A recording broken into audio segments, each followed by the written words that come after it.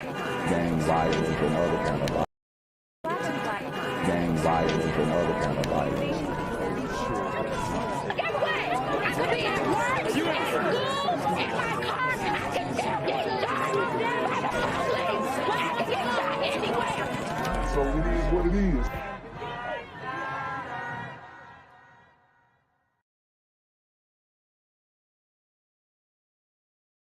I'm here on the corner of MLK and Frederick Douglass, where a shooting just took place.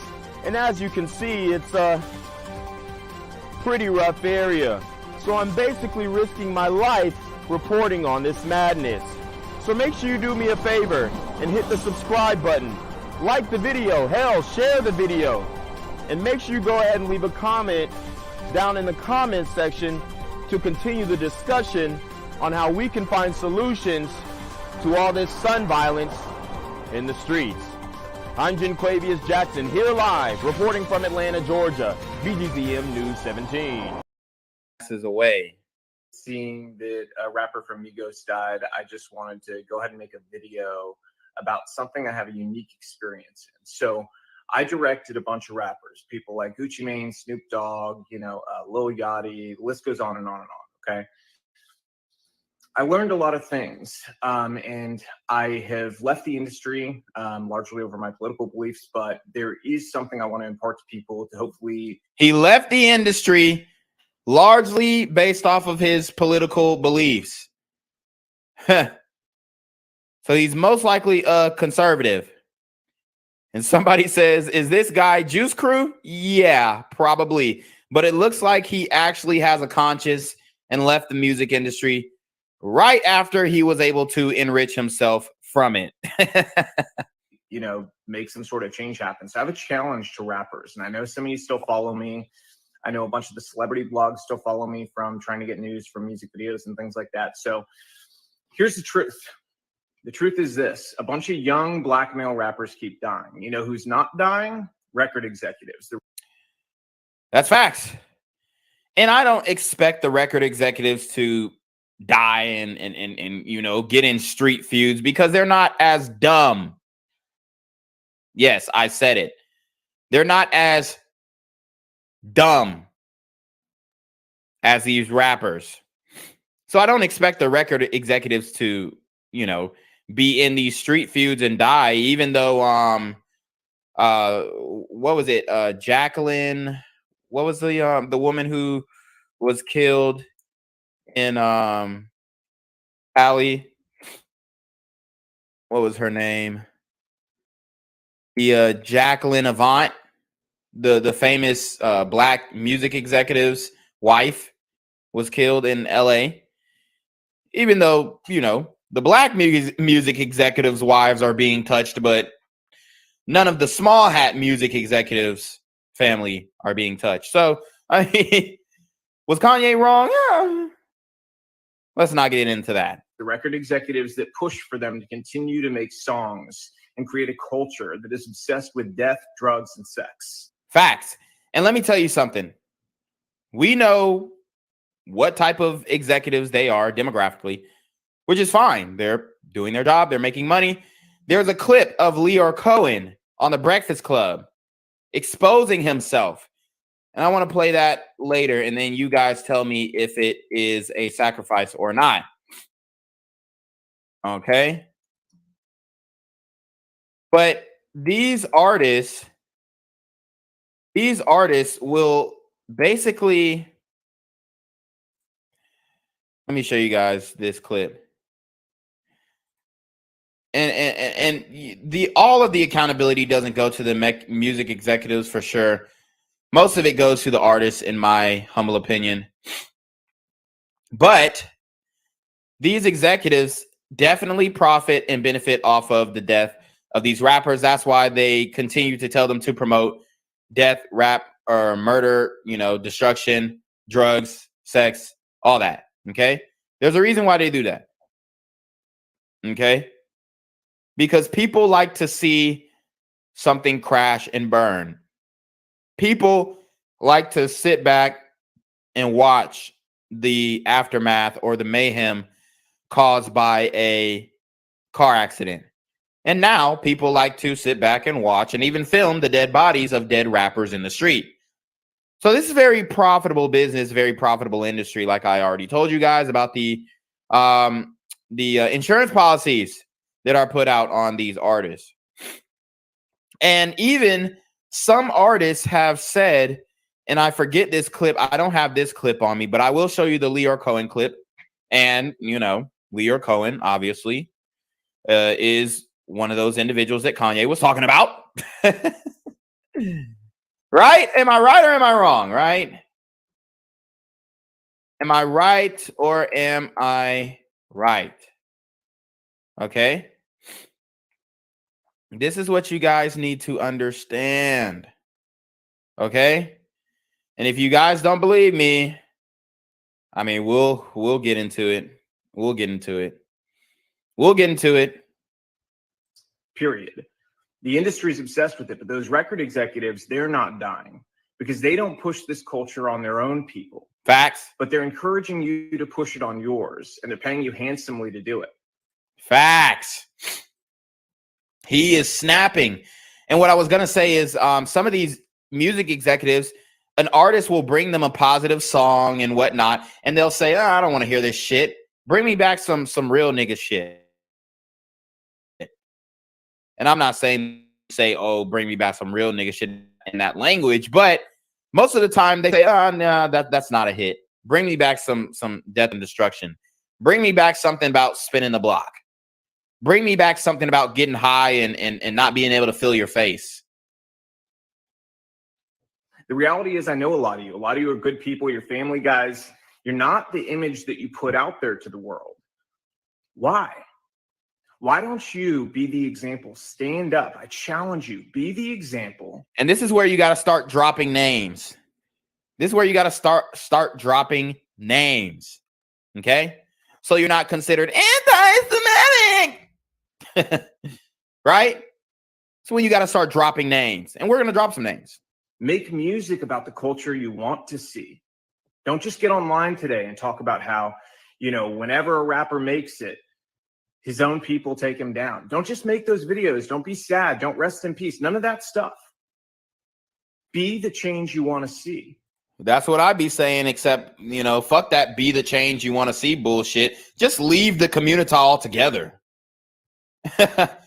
You can try that be the change you want to see in the world bullshit all you want. But if you are in the community, you'll be a dead nigga by the end of the day. Ask Takeoff. Ask XXXTentacion. Ask PNB Rock. Ask Nipsey Hussle. Ask a lot of Cash Desto. Okay? Inspire it in your community. Reach out to other rappers and say, we have to stop. We're being used. You've been used for a long time. For one, they're too greedy for that. They enjoy pointing the guns in the camera. Pop Smoke, yep. Shout out to Regular Degler. Pop Smoke. Long time, you know, they create this paradigm. Pop Smoke killed by a 15-year-old who was obviously influenced by hip-hop culture. He says, Jimmy J. Gonzalez says, Lil Peep, Juice WRLD, what about them? Yep, them too. The promotion of drugs. As a matter of fact, I heard that Lil Peep's, his management supplied him with the drugs. They were the plug. Same scenario with Michael Jackson. Paradigm to make you believe that you're so important and your celebrity status is worth so much, but in truth, you're a pawn in their game and you always have been. The government has wanted to hold down communities of people in different ways. All right, we're not, this ain't the government, bruh. This ain't the government. It's a part of the government. They have ties in the government, but this ain't the government, bruh. Through different methods for a very long time. Their method in the Black community has been to use entertainment to create a culture obsessed with death, drugs, sex, and money so that they could create a false paradigm of what happiness and what success really was. And in doing so, they created a world that also made people more dependent on government. And as a result... So he's talking this government shit, and this is what makes it sound like grifting. Dude, it's not the fucking government. The government aren't the ones who own these record labels, bruh. Drop some of your Juice Crew friends' names, the ones who are promoting this, putting the budget behind these types of videos and music. Drop their names. Oh, we gonna drop some names, all right? Gave themselves more power. The record executives that push you to do this, to go and continue to profit off the backs of your work, they're in cahoots with the elite. They're in cahoots with the government. Okay, so like I said, he keeps saying the government, the government. And yeah, I'm not a big government guy either. I think that we should have a small government for sure, especially the federal government. But bro, let's address the problem at hand first. He's trying to make it a government issue. Let's talk about these music executives first, because he just keeps displacing the blame. Well, the music executives are working with the government, and the government is working with the music executives. Bro, the music executives are richer than the government. Let's keep that a buck too. Let's let that be known too. Okay, the music executives are richer than the government. They want you to think you're important, but in truth, you're just doing their dirty work for them. So stop. They've empowered you in ways that are real. You have an audience, you have platforms, you have the ability to make change. So go against the grain together. They're more afraid of you all together standing up and creating a new culture that's built around family, faith, freedom, doing the right thing, valuing life, than they are of anything else. So I challenge you, use your power to do the right things. If you continue to do the same thing you've done, more rappers like this are going to die. How many have to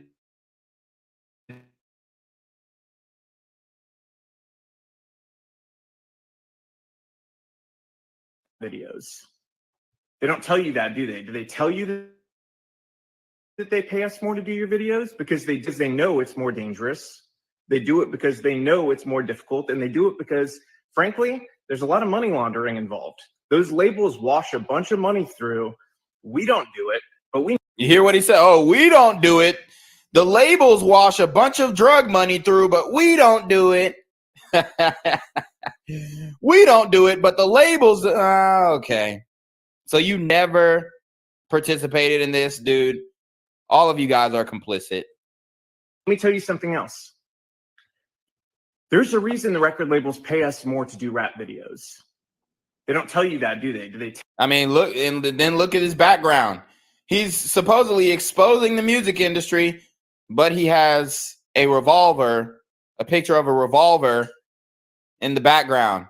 This is symbolism. I mean, if we really want to break down this symbolism, look at these. It looks like the twin.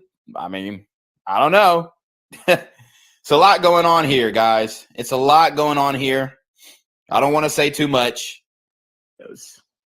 They don't tell you that, do they? Do they tell you that they pay us more to do your videos? Because they do. They do it because they know it's more dangerous. They do it because they know it's more difficult. I mean, and I feel you, Regular Degla. He says he's pro 2A. Look, I get being pro 2A, but I mean, could you have picked another place to film this video? Maybe outside on the patio. He looks like he got vaulted ceilings, a big ass house. He could have gone to any other room and filmed this video. Why have a picture of a weapon in the video?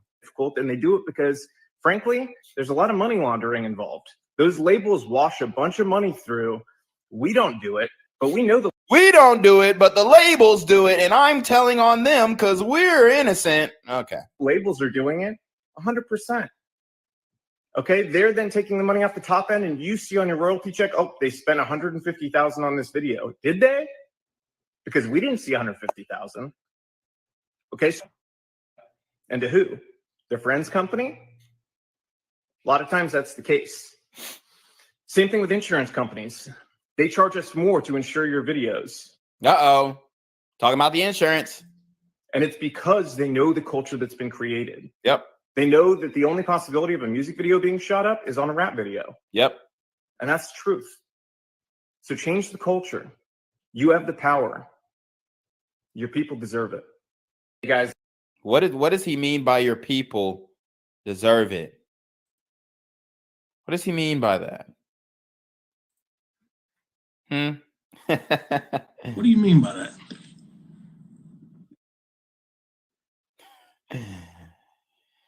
Oh man, this is crazy.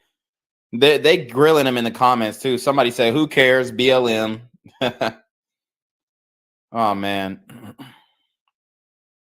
Somebody said articulated DEFCON 3 statement. I'm dead. These rappers and labels pedal death music. Yep. So yeah. Okay, let's get into the name dropping. Let's talk about Leor Cohen. Let's see what he thinks about the carnage that's going on in the black community. Does he care or does he not care? Find out on the next episode of BGZM News 17. Gang violence and other kind of violence. Get away! I could be at work, at school, in my car, and I can still get shot by the police. But I can get shot anywhere. So it is what it is.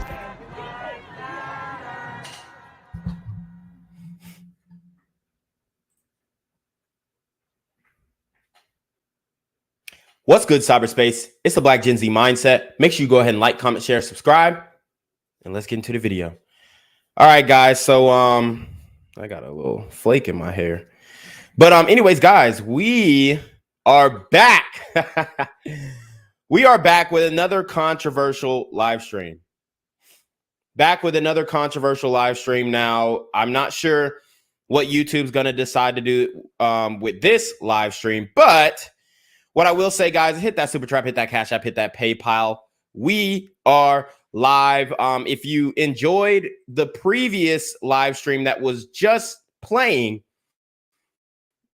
then you can watch the rest of that video, in its totality. You can watch the rest of that video on none other than BGZM News 17, and I will go straight to BGZM News 17, and you can see that we talked about it on the Migos thing, which they also will be re-uploaded either later today and tomorrow, or just tomorrow. But we talked about the Migos situation where Takeoff was killed, and I'm not going to get into all of that, but you guys can go over there and watch it. Now, today we're going to talk about Kanye. We're going to talk about Kyrie Irving. We're going to talk about the untouchable, insurmountable Small Hat Gang. Now, the thing is, we're not, for one, let me put out this disclaimer. We're not trying to promote hate speech. We're not trying to incite violence. We just want to get the facts out. Okay? Kanye West is what appears to be spiraling right now. Okay? He's spiraling. Doesn't know his right from his left. He's out here, texting with his hands and feet, trying to put out disclaimers on this, disclaimers on that. It's quite ridiculous.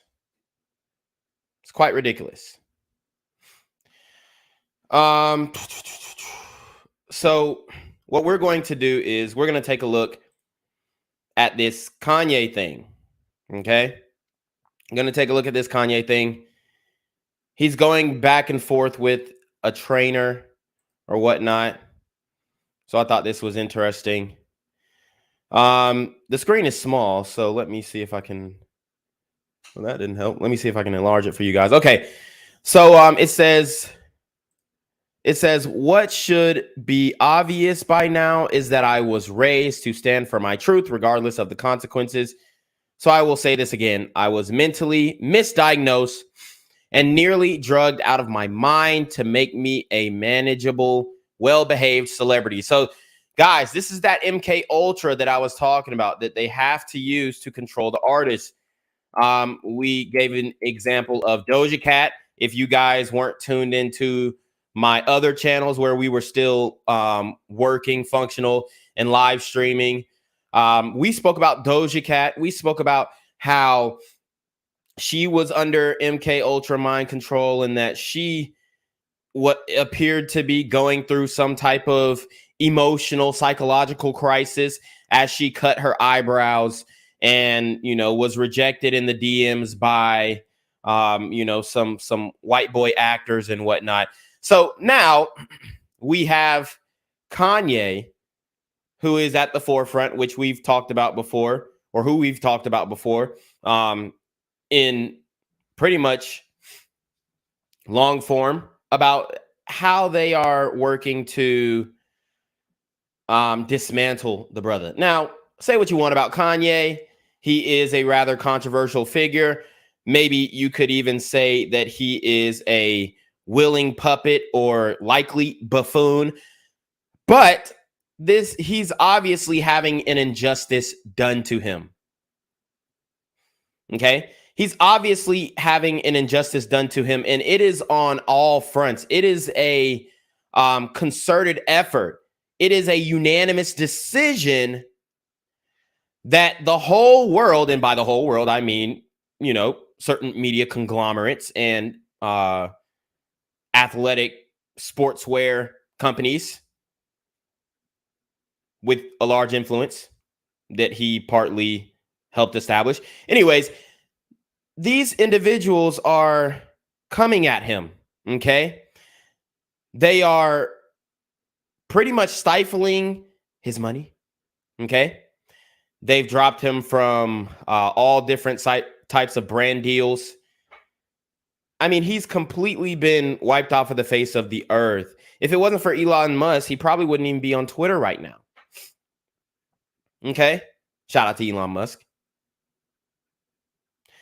But if it wasn't for Elon Musk, he wouldn't be on Twitter right now. That's an issue. And guys, we are streaming from Twitter on Black Gen Z Mindset, BGZM News 17. So guys, do not forget to go over there and follow my Twitter, because we are doing some great things on Twitter. We are getting the scoop. Twitter is a lot more, you know, they have a lot more leeway on the type of content you can share. Like I could go to a website where they're showing a lot of gore and, you know, the types of ramifications that come from demon time activities. I can show that type of stuff on Twitter. Okay. Can't do it on YouTube. Can't do it on Facebook. Can't do it on Twitch, which I get it. You know, you're trying to be ad friendly and whatnot. I understand that. But go to Twitter and if you want to see the raw. But Kanye is under attack by his alleged trainer, Harley Pasternak. Mr. Pasternak is, as you guys can imagine, part of the small hats. Okay. That's what it's looking like. Okay. Now, I'm not saying that there's anything wrong with that. Was Kanye wrong or right? This is what it's about, right? Because if he got banned for saying some factual shit, I take issue with that, as we all should as Americans, if they still value freedom of speech. Okay. Let's see, but I'm trying to find his I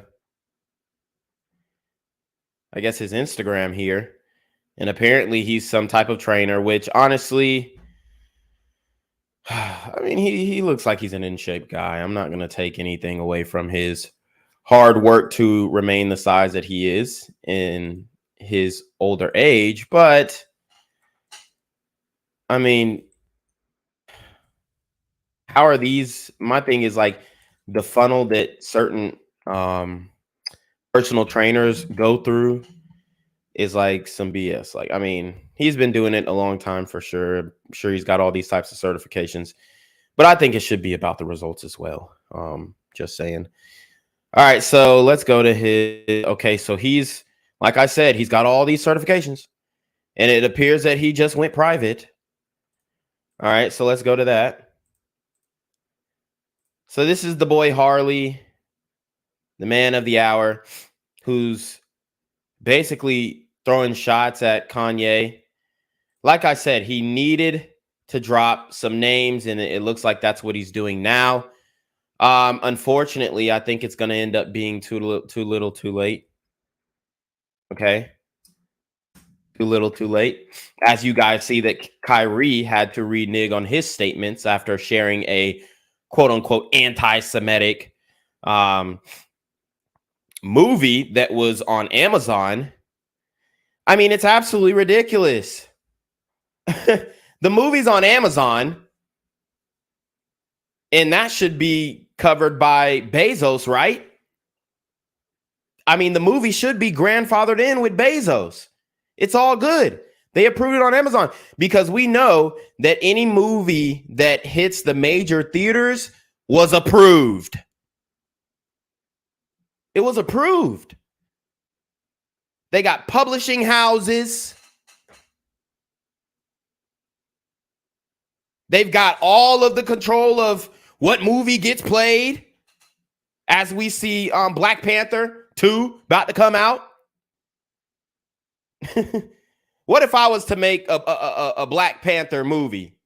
You think my shit will get published? Fuck no. And I can have the money too. I can have the bread. How much y'all need? 500,000, 750,000? I ain't saying I got that, but I'm saying I could have it. You could finance a movie, finance a set, multiple sets, keep the budget low, get my independent film published, but it'll never happen. That's what we're talking about. The control on the media. This is my issue with Kanye. Name drop. Name drop. Just like Dame Dash said, bag drop, name drop. Name drop or it didn't happen. The celebrity trainer. Charlie Pasternak. This nigga's in Forbes. Excuse me. This individual is in Forbes. And they dropped Kanye from Forbes. Who got more money? You mean to tell me a personal trainer? I mean, look. All these damn ads. Jesus Christ. All right. Harley Pasternak is known for sculpting the bodies of some of Hollywood's biggest stars like Lady Gaga, Rihanna, Halle Berry, Katy Perry, and more. His career as one of the most sought-after trainers has brought him all over the world, and he works with jet-setting clients, so he knows a thing or two about staying healthy while traveling. That's why the Four Seasons recently hired him as the brand's first ever global fitness advisor. I mean, he looks great for his age. Looks great for his age, but you dig? Is that the only qualification that he needed to become just this overnight sought after trainer for all the celebrities? Interesting. In this role, Pasternak creates a series of travel-inspired workout videos to inspire guests to get and stay fit while on the go. Each of the 5 fitness videos is also accompanied by helpful how-to videos where Pasternak outlines the step-by-step form and technique for each of these exercises. Whoa! Whoa, whoa, whoa, whoa, whoa, whoa. Hold on. Now that reminds me. I actually have something that is the same thing. I've literally got the same thing going on. I have a fitness course out right now, guys. I have a fitness course out right now, which is, okay, let's go to it. Because my man put out a fitness course that tells you step by step how to lift and you know how to exercise and stretch and nutrition. Your boy has the same thing. And I ain't gonna lie, I look way better than Charlie Pasternak. As far as physique goes, he's not touching me. So we've got a course, but we're not on Forbes. Interesting. Now, I'm not saying that I'm a better trainer than him. I'm not saying that. I'm just saying, look at the results. Is Charlie Pasternak doing anything like this?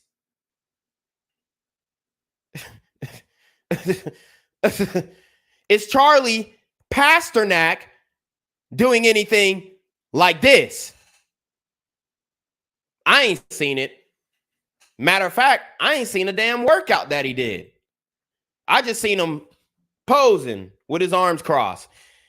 And I ain't gonna lie, Kanye don't look like he in the best shape. And if he was such a great trainer, then all these actors and actresses and fucking musicians wouldn't be going under the knife, mutilating themselves to get a fitter body. They would just put in the work. They go to Charlie. They'd be like, "Yo, Pasternak, hit me one of them. Hit me with one of them fresh workouts." So, in honor of the celebrity trainer Charlie Pasternak, we are going to play this promotional video, guys. We are going to play this promotion because it's important. Y'all got to support me. Buy the fitness course.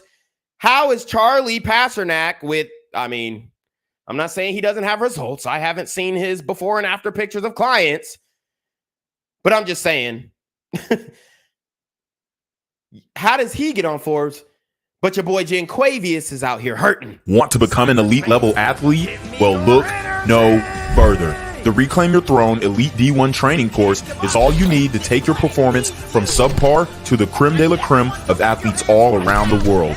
The purpose of this course is to give you a comprehensive weight training, speed, flexibility, recovery, and endurance program that is meant to prepare young athletes for collegiate and professional sports. This course is packed with over 2 hours of creative, action-packed lifts narrated and coached by yours truly to assure increased strength, speed, flexibility, recovery, and endurance. Hey, I get it.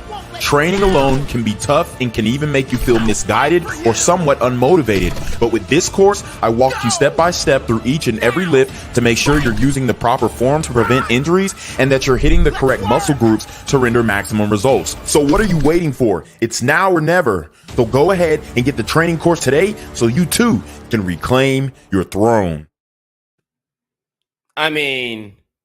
Guys,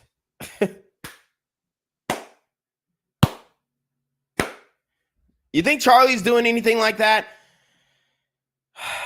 Anyways, guys, if you want to get the course, course, support me so that I can be on Forbes like goddamn Charlie Pasternak. And I'm not hating. I'm just saying, bro, like, look at the results. The course is right here. Link in the bio of my Instagram. You can click the course. You can click the course. Check it out. All right. We got the course available for anybody who wants to. I don't know. Finally, the last. Here's an example. Here's an example. Then I'll get off the course, guys. I know y'all like, oh, this is trying to sell me something. Anyways. I already showed you the promotional video, but you can get the course in my Instagram bio, Reclaim Your Throne. But anyways, let's get back to Charlie. Let's get back to Charles. Let's get back to Mr. Pasternak. In this role, Pasternak created a series of travel-inspired workout videos to inspire guests to get and stay fit while on the go. Each of the 5 fitness videos is also accompanied by helpful. Okay, so we read that. The full collection of fitness video launched on September 10th on the recently updated 4 Seasons app. I was able to chat with Pasternak ahead of the launch to learn about his inspiration behind the videos and his top tips for staying healthy while traveling. What's the key to staying healthy and fit while traveling? All right, so we're not going to get into all that. My thing is Mr. Pasternak is in Forbes and Reclaim Your Throne is not. I guess I'm hating. Y'all could call it hating. Anyways, I'm hating on behalf of Kanye. You ain't got the answers. All right? Maybe I don't have the fucking answers, you know? But anyways, here we are. Kanye says, what should be obvious by now is that I was raised to stand for my truth regardless of the consequences. So I will say this again. I was mentally misdiagnosed and nearly drugged out of my mind to make me a manageable, well-behaved celebrity. Okay? So Harley says, I'm going to help you one of a couple ways. And this is Mr. Pasternak, the well-renowned trainer who trains all of the celebrities who are getting plastic surgery to have a better body. I mean, what is he doing actually? Is he just rehabbing them after they go under the knife or something? The fuck is he actually doing? Why? Explain to me this. Why are you getting plastic surgery if you have a personal trainer you're spending thousands of dollars on? They're spending enough money to get them in Forbes. Follow the money. Follow the money. How is he being requested to everybody?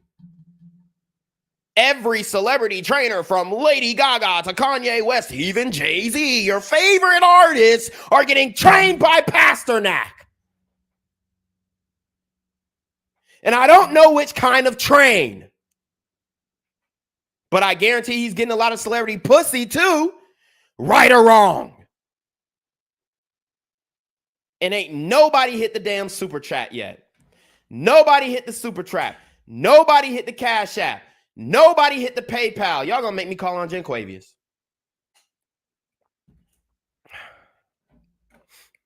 Y'all gonna make me call on Jen Quavius. He says, I'm going to help you one of a couple ways. Guys, this is an ultimatum. This is an ultimatum. If somebody comes up to you and says, I'm going to help you in one of a couple ways, they're giving you two options. This is how they talk. This is how they speak. It's called plausible deniability. He probably knew Kanye could have screenshotted these. Probably knew he would have got down like that. So he says, I'm going to help you one of a couple ways. First, you and I sit down and have an loving and open conversation. Wrong. And you're supposed to use an A loving and open conversation. Okay. Anyways, but you don't use cuss words, and everything that is discussed is based in fact and not some crazy stuff that dumb friend of yours told you or you saw in a tweet. So maybe, just maybe, he's talking about the anti-Semitic comments and Kanye claiming the line of Judah. Kanye standing up for his ancestors, alleged ancestors. Because if you say a black man is Jewish, it's anti-Semitic, okay? It's systematized bullshit. Because a black man is claiming that he is Hebrew. Wow. You can't make this shit up. They froze his bank account, y'all. They froze his bank account. I don't know who they is. JP Morgan and Chase. Okay. Let me stop before they hit me with one of them goddamn. You dig? They done beat on freeze my credit cards and shit. I'm all traveling and shit, trying to get some gas.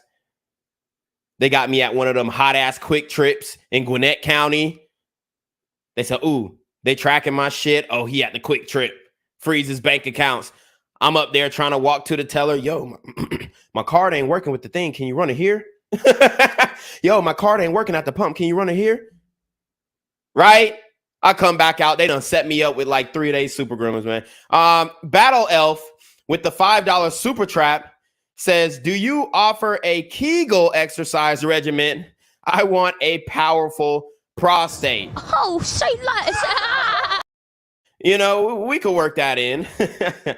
D with the $10 super trap. He says, don't call Jen Quavius. Hold on. Yeah. Hello? We ain't. Where we at? Oh, you want to know where I'm at? We outside.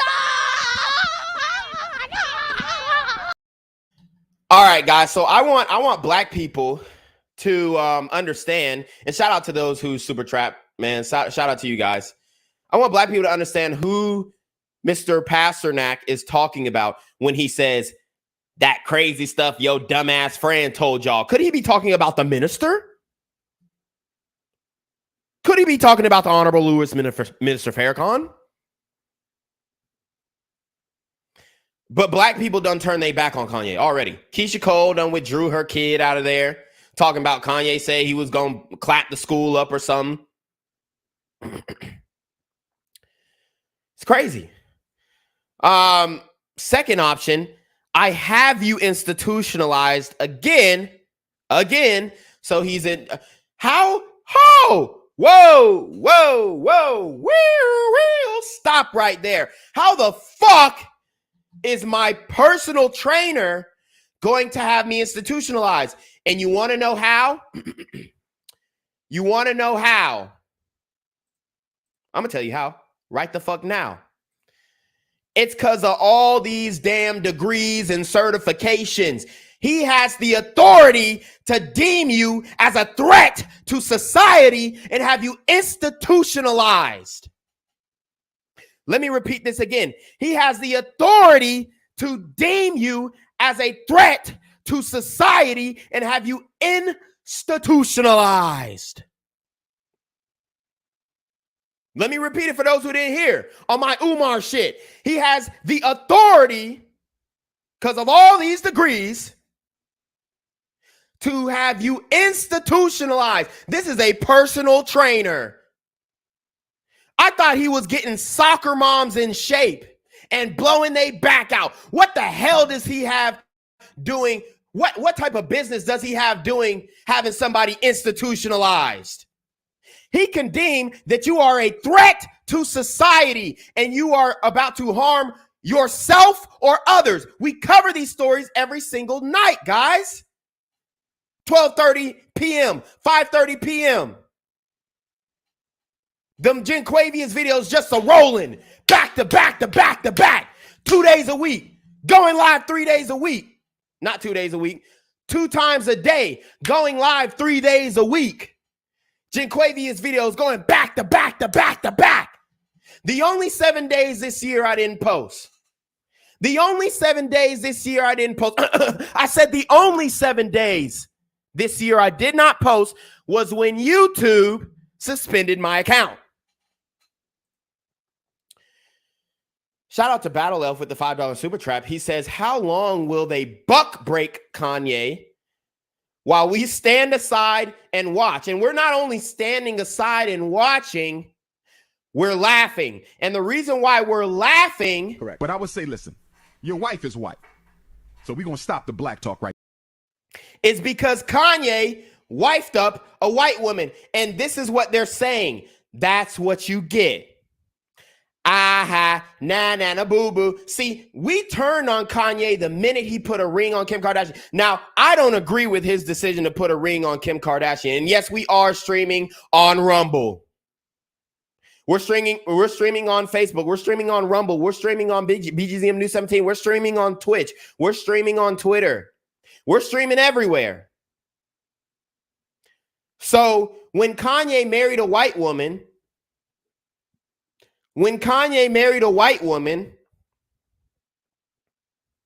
the black community turned on him. They said, this is what you get. They said, didn't you see Get Out, nigga? This is what's going on right before our eyes. So because he has all these degrees, MSc, HON, KIN, ACSM, CSEP, he has the authority to institutionalize anybody. It's not just Kanye. It could be some white folks too. It could have been Doja Cat. Okay? It could have been Britney Spears. It could have been Amanda Bynes. It could have been Michael Jackson. It could have been Whitney Houston. He's been in the game a long time, folks. He's been in the game a long time.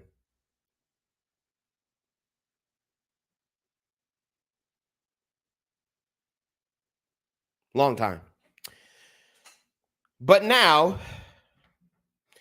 he has the authority to institutionalize somebody against their will. Again, this is not a personal trainer. He's not a personal trainer. He's a Hollywood handler. He's a Hollywood handler. And if you guys don't know what the fuck that means by now, then just ask YouTube, ask TikTok, ask Instagram.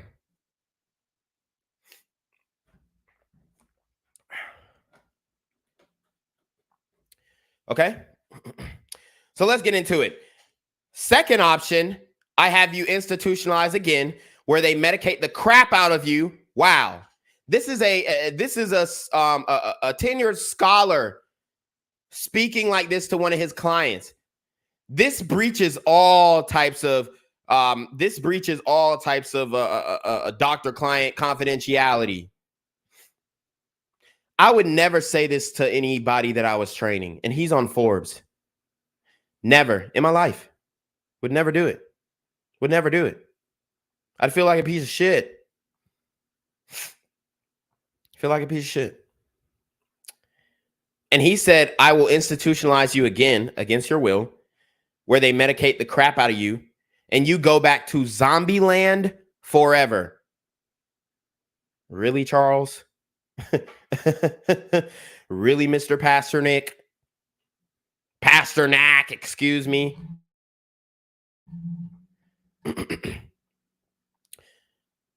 Play date with the kids just won't be the same. Wow. Disgusting.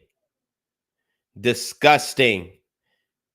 The trauma that Kanye is having to undergo. Ye said, I was told that if I expose the truth of the bad business practices, including my black children, and everyone has bore witness to the public image-tilling of Ye.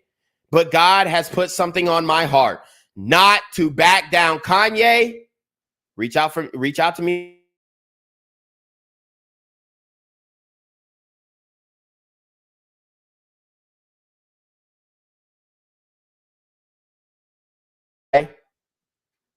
I know they're doing everything that they can not to get my message out, heard. Kanye, hit me up for an interview. Be the best decision you ever made. He says, this shows hardly admitted to knowing the truth of our origin, but then later dismissing the facts within the same text chain. Mind you, this is how a Hollywood trainer speaks to a far more influential black celebrity when we get out of line. I told you he's not a trainer. He's a handler. I told you he's not a trainer. He's a handler. Guys, not everything is what it seems. Not everything appears as it meets the eye. He's not a trainer. He's a handler. Okay? Why was he the one trusted with him? He's the one being trusted. There are plenty other celebrity trainers. King Keto, Mike Rashid, a whole bunch of other black men who are celebrity trainers. Why is he the one who's being trusted?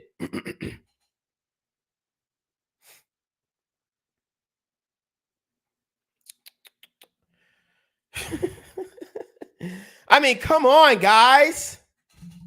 Come on. This is who they're hiring. I mean, he's pretty unassuming. Guys. I mean, if I'm going to hire a trainer, I'm going to hire some fucking dieseled up individual like myself. But if I can't hire myself, I mean, what? One Punch Man? You telling me you're hiring One Punch Man?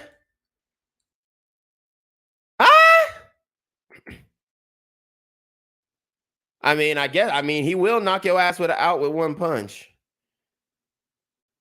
He will knock your ass out with one punch.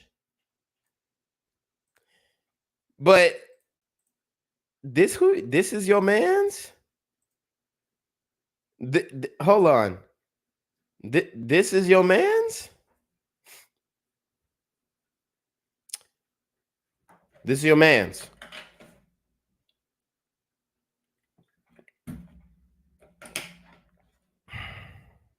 Okay.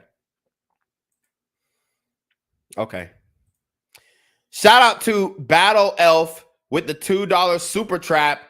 He says, foreskin lives matter. I have 7 female wives. Go to my Instagram.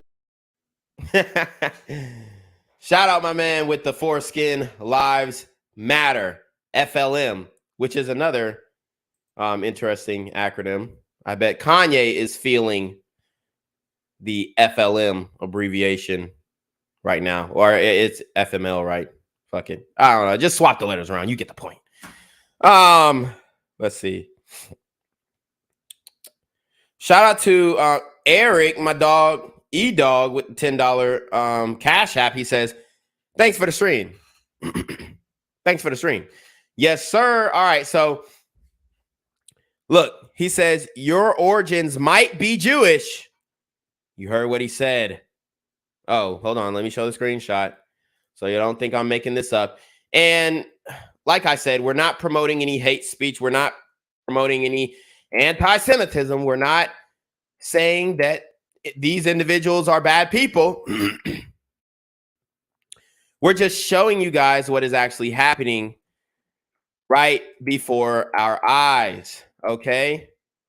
Right before our eyes. So Kanye is out here exposing. He's exposing. Okay, he's definitely exposing. So your origins might be Jewish, but and then it's hard to make out what the rest of this is. Let's see if I can. Damn, I can't even see that. Your origins might be Jewish, but being a no, your mother was, and her mother, and her mother. Can't really see. Being a can't really see, but I guess he's trying to say, oh, if your mom wasn't Jewish, then you ain't Jewish, nigga. He says it's about how you act, how you think, and how you treat others. Woo. That was deep. That was deep. So it went from being a religion to it's about how you act, how you think, and how you treat others. I will be doing anything, if you could please apologize to my people. He said, it's my people too. And then he says, okay, I love that. Uh-oh. And honestly, I don't think that I think he's just trying to get an apology out of Kanye. Okay, I'm going to help you. So we read that part where he threatened him. And even with all of that said, I still have lots of love in my heart for you, and my doors are always open. Why would you go into his doors?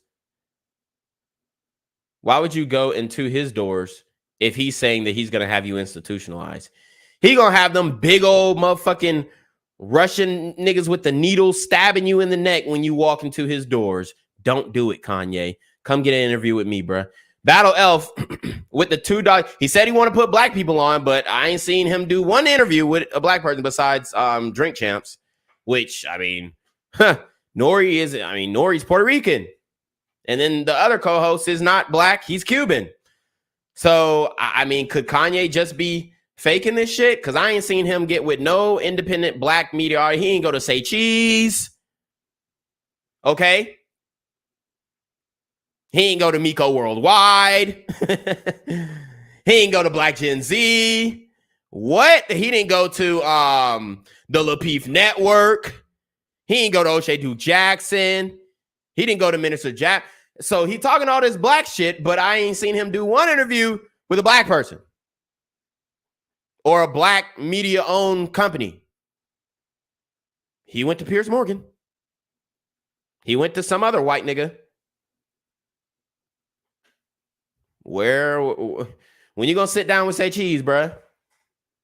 When you gonna sit? If you ain't gonna sit down with me, sit down with Say Cheese, bro. That's the least you could do. But is he really about it or is he about it? I don't know. But I am gonna defend him on this one because what this guy said, what this personal trainer said, is completely wrong as well. It's not about what clan he rolls with. It's not about any of that. It's about what's right and what's right and what's wrong and what's wrong. And I'm going to call out what's wrong. That's what we do. That's what we do. I don't care if it's a super gremlin or a super small hat gremlin on Demon Time. Battle Elf with the $2 super trap. He says, why do Juice believe they are above scrutiny? Exactly. Oh, say less. Exactly. And then it's like, I mean, we can shit on white people all day. Karens and white people are so dumb. You know, white people are violent. They're colonizers. You shit on white people all day. But I mean, go to the Middle East. Who's out there colonizing the Middle East?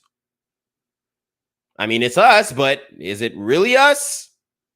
Or are we just creating a power vacuum so somebody else can come fill that? You dig what I'm saying? Because we got allies too. We got allies. It's been a saying for a long time, peace in the Middle East. Why isn't there peace in the Middle East? I know it's a complicated subject, but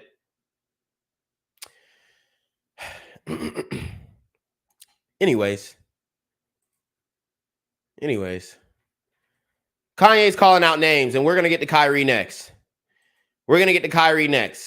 As you guys can see, Kanye is going head to head with the best, most tapped in Juice Crew members in Hollywood, and even outside of Hollywood, in the corporate world, in the banking world, on Wall Street. He's going head to head with the best of them. So it looks like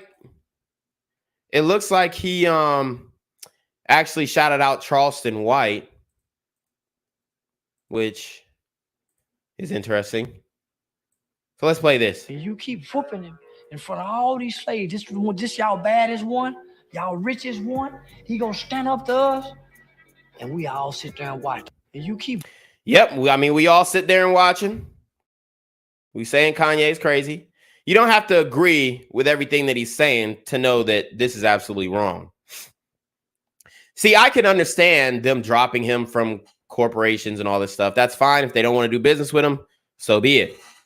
But when you freeze the man's bank account, the banks are supposed to be impartial. They're supposed to take everybody's money unless you're doing something illegal. Has he broken a crime? Absolutely not. He hasn't committed, or has he broken a law? He hasn't committed one crime. And they're freezing his bank accounts. How the fuck does that happen? How the hell does that happen? You haven't broken one crime, but the banks are freezing your bank accounts. I mean, why has he not taken up a lawsuit already? Like, there's no way that they can just freeze your bank accounts for something that you said on social media.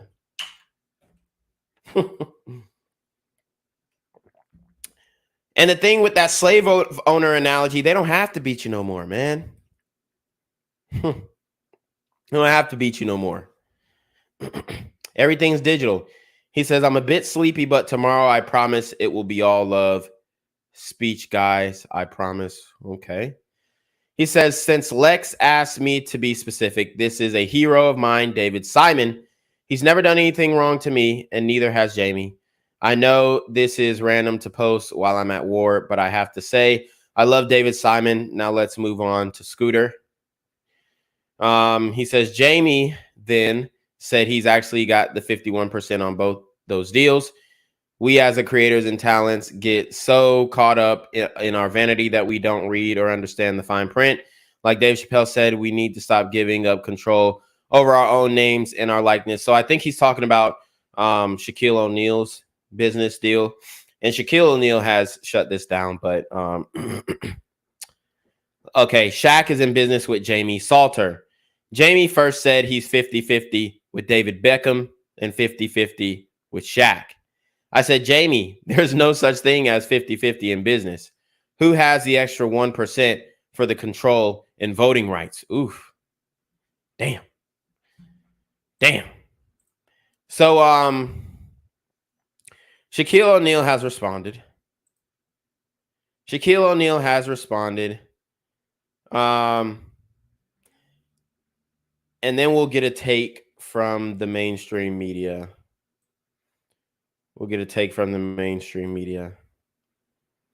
Let's just see if I can find this this video. All right, so let's get to the Shaquille O'Neal thing. All right. Shaquille O'Neal. All right. And I mean, Kanye's right, man. He's right. Somebody's got to have that 1%. Somebody's got to have that 1%. There has to be a majority owner. Shaquille O'Neal responds and says, believe me, you don't know me like that. Worry about your business. And to quote the once great Kanye West, so he's saying once great, I got more money than you, so why would I listen to you? Take my advice, get your family business in order. Have a great day, brother. Okay? So this is, I guess, okay, so they just fed me a bullshit. Article here from CNN. Oh, never mind, I got it. A video I meant to say. But so he's saying that, hey, you know what I'm saying, you don't know my business, whatnot. And that's fair from Shaquille O'Neal to say you don't know my business. But I mean, for Kanye to say, hey, there has to be a majority owner, I mean, that's not wrong. He's not wrong. And then somebody is replying, this nigga that I guess is 6'7".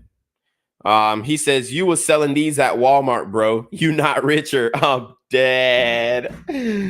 Yo. So people are going in. People are making jokes. Somebody said J. Cole is a better man and a better rapper and artist and producer than you.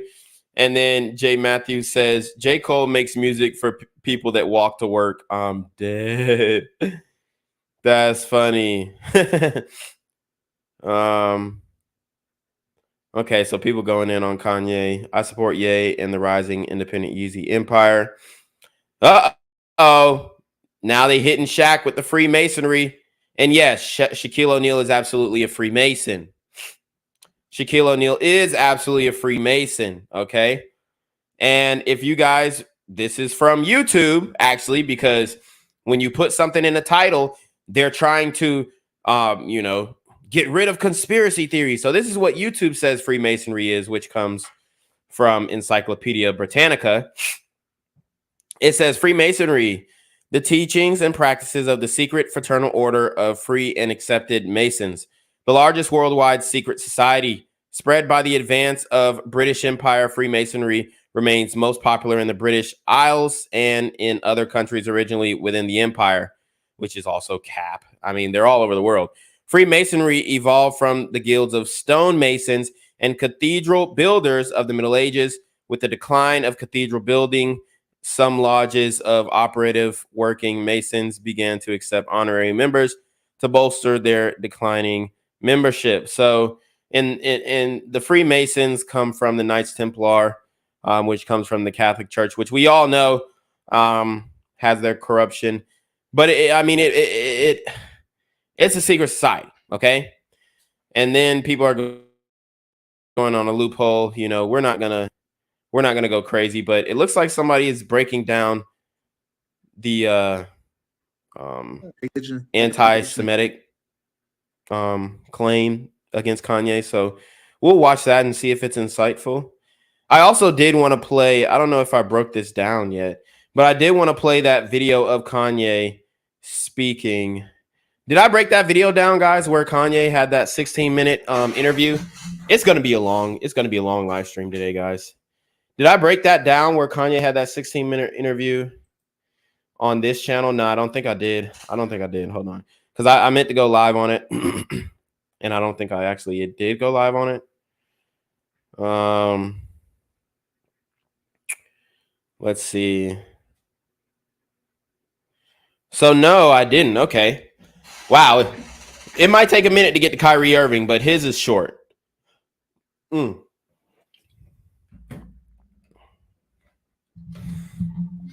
His is short. But as you can see, the Freemasons work with the small hats. I don't want you guys to get that shit fucked up. They do obviously work in tandem, and some small hats are also Freemasons. That's just how the game goes. You see Freemason imagery throughout all of hip hop, and if you don't fucking believe me, think about Jay-Z with The Rock, like doing the all-seeing eye shit, all the one-eyed imagery and whatnot, the pictures that they take. All the celebrities have to take these one-eye imagery photos where they're covering up one eye. Let's see. Doja Cat just had a what's that shit called? A Halloween party, an Eyes Wide Shut party, where she had literally a Freemason compass on the scrolling compass on the damn cake. Let me see. I mean, she literally did. I mean, if you guys don't understand this shit, then y'all need to catch up. I think it was her 27th birthday. But I mean, she blatantly is promoting Freemasonry within her, as you can see. Literally, I mean, if it don't get, and y'all like, oh well, they don't do anything. They're just, and I'm not saying that they're bad people. Like, again, what I'm saying is this is what they're promoting. The imagery in the music is backed by a fraternal order, a secret society.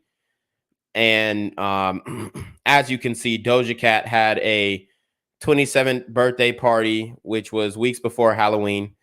And the all-seeing eye right here. And then you have the Freemason compass. I mean, it's in plain sight. This is actually called, it was an all Eyes Wide Shut themed party. And as you can see, Doja Cat looks crazy with the shaved eyebrows. All right. I mean, there's some interesting things there. I'm not going to get into it too crazy. But the shaving of the eyebrows is something that the Egyptians did when their cats would die, and her name is Doja Cat. So I don't know. Be looking to see something weird coming from Doja Cat's camp really soon, if it hasn't even gotten weirder enough. But anyways, let's get into, I guess, what this brother is breaking down. Let's listen. Or discrimination against the Jews as a religion, ethnic, or racial group. Anti-Semitic, anti-Semite. Now, who was the original Semites? Receipts. Semite. Now, a member of a group of the Semitic-speaking people of the Near East, Northern Africa, including the Arabs, Ethiopian, Hebrews, and Phoenicians. And that is absolutely a fact. That is absolutely a fact. So let's talk about being anti-Semitic, since we already got it out there. Okay? Since we already got it out there, as you can see, and he might be on some Hebrew Israelite shit, but that doesn't change the reality. Okay? A member of a group of Semitic-speaking peoples of the Near East and Northern Africa, including the Arabs. Okay? The Arabs, the Ethiopians, which we're going to get into, the Hebrews, and the Phoenicians. So this is what you have to understand. When they're trying to say that Kanye is anti-Semitic, they're really just saying, oh, he's basically anti-small hat. They're not including any other ethnic groups into that Semitic or Semite classification. Okay? Says a Jew, a descendant of Shem. I mean, this is the reality of the situation. These niggas are dropping receipts nowadays. They're dropping receipts, and this is the reality of the situation. So, I'm not with like every black person claiming that they are Hebrew. I'm not with that. Okay, because it's not true. You have to look at your own genealogy. You have to look at your own lineage and see where you came from. Because a lot of y'all came from West Africa. A lot of y'all came from the trigger finger of Africa. And y'all trying to claim that you're Hebrew too. And you're not, bro. You're not. So that's where the confusion comes from. That's where the confusion comes from. Right there. That's where the confusion comes from. Because too many black people are claiming the set. I mean, if your lineage does not come from Northern Africa, Arabia, or Ethiopia, or that ancient Mesopotamia region, then you can't claim. You're false claiming. You set tripping. You're set tripping. So my issue is if Kanye has traced his genealogy back to these regions, which he has the money to do so. I mean, he don't have to log into 23andMe and pay $129 to see where he come from. Oh no. He just pays somebody to look into his bloodline. It's a possibility. I mean, his father's still alive. They can trace the Y chromosomes back to where he originated from. It's simple genetics. But this is what you got to understand. This is what you have to understand, guys. So the white small hats are not the only ones who can claim the set. And they're not the only ones who can claim anti-Semitism. Because, I mean, look at what's going on in Palestine. Look at what's going on in Palestine. They're being bombed. They're also doing some terrorist attacks as well, according to the Israeli government. There's a war going on. Are they anti-Semitic? or is that just Semite on Semite crime? Are they anti-Semitic or is that just Semite on Semite crime? Nothing to see here, just Semite on Semite crime, which it seems like it is. Nothing to see here at all. A Jew, Bible, descendant of Shem. Book reference, the Jew, a Negro, Semitic race. Assyrians, Hebrews, and Phoenicians. Now, what is the word Semitic describing? Semitic, adjective, of or relating to the Semites or their languages or culture, of or relating to or being a subgroup of the Afro-Asiatic language group that includes Arabic, Hebrew, Aramaic. So the real Jews are a Jew, an Arab, Ethiopian, Hebrews, Phoenician, and also Afro-Asiatics, according to the Merriam-Webster Collegiate Dictionary, 10th edition. And in a few years, they're going to change those definitions for sure. For sure. They have to. They have to. They're going to, oh, well, the updated volume doesn't look. So, as you can see, a lot of people don't understand. A lot of people don't understand what these terms mean. So they're saying, oh, well, he's discriminating against the small hats, but it's not really. Okay? It's bigger than that. It's bigger than that. And if you say that Kanye was taking shots at all of those individuals,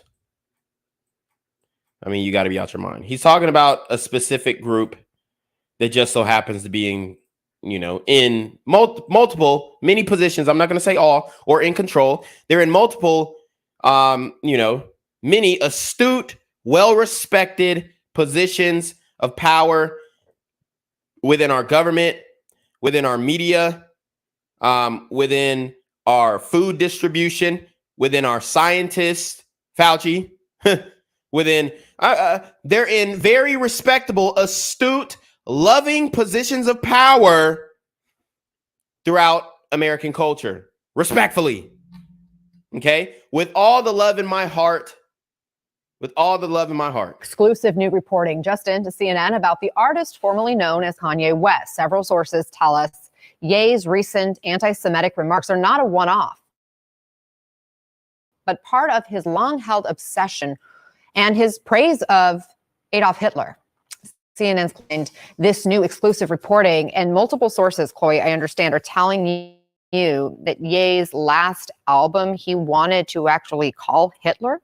Yeah, so we spoke to 4 individuals who were high level within Kanye's album making process and within his camp, who told us that this was a major point of contention for obvious reasons, that he wanted to call the Hitler, and that it was really like the final hours before the album was going to come out that his camp was able to successfully get So listen, guys.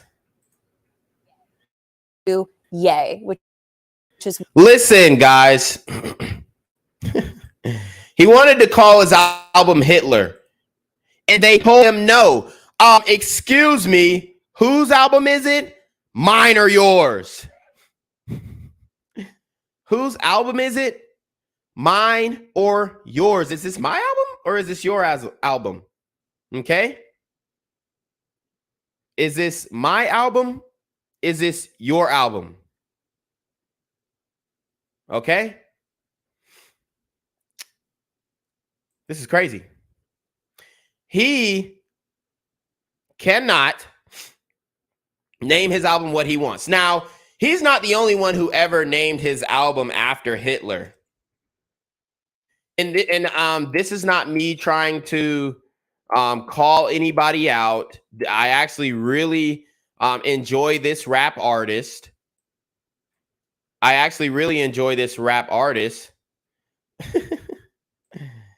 But this is what you guys, y'all are too fucking blind to see this shit. Y'all are too blind to see this shit. Hitler wears Hermes, West Side Gun. And if you guys don't know who West Side Gun is, he is a part of the trifecta, the Buffalo rapper trifecta in Benny the Butcher, Conway, and West Side Gun. He's actually a really talented rap artist. He brings a lot of very talented lyricists together, because y'all know I don't be listening to that mumble rap bullshit. He brings a lot of lyricists together, and they collab on albums, and it actually comes out fucking phenomenal. But he has 7 albums named Hitler Wears Hermes. And if you guys don't know, for one, he's not wearing Hermes here. He's wearing Balenciaga. But if you guys don't know, Hermes is a European designer brand. And this is Pitchfork, which, I mean, y'all know who owns Pitchfork, giving him a 7.3 out of 10 rating on an album named after Nazi Germany's Hitler. Battle Elf says Kanye wanted to name album Mine Kanye. Oh, say less. Right. So he has several of these albums. I think he has Hitler Wears Hermes 1 volume 1 through 10, where he specifically references Hitler. As a matter of fact, it looks like he is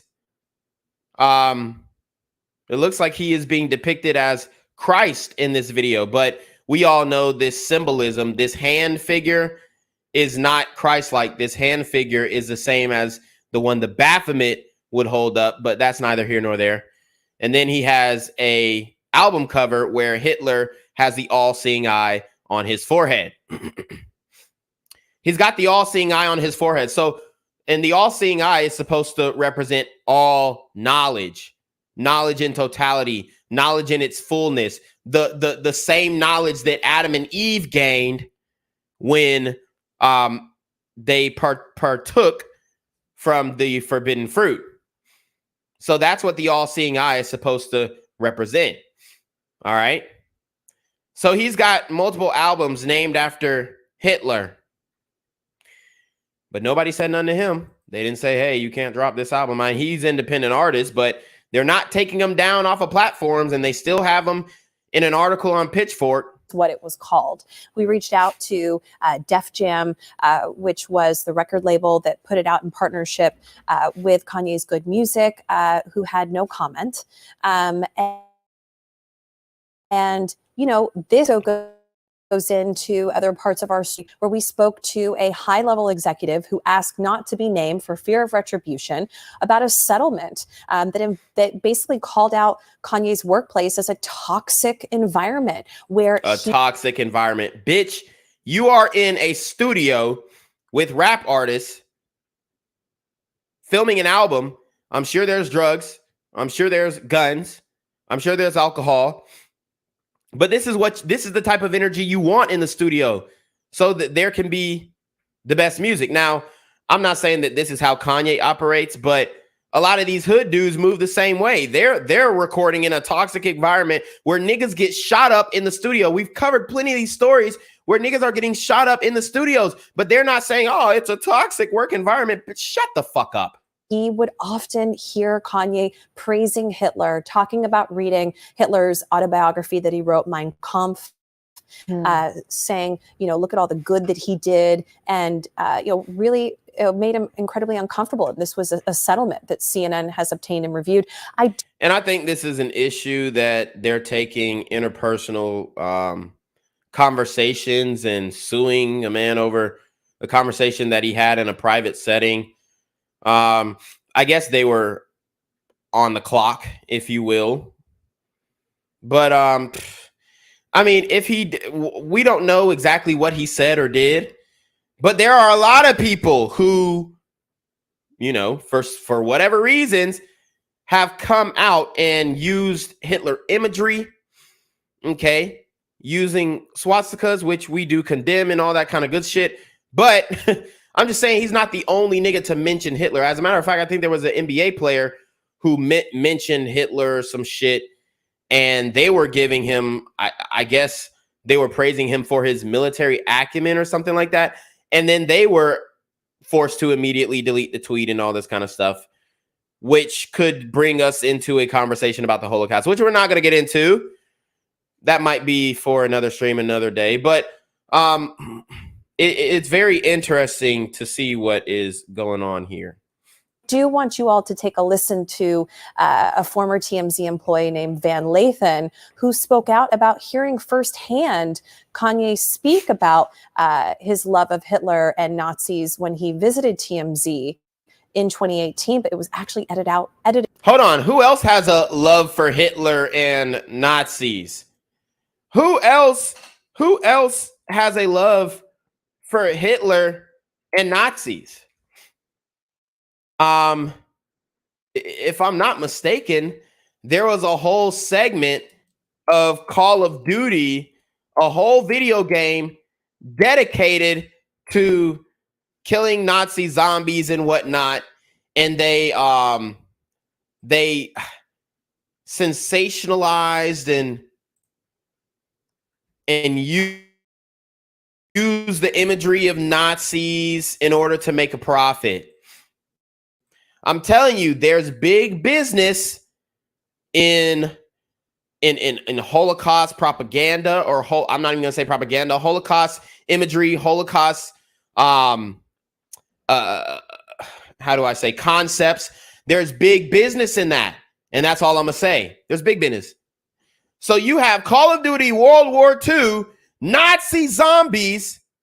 They're sensationalizing and bringing back up traumatic experiences from Semitic people and Polish people, because you can't forget the Poles, you can't forget the Gypsies, you can't forget the other groups that were in concentration camps. So they're profiting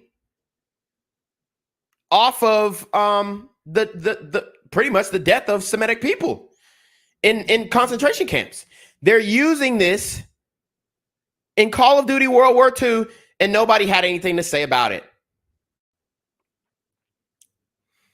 Nobody have anything. You don't think those people who produce this game have an obsession with Hitler? You don't think that they had to study to depict what type of weaponry was being used in World War II, what type of weaponry the Nazis were using, what type of torture methods they were using, what those concentration camps look like, what those gas chambers look like? You don't think that they had to do their research and had an extreme fascination with Nazi Germany when creating this video game? You got to be out your fucking mind.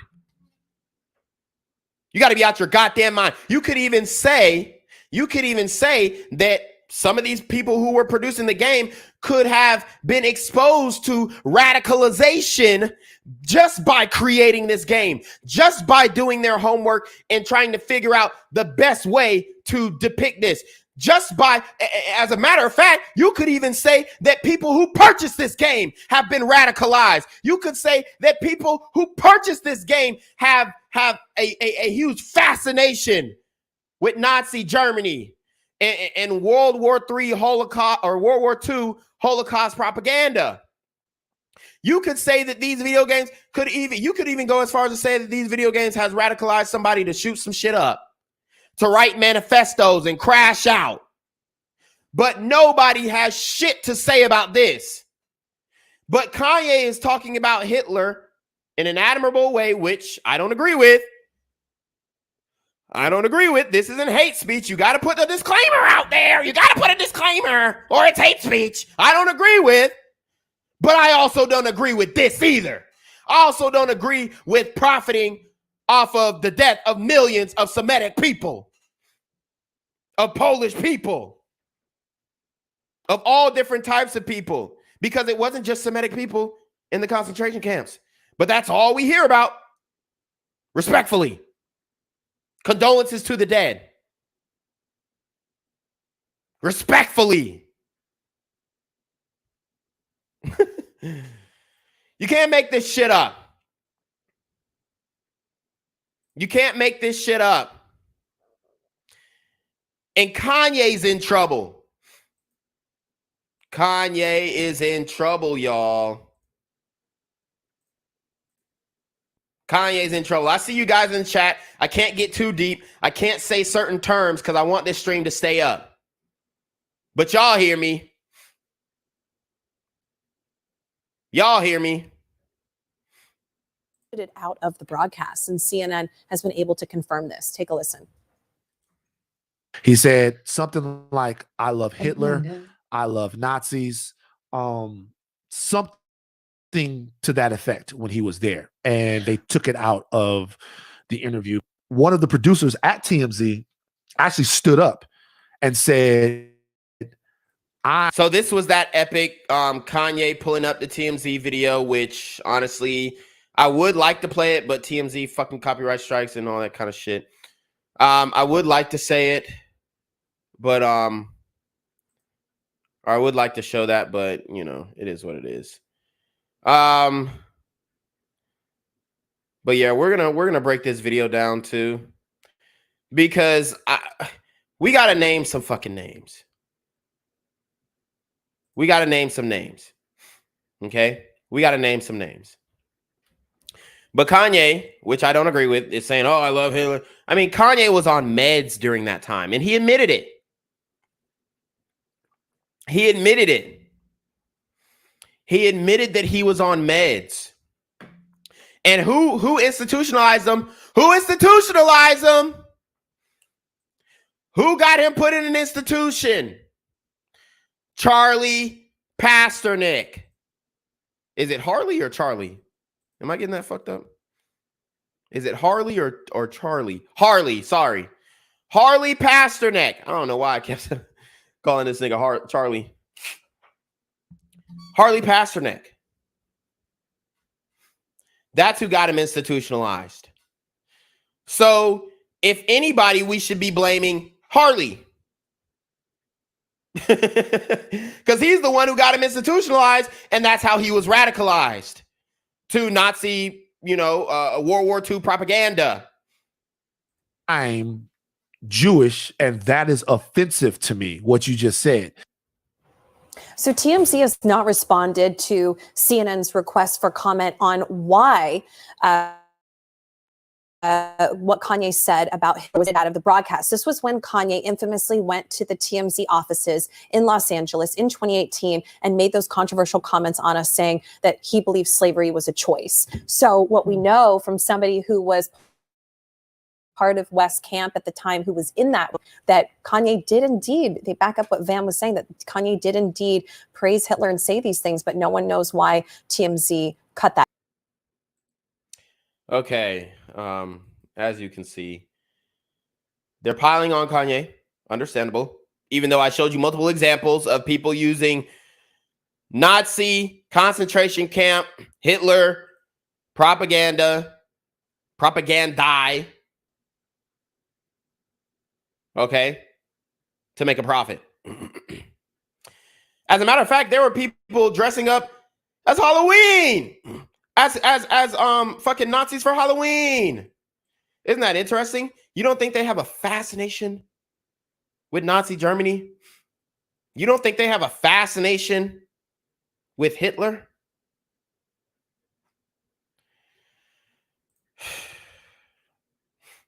Can't make this shit up, guys. You can't make this shit up. Okay?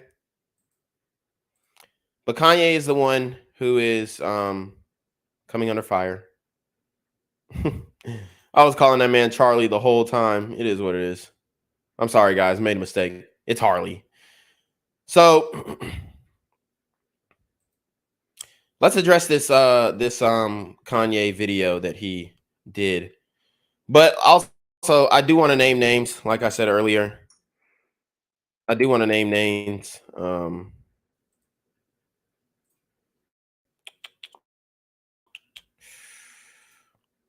Let's get it. So we're since we're on the World War II shit. Since we're on the World War II shit, I want to talk about my man, Mr. Soros, Mr. George Soros. Okay. All right. We can get into this shit a little bit. We can get into this shit a little bit. I mean, very interesting story. One of the richest men on earth. There's a clip that has been circulating for the longest. This one is a clip that came from an interview, I believe a 60-minute interview that he did, speaking about his small hat origins and whatnot. And so let's get into this. This is a video of George Soros admitting that he collaborated with the Nazis with no regrets, in fact. No regrets. Survival of the fittest. Darwinism, they said. He was just trying to survive. He did what he had to do. He did what he had to do. But now this is one of the richest men on earth. And, you know, shout out to bruh. He got the bag. You know, he could drop a billy off on Jenquavius. I won't tear you up too bad in this video. You know, just drop a billy off in my Google AdSense. We know, you know, they control that shit too. But anyways, and by they, I mean a very loving company and individuals, or company that's made up of individuals. Okay, that's what I mean by they. I'm not pointing out or targeting a specific group of any kind. I'm just saying they in general, meaning the people who run the networks, okay, who work in those companies. But anyways, we're going to play this video. Shout out to my man, George Soros, big Billy in the building. Okay. Okay. Billionaires really do live forever. Let's watch. And now the video is not going to load. Let's run it bite. It's coming from Twitter. Hungarian Jew. So he's a Hungarian small hat. Shout out to the Hungarian small hats, bruh. Okay? He's claiming that he is a Semitic people. Respectfully. Who escaped the Holocaust by posing as a Christian. Right. And you watched lots of people get shipped off to the death camps. Right. So he posed as a Christian, and they were giving Donald Trump hella flack for dodging the draft because he was flat-footed. You can't make this shit up, people. They were on my man Donald Trump's ass because he dodged the draft. My man bobbed and weaved the draft like Mayweather or Muhammad Ali. Waxed on, waxed off to avoid the draft. And this man avoided the concentration camps by posing as another religion. Now, this is what I want to say, guys. How was he able to get this shit off? It's a good question. How was he able to pull that off? How did they not know that he was a small hat? Is it something that you can just turn on and turn off? Like, hey, you know what I'm saying? I'm a small hat today. I'm taking my hat off the next day. My theory is that it's very hard to tell the difference between, and I'm not saying all white people look alike, just not but I'm just saying in general, it's like, you know, y'all kind of everybody's kind of white. Like, I guess you have to really claim that shit or have some paraphernalia in your home or whatnot. Okay, I don't want to get into the specifics of how they were identifying people, but how was he able to pull this off? Okay. Pull the fast one. You watched lots of people get shipped off to the death camps. Right. I was 14 years old. And I would say that that's when my character was made. 14 years old, and he said that's when his character was made. Let's listen up. In what way? That one should think ahead, one should understand and anticipate events. And one is threatened. I mean, it almost sounds like he had foreknowledge. Once you anticipate, once you think ahead, you have a forthright perception of events. It almost sounds like he had prior knowledge. Not saying that he did. I'm just saying it's just interesting. Ahead, one should understand and anticipate events. And one is threatened. It was a tremendous threat of evil. I mean, it was a very personal experience of evil.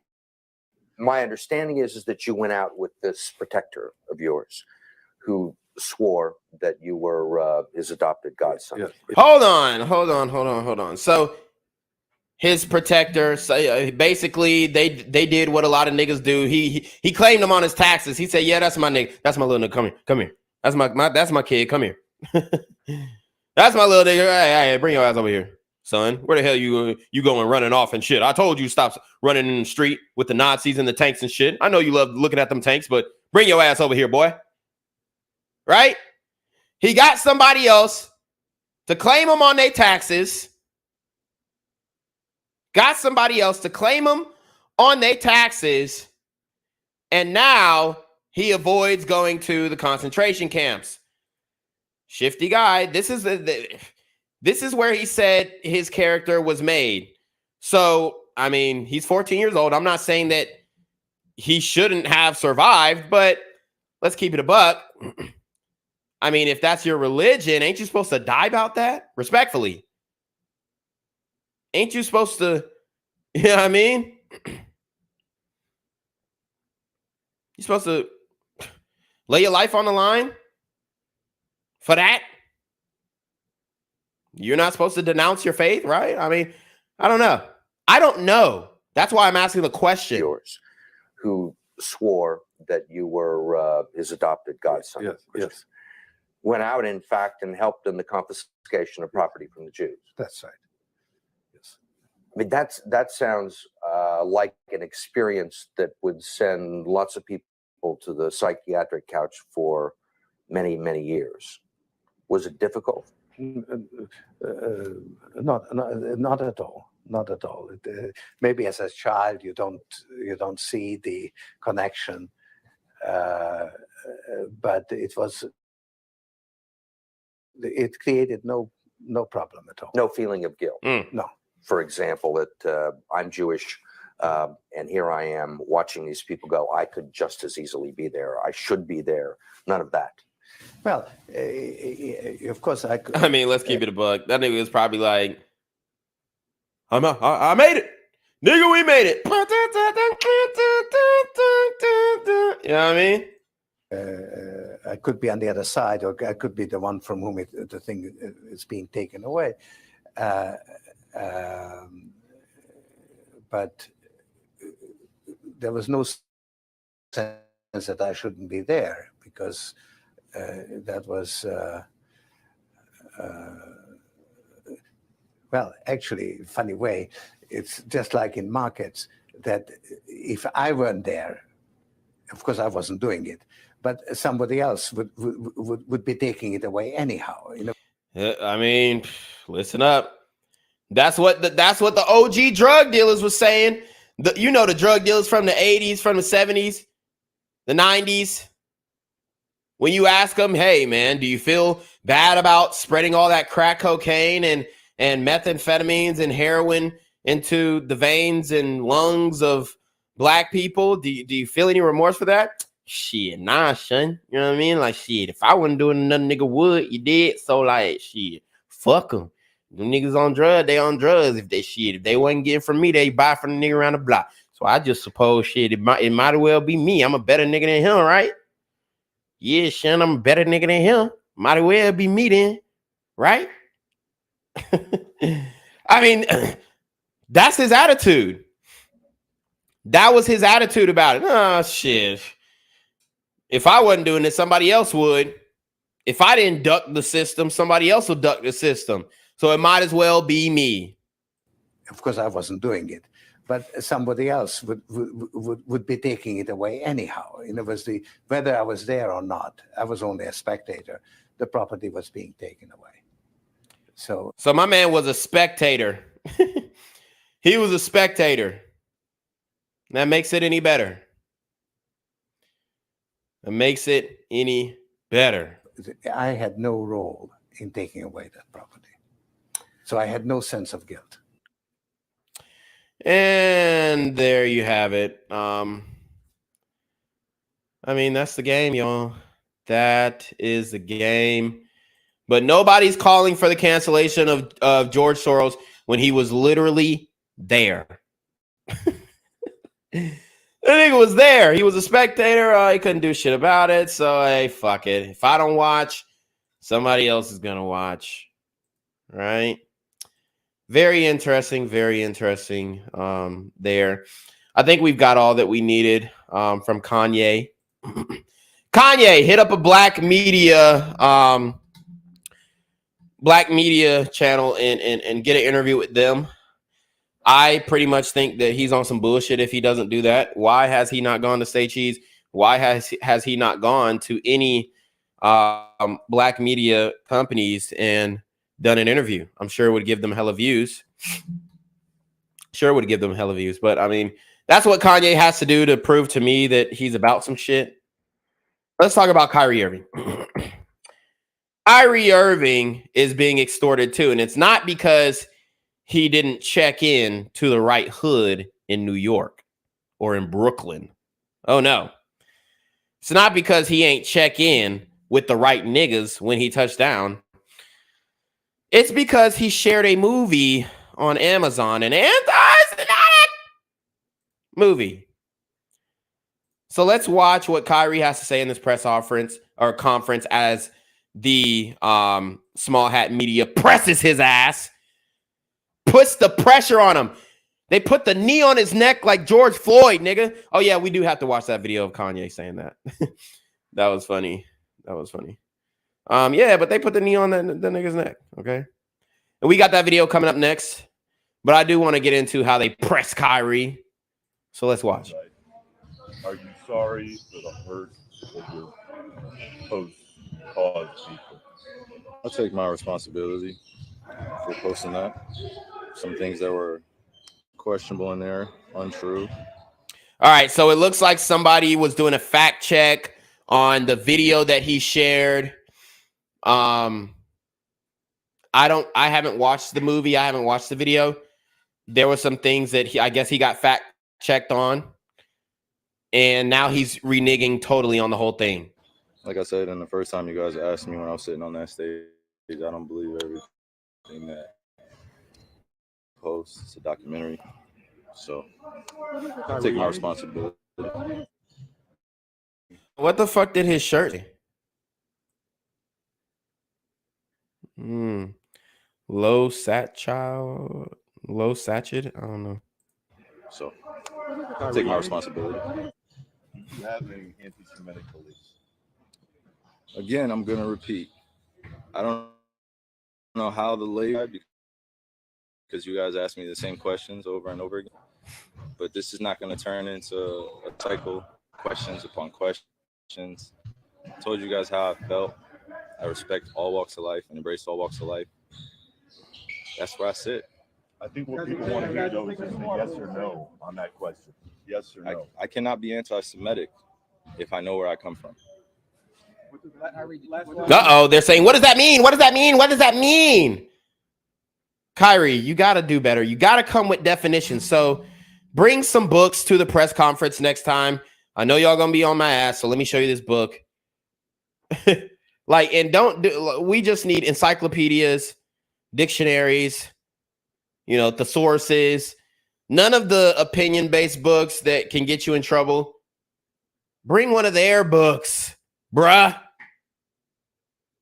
Pull up with the motherfucking Talmud, nigga. Do something other than look stupid when they ask you questions. And I'm not saying that he looks stupid, but it's just like they keep catching the nigga with egg on his face. They keep catching these niggas with egg on their face, and they don't have the information to back up what they're saying at the moment. And then when you catch them on social media, it just looks like a brain fart. Alex, I cannot be anti-Semitic if I know where I come from.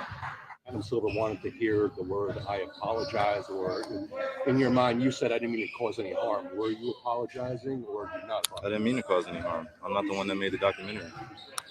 What are the specific things in the documentary that you don't believe are true and that you don't believe represent your own cause?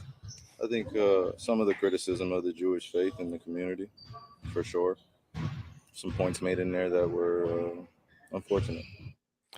All right, so they were talking about faith and all this kind of stuff.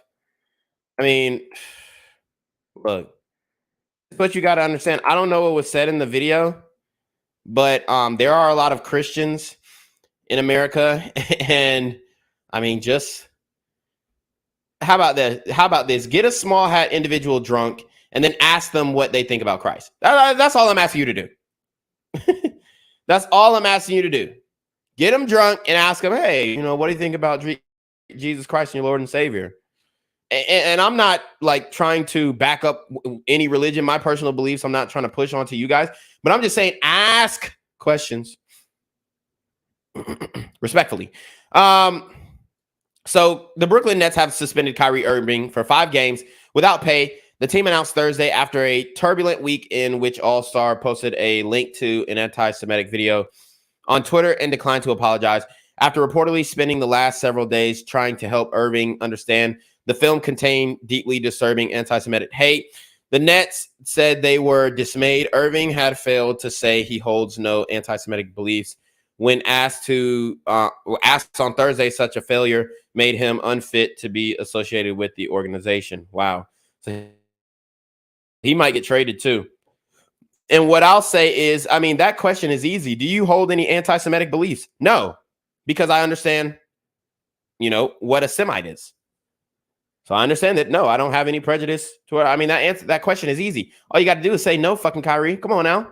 That's all you got to do is say no, bruh. Especially you've seen all these documentaries and done your research and all this kind of shit, right? So he got a suspension. They also made him come up out his pockets. Let's get into that too. They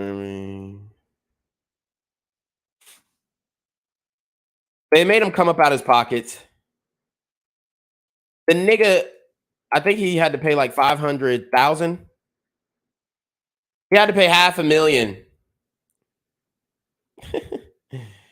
And now they won't accept his fucking donation. I'm not even going to get into the fucking article. The ADL says it can't accept Kyrie Irving's $500K donation in good conscience, as if they needed the fucking money anyway, right? As if they needed the money anyway.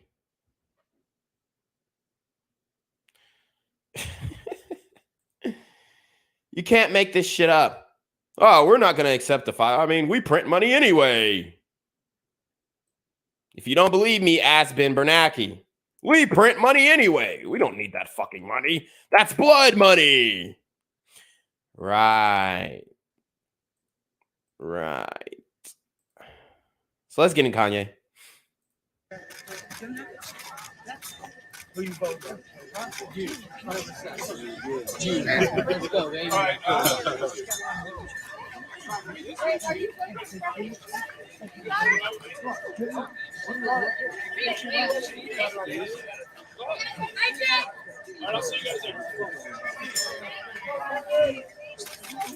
So he actually ends up giving a press conference. Let's watch. You look great. You look great, my girl. Thank you, Kanye. Do you want to talk about anything, Kanye? I mean, do you think you're being unfairly targeted for the comments that you've been doing? You feel like it's unfair? Yes, absolutely. You know, it's just, I mean, anti-Semitic statements are never good for anybody, right? It's kind of like being anti-black. But you know, it's really interesting. Okay, what he said, anti-Semitic statements aren't really good for anybody. It's like being anti-black.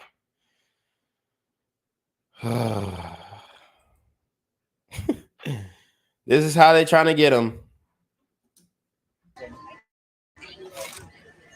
I didn't realize that I could be considered anti-Semitic till I read one of the definitions of anti-Semitism. Look at this. Uh-oh.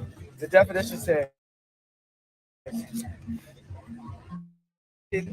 mendacious, demonizing, or stereotypical allegations about Jews as such, or the power of Jews as a collective, such as, especially, but not exclusively. This sounds like a, I'll let it go by. They literally playing all of the lights. I mean, imagine that, somebody just playing your song like riding by. I mean, I thought that was really funny. All right, so it says, that sounds like the type of wording that's in the contracts, right? Indeed. Okay, it says, it's especially, but not exclusively, the myth about a world Jewish conspiracy, Jews controlling the media, government, or other societal institutions. But isn't that what you said? That Jews run everything? Yeah, but that actually is considered to be anti-Semitic. And Kanye isn't the only one who said that, guys, and we'll get into it. We'll get into it. Right. So I didn't realize that it was anti-Semitic to say, hey, you know, I have a Jewish attorney, I have a Jewish record label, I have a Jewish contractor, I have a Do you regret your statements?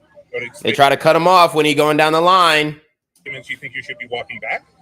I mean, considering... What do you mean walking back? Well, you know, backing up off of them. I mean, the thing is, you've lost a lot of endorsements. People are dropping you. You're getting, you know, vilified. You know, I mean, you're right. I think, you know, there's a whole world out there that's condemning you for what you said. Okay, so this right here is a chart of Universal Studios, 20th Century Fox, ABC News, CBS, CBS News, Columbia Pictures, Warner Brothers, ESPN Sports. And guys, if you go to my BGZM News 17 stream, about my last stream about Takeoff, which will be re-premiering on this channel, you will see that I mean, pretty much all the influential people in the music industry are you know, small hat, which there's nothing wrong with that. It's great that they're doing that, and they're giving Black kids from the hood great opportunities to change their life and their finances and whatnot. But you will see that there is a pattern that repeats itself when it comes to executives in entertainment, which, like I said, is awesome. That's just like me saying, you know, most of the athletes in the NBA and the NFL are Black, right? It's the same thing. Well, I can also say, oh, well, most of the executives or the managers of teams and whatnot are white. And then I could even get more specific and say, oh, well, most of them are, I could even say, oh, well, you know, some of them are Judeo-Christian. And then I could say some of them are small hats. But you guys get the logic. Just because he says something about a certain group doesn't mean that it is anti-Semitic. Now, what I will say, though, is when they're trying to bring in his private conversations and whatnot, I think that's extra. He did tweet out the DEFCON 3 or 2 thing, which he backtracked and whatnot. He backtracked and he really meant DEFCON instead of DEFCON. And then there was another tweet there. He said something about war. Oh, I'm going to war. If I was Kanye, I would keep away from that type of terminology and just shy away from that, just because they can use that against you. Sports, Fox News, Washington Post, Metro Goldwyn Mayer, MTV Music Television, Nickelodeon, USA Today, Wall Street Journal, Comedy Central, NBC Entertainment, Google, what else do we have?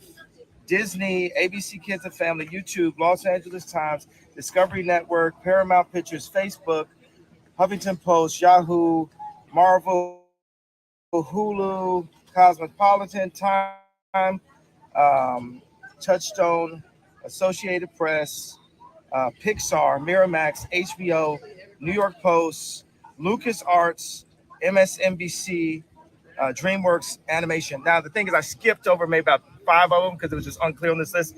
The red are the executives that are Jewish at these companies. Do you think they stuck together when they heard what you said? Was that what happened? Well, what I said is, hey, you know, I've had experiences where it felt like I was being teamed up on, and I didn't. And guys, I want to stop the brother Kanye here. Kanye, come get a fucking interview. You know what I'm saying? Come get an interview. Let's talk about this shit. And, you know, maybe you need me to be your handler because it seems like he don't got no real niggas in his corner. This is an article from December 19th, 2008. 2008. This is from the Los Angeles Times. Los Angeles Times. The question is, who runs Hollywood? Come on. And it's written by Joel Steen. Almost sounds like Joel Osteen, but no, his name is just Joel Steen. And he is a writer for the Los Angeles Times. Obviously, by the name, you can pretty much tell, you know, what crew he's with. He's not set tripping at all.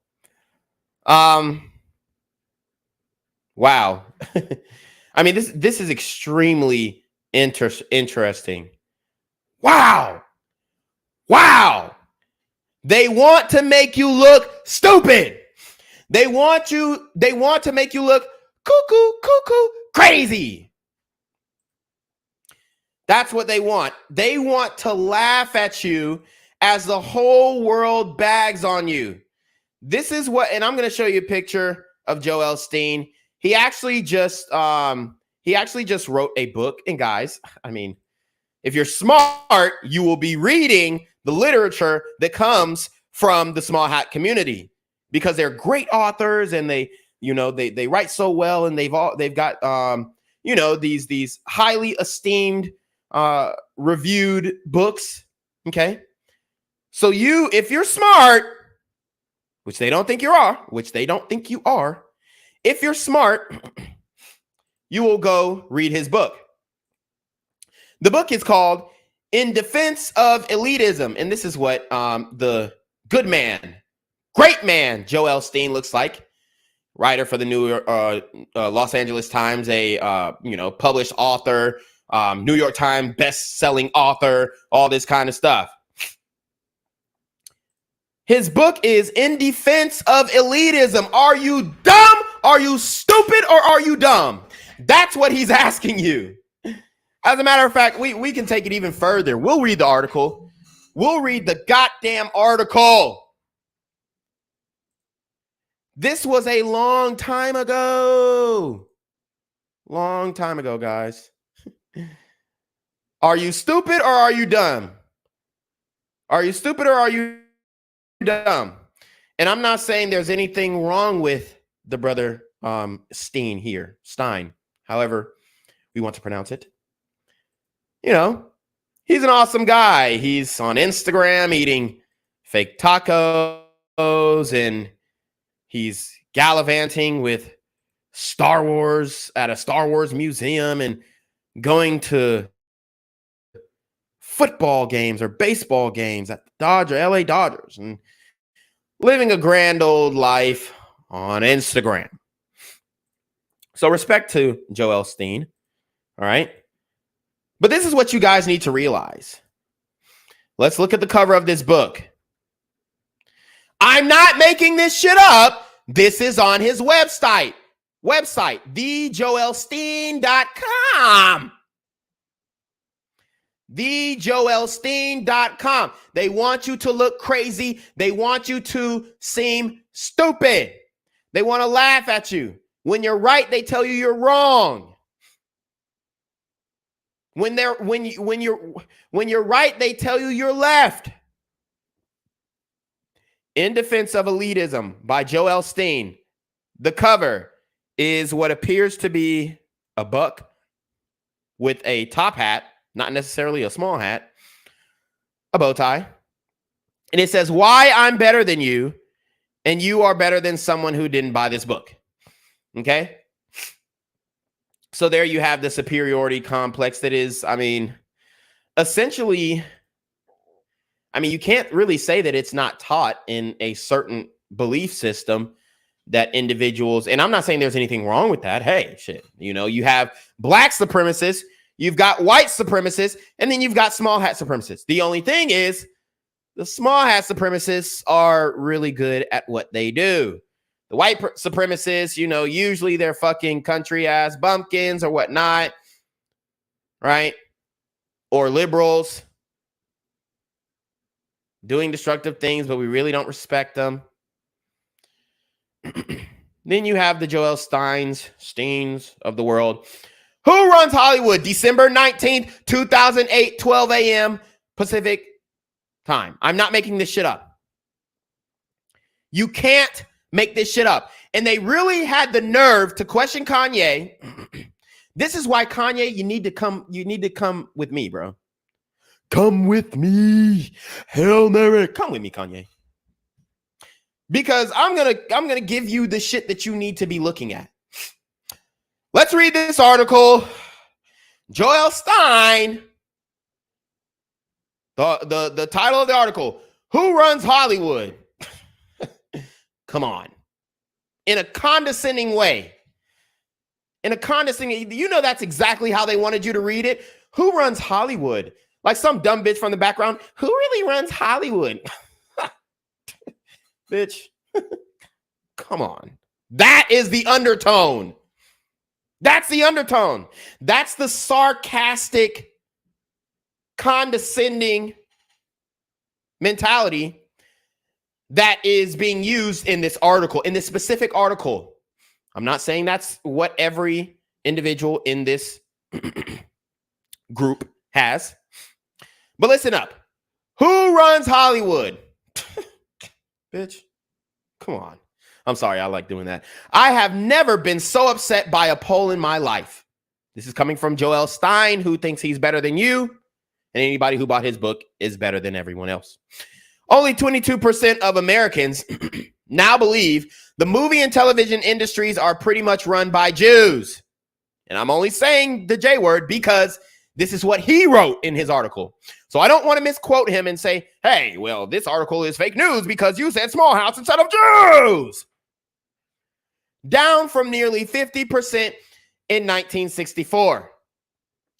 The Anti-Defamation League, the ADL, who just refused $500,000 of Kyrie Irving's money, which released the poll results last month, sees in these numbers a victory against stereotyping. And guess what the small hats think about that? Actually, it just shows how dumb America has gotten. Jews totally run Hollywood. Wow. If this isn't a fucking, and we love them, right? We love them. It's almost to the fact that they want us to praise them, to lick their boots, maybe, to kiss their feet. Have nothing but respect for them at all. You know, there's not a foul thing that I can say. I'm reading Joel Stein's words. He said, how deeply Jewish is Hollywood? Wow. I mean, they just said how deeply Jewish is Hollywood. I mean, that's a crazy question. When the studio chiefs took out, hold on, let me go back, actually. Let me go back. We got to run it back. We got to run it back. I keep telling you, consciousness over coochie, politics over punani. He said he's upset by this poll that Americans are less anti-Semitic than they were. They're less anti-Semitic today in 2008 than they were in 1964. I have never been so upset by a poll in my life. Only 22% of Americans now believe the movie and television industries are pretty much run by Jews. Down from nearly 50% in 1964, the Anti-Defamation League, which released the poll results last month, sees in these numbers a victory against stereotyping Hollywood. Yeah. Actually, it just shows how dumb America has gotten. Jews totally run Hollywood. They're calling you dumb.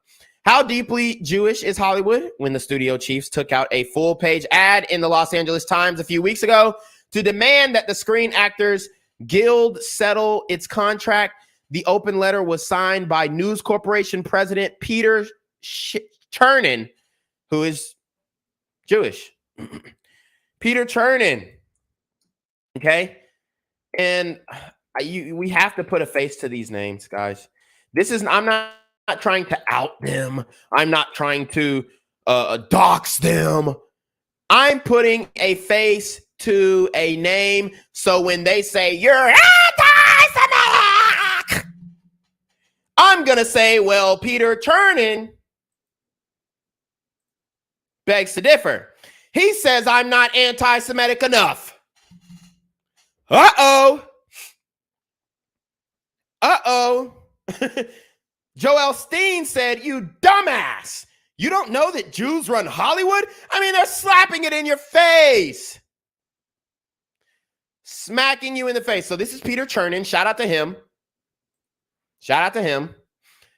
If you got a job for me, bruh, I promise I ain't gonna crash out like Kanye. You dig? Paramount Pictures chairman Brad Gray. Okay. So we have the president of News Corp, the chairman of Paramount Pictures, whose app sucks. Their movie app absolutely sucks. It's not worth the fucking $9.99 that they charge you a month. Ask me how I know, because I'm actually watching a really famous series on that app. So here we have Brad Gray, Juice Crew. Putting faces to names is what I'm about. We're not singling out a whole ethnic group or religion or anything like that. We are calling out individuals. And this is from a small hat, aka Jewish writer for the Los Angeles Times, and he's telling you dumbasses in your face like he called you. I didn't call you a dumbass. I think you guys are very intelligent and very smart. As a matter of fact, I would say you're sapiosexuals, right? What these bitches be putting in their bio, I'm a sapiosexual. So I would say that you guys are really smart. He's calling you guys the dumbasses, not me. FM Zio with the 199 Super Trap says, Juice Crew is on one. They have too much power. Oh, say that. Yeah, you know, and this is not coming from me. This is coming from Joel Stein. I'm not saying that they have too much power. Joel Stein is saying that they have all of the power. It's not just too much, it's just all of it. And it is what it is, okay? We have to live with that respectfully. And I'm just doing this for historical purposes. This is not, and I have to keep saying it, I don't intend to incite hate speech. I don't intend to incite any radicalization on my channel. So if you with the bullshit, with the violent shit, get the fuck out. All right? So that's my disclaimer. Nobody do nothing to nobody, since you got to say that. Or otherwise it's hate speech. All right, shout out to Battle Elf with the $5 super trap. He says, smacking you in the face with their egg-shaped penis. Damn! Yeah, and I mean, ask Ice Cube. Ask Ice Cube who owns the rights to Next Friday. Ask Ice Cube who owns the rights to Next Friday. They said, nigga, you ain't putting no movie out unless we say so, bitch nigga. Right or wrong? He said it right there in the Drink Champs interview, but they didn't take that one down. I wonder why. If you wish upon a star, looking ass niggas, y'all are begging. And you know what? I don't blame you. I don't blame you. Give me a piece of that pie, my nigga, because we starving out here.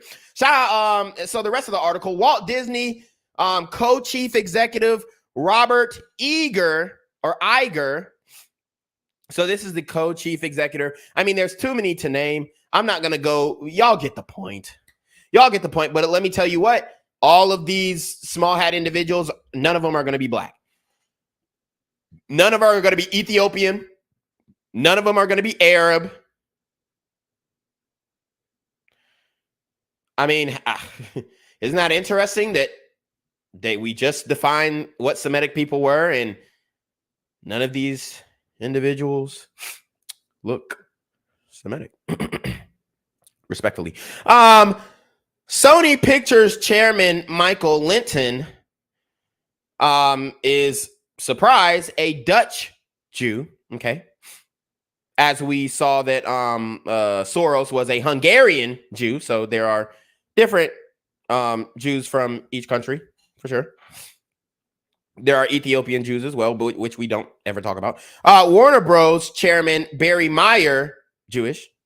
CBS Corp. Chief Executive Leslie Moons, so Jewish, his great uncle was the first prime minister of Israel. And I'm not making this up. This is not a joke.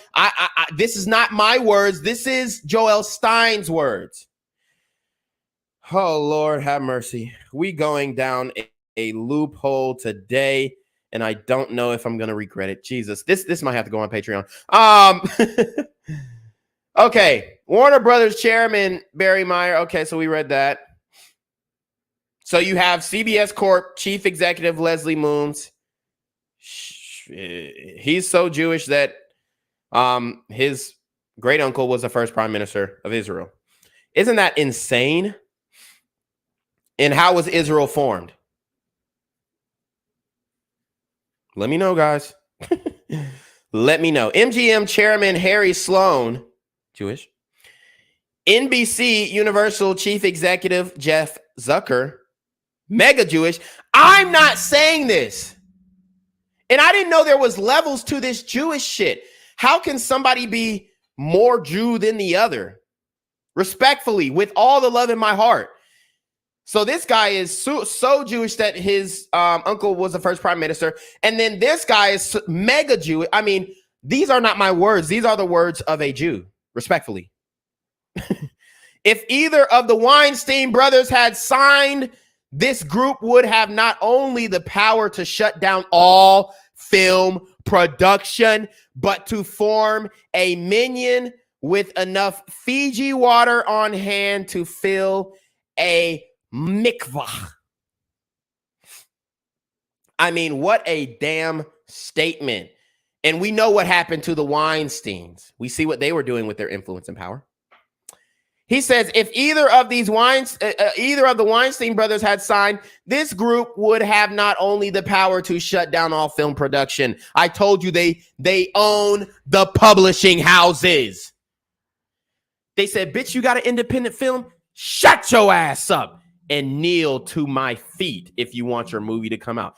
Everybody has to take the oath for their movie to come out on the big screen. If it's in a theater, or AMC or anything like that, your dollar theater, they had to take the oath. If either of the Weinstein brothers had signed, this group would have not only the power to shut down all film production, but to form a minion with enough Fiji water on hand to fill a mikvah. Lord have mercy. Guys, these aren't my words. The person they were yelling at in that ad was SAG President Alan Rosenberg. Take a guess. The scathing rebuttal to the ad was written by entertainment super agent Ari Emanuel, okay, Jew with Israeli parents, on the Huffington Post, which is owned by Ariana Huffington, not Jewish and has never worked in Hollywood. So they had to let that be known. The Jews are so dominant, I had to scour the trades to come up with 6 Gentiles in high positions at entertainment companies. Okay. So he had to scour the trades to come up with 6 Goyish people. That's what they call you. They don't call you Gentiles. It's not their word. They call you Goyish. The Goyish. Okay. That's what you are. All right. If you ain't Jew, you Goy. Okay. He had to scour the trades to come up with 6 Gentiles in high positions at entertainment companies. When I called them to talk about their incredible advancement, 5 of them refused to talk to me, apparently out of fear of insulting Jews. The 6th AMC president, Charlie Collier, turned out to be Jewish. Wow. As a proud Jew, I want America to know about our accomplishment. Yes, we control Hollywood. Without us, you'd be flipping between the 700 Club and David and Goliath on TV all day. What? And that's just not true. They're saying without us, there wouldn't be a Hollywood. Well, that might be best for society. I mean, guys, imagine if Hollywood wasn't pushing the gangster persona on black men. Imagine if you know, and Cosby dropped the bag too, but imagine if the Cosby Show was something that the black community still looked up to. I mean, hell, you can even throw in Fresh Prince. At least that nigga wasn't catching bodies, right? Imagine that. So they're trying to say, oh, well, if it wasn't for us, you'd be flipping between the 700 Club and David and Goliath on TV all day. What they don't tell you is, and this is with all love, you know, and respect, they steal a lot of people's movie ideas. Yeah, I said it. They steal people's movie ideas. You write them a pilot and they will steal your shit. I mean, ask some of these, I think, damn, I can't remember the rapper, but he said well, I think it was Kanye. He said a nigga stole his idea and then used it in a movie or some shit. He said Django. He said, as a matter of fact, I forgot the guy who, I mean, he was, you know, small hat, but the guy who wrote Django, Kanye said that he stole his idea and even stole the idea of using Jamie Foxx. Kanye's the one who pitched Jamie Foxx be him. Be Django. And his idea got stolen. So they steal your idea. So it's not that, without the Jews crew, then there would be no Hollywood and y'all would be flipping through the 700 Club and David and Goliath. No. We might have some, you know, better films. We might have some more original thought. We might have some more variety of thought. We might not just have like, you know, LGBT, transformer type shit on the screens. So I've taken it upon myself to convince America that Jews run Hollywood by launching a public relation campaign because that's what we do best. I'm weighing several slogans, including Hollywood, more Jewish than ever. Hollywood, from the people who brought you the Bible. And Hollywood, if you enjoy TV and movies, then you probably like Jews after all. I called ADL chairman Abe Foxman, who was in Santiago, Chile, where he told me to my dismay he was not hunting Nazis. He dismissed my whole proposition, saying that the number of people who think Jews run Hollywood is still too high. The ADL poll, he pointed out, showed that 59% of Americans think Hollywood execs do not share the religious and moral values of most Americans. And 43% think the entertainment industry is waging an organized campaign to weaken the influence of religious values in this country, which is actually true. And the motives behind that, we don't really know. But from what I've heard, from what I understand, they want to promote, you know, these degenerative morals or the lack thereof onto you and your family to block your blessings, to block your eternal destiny, allegedly. Now, and I'm not saying that this is true or not. That's just like what I've heard. And the reason why is because they believe that they are the ones who are, you know, pretty much the only ones who got a fucking admission ticket to heaven. That's the reality of the situation. I mean, you could chalk it up to however the fuck you want. I mean, but that's the only reason. That's the only thing that I could come up with. Hey, you know, let them do that. Let the goy do that, and you know, consume this type of content. But you know, our kids, we're not going to let them watch that. I mean, Mark Zuckerberg or one of those social media oligarchs, they said they don't even let their children get on smartphones. So, I mean, this is the what they're doing. He said that's a sinister canard, Foxman said. It means they think Jews meet at Cantor's Deli on Friday morning to decide what's best for the Jews. And this is how they try and minimalize it. That's how they try and minimalize it. Like, dude, like they're really acting like, oh, we have to meet every day on Sunday to be in a concordance and be in agreement. Like, no, that's not how it works.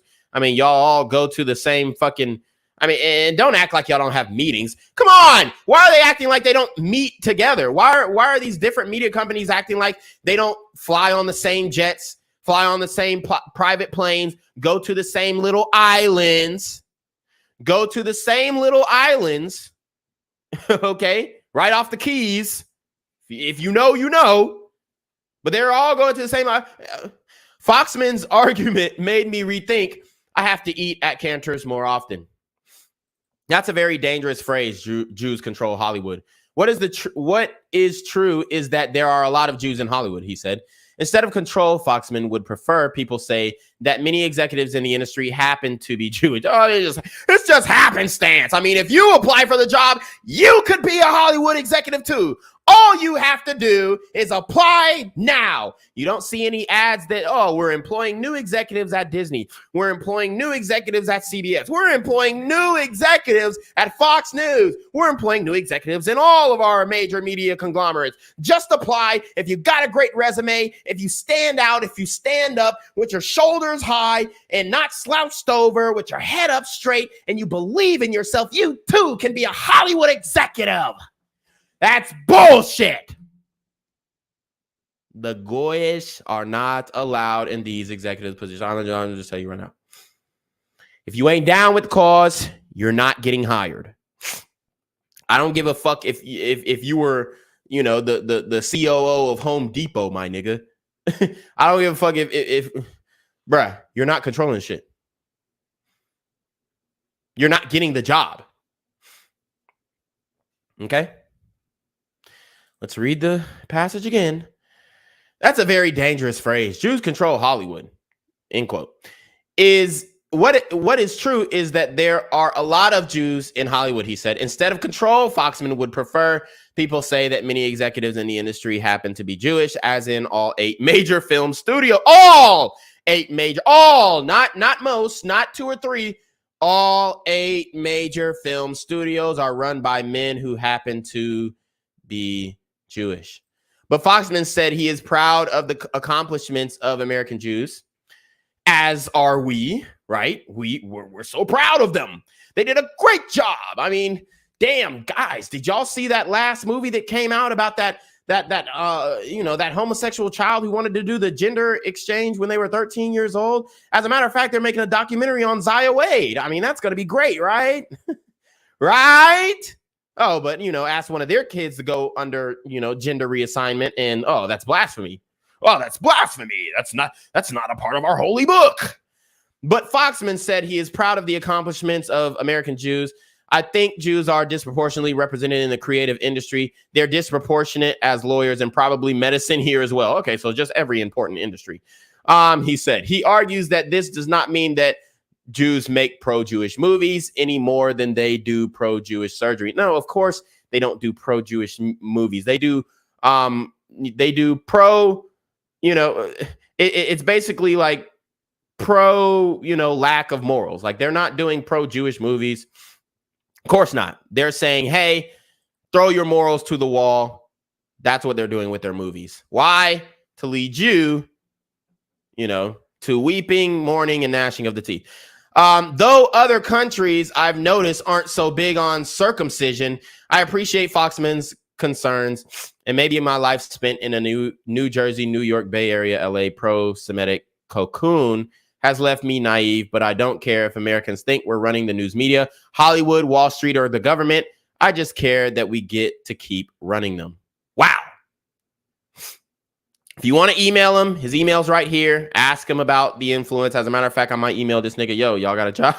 Y'all got a job? Y'all hiring? Can you get me in contact with somebody at YouTube to stop banning my fucking channel? Yeah, thanks, Joe or Joel. Let me read that again. I appreciate Foxman's concerns and maybe my life spent in a New Jersey, New York, Bay Area, LA pro-Semitic cocoon has left me naive, but I don't care. I don't care if Americans think we're running the news media, Hollywood, Wall Street, or the government. I just care that we get to keep running them. He said, I don't give a fuck. I don't give a fuck. I don't give a fuck. I don't give a fuck. I'm willing to die for this shit. Get your life for this shit. What did Kendrick Lamar say? He said, I don't give a fuck. As long as we get to stay in power, who gives a fuck what they think? Run it or don't run it, we're in power. This is not my words. This is the YouTube. I didn't say this shit. Joel Stein said this shit. December 19, 2008. If you got a gripe, don't beef with me. Don't beef with me. Your beef is with him. Your beef is with him. None of those were my words. Guys, we're going to take a brief intermission, guys. Stay tuned. Stay tuned. We got a lot coming up. We're going to go back to this Kanye video, and then I'm going to show you guys some more videos on proof that, hey, there are some Black Jews out there, and Kanye wasn't necessarily being anti-Semitic in a lot of the things that he was saying, although I don't, stand behind everything that Kanye is doing or saying. I'm just saying he's being treated unfairly by the media, who just so happens, like Joel Stein said, the media who just so happens to be ran by all small hats. In respect to them, we love them, we embrace them, we want nothing but kindness and joy for them. To Quavius we go. I'm here on the corner of MLK and Medgar Evers, and it's a very tranquil scene compared to just a couple hours ago where a drive-by shooting just took place. Excuse me, I'm getting live updates as we speak. I've just been updated to the amount of casualties from this drive-by shooting, and I'm getting reports that 2 people were actually declared deceased and 27 others were shot and injured but are in stable condition. And although we must pray for the families of the fallen, we must also praise God for the aim of the super gremlin. If you want to know more about the victims of this crime, make sure you add BGZM News 17 on Patreon at www.patreon.com/blackgenzmindset. Also, don't forget to like the video, share the video, subscribe to the YouTube channel, and comment on the video to continue the discussion on how we can find solutions to all this gun violence in the streets. For more hard-hitting news coverage from the community, by the community, I'm Quavius Jackson, here live, reporting from Atlanta, Georgia, BGZM News 17. And cut. All right, dog. Let's get the out of here before these niggas come back. Whoa. Yo. Whoa. Ain't that nigga J? Nah, that ain't me. That ain't me. He just went live. That ain't with me. Funky ass That's that nigga. That's not me. Hey, get that nigga. Quavius Jackson, here live, reporting from Atlanta, Georgia. Pray for me.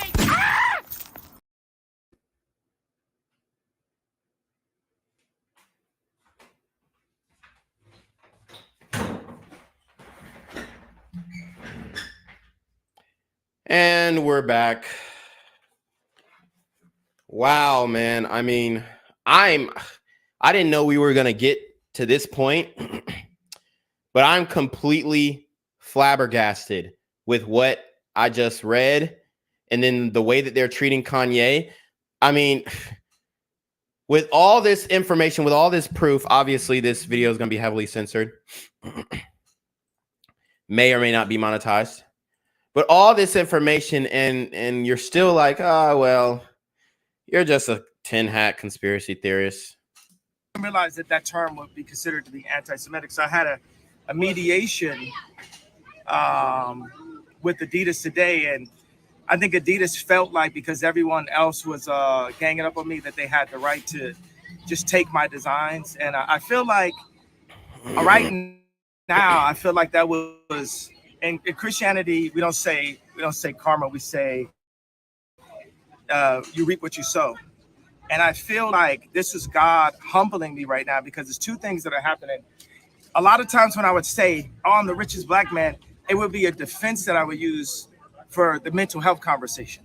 To say, oh, you guys say I'm crazy, but look at this, I made money. And but that is not godlike to be showing off. So if it's not godlike, then God will take that because it's all the right. So what's happening right now is I'm being humbled. Another thing that's happening is by me being burned to the flesh every single day, it's actually proving Facts. what I had to say. Exactly. So when I went to the mediation, what I want to say is like black people are like, okay, Lex Friedman got you to apologize. Pierce Morgan got you to apologize to the Jews, but you never apologized to us about the George Floyd comment that made us feel bad. Now, the thing is, okay, JFK, they got a lot of documentaries about how it happened. So we can argue about how it happened, which I like the fact that we can do that. But regardless, when I see that video as a black person, it hurts my feelings. And I know that police do attack and America is generally racist. And I understand that when we got to say Black Lives Matter, that the idea of it made us feel good together as a person, as a people, right? When let me say it so the soundbite is better for you guys. When the idea of Black Lives Matter came out, it made us come together as a people. Now afterwards, yes, there was some things where the money went. There were some things where it was used in order to push us to the Democratic vote. There were people behind it, but the general feeling. So when I said that, and I questioned the death of George Floyd, it hurt my people. It hurt the black people. So and guys, he wasn't wrong about that either. If you want to get more information on that, the video is still up on BGZM News 17. If you want to check that out. If you want to check that out, the video is up there on BGZM News 17. It's titled "Kanye Was Right About George Floyd," and he died of an overdose, allegedly. Okay, but if you want to go check that video out, be my guest. That was a video that got me suspended, but hey, go check it out. It's on BGZM News 17, and then once it gets dropped from there, I'll put it on Patreon. I want to apologize to her because right now God has shown me by what Adidas is doing and by what the media is doing, I know how it feels to have a knee on my neck now. Uh-oh. That was a bar. I thank you, God, for humbling me and letting me know how it really felt. Because how could the richest black man ever be humbled other than to be made to not be a billionaire in front of everyone off of one comment that actually, if you look at the definition of DEFCON, it means to get extra defense, which obviously I must have needed. Yeah. I must have needed that extra defense. Are you worried you ruined your legacy, Kanye? How? Well, stop. I'm not worried. I'm just not worried, period. God is alive. God runs the world. God is alive. And he's using me right now. He chose me for such a time like this to basically for the media to put me on my neck, put their on my neck. All I ever wanted at Adidas, I left Nike because Nike wouldn't give me a percentage for my shoes, and I had the Red October. And my girlfriend at the time was pregnant, and I needed to get some money. Because if I was the kid that just had the red shoes, I could have never been a black man wearing a red hat. When the like Nike would have shut me down immediately, right? But because Adidas was a German company, it gave me a little bit more room to be able to express myself and to actually have a political opinion as an American, that I wasn't forced into a political opinion because of the color of my skin. Now let's talk about the red hat. And let's talk about the similarities to the. So does this man sound crazy? Doesn't sound crazy. It sounds like he's making some sense, man. He came with receipts too. White Lives Matter t-shirt.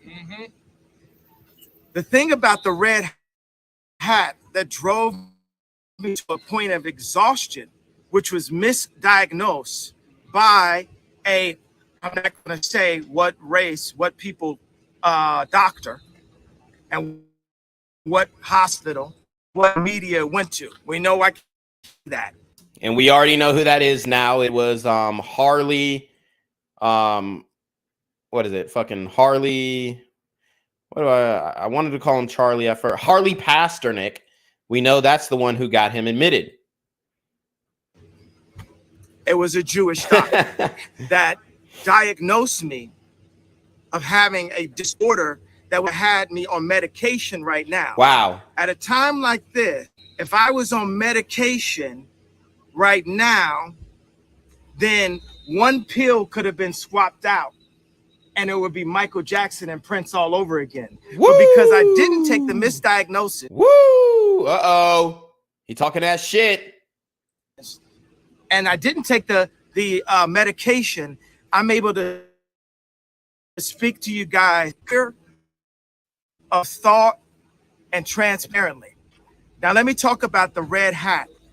Wearing the MAGA hat, the way that Hollywood's political agenda attacked me and put me to a point of exhaustion was death by a thousand. Everyone would say something to me, from a driver to my ex-wife to Adidas. Everyone would say something. So when I wore that White Lives Matter, I said, I'm not going through this again. I'm not going. Hey, y'all gonna leave me alone about my t-shirt. Because what's the point of having influence? People could come up and pinch you. But don't you have a responsibility? And that's the responsibility that I'm taking right here. Don't you think that's why you asked that question? But don't you think it's dangerous rhetoric to be anti-Semitic to say all lives matter or white lives matter? No, I'm asking. How did he conflate White Lives Matter with being anti-Semitic? That shit makes no sense. I mean, if you really want to keep it a buck, that's pro-Semitic according to the Semitic people who are claiming Kanye's being anti-Semitic because they white as hell. I mean, that's just a reality of the situation, right? Saying White Lives Matter, anti-Semitic. Exactly. That's what you just asked. I'm not saying that's anti-Semitic. No, you just said that. Though. No, and I misspoke. But I'm saying. No, you didn't. That was a Freudian slip. He misspeak. That's what I meant to say. I'm trying to correct myself. Okay, correct yourself. To walk around with do you want to walk back that statement? Exactly. Sure, I will. Right. Walk back there you that go. Statement. Hey, he talking that shit. He is talking that shit. I mean, it's hard to hate on Kanye, especially with his growth, his insight, his foresight. I mean, I'm not saying he's the smartest guy in the world or whatnot, but you know, his personality can definitely grow on you. I wish, you know, at some moments people would take his phone away, but he's almost like Trump in that way for the black community, where he's just, you know, shooting shit, saying the shit that's on his chest, you know, shooting it straight off of his chest. Do you think maybe that? No, wait a second. But I'm saying, you know, you're wearing the White Lives Matter shirt, and Black Lives Matter, and a lot of people think that. And this is a black man talking about the Black Lives Matter shit, even though he ain't gonna speak up about all the stories that I cover.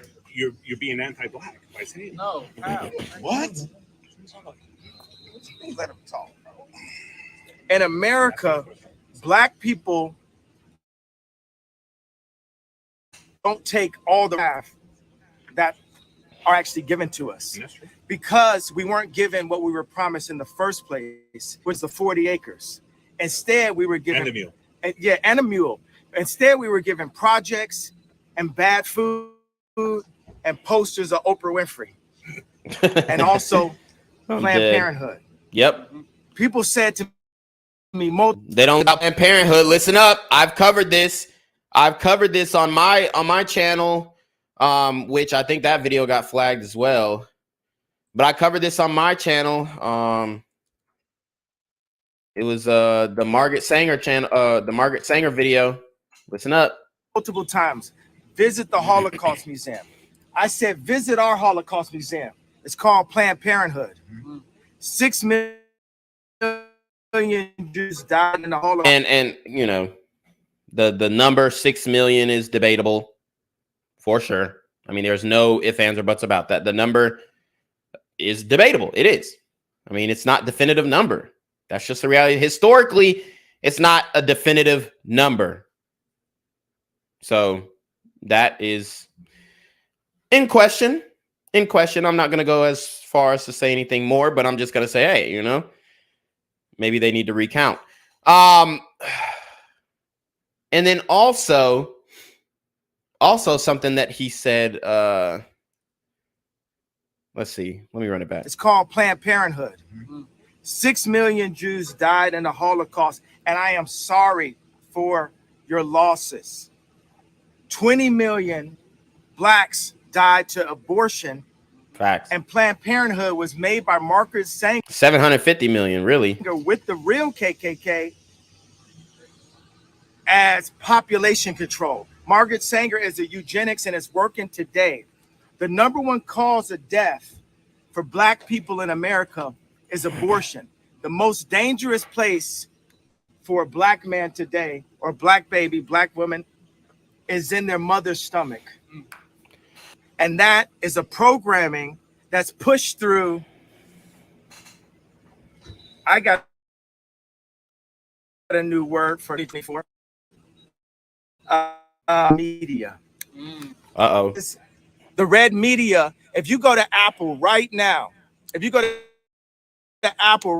to Apple Music. Let's load up the top 10 songs.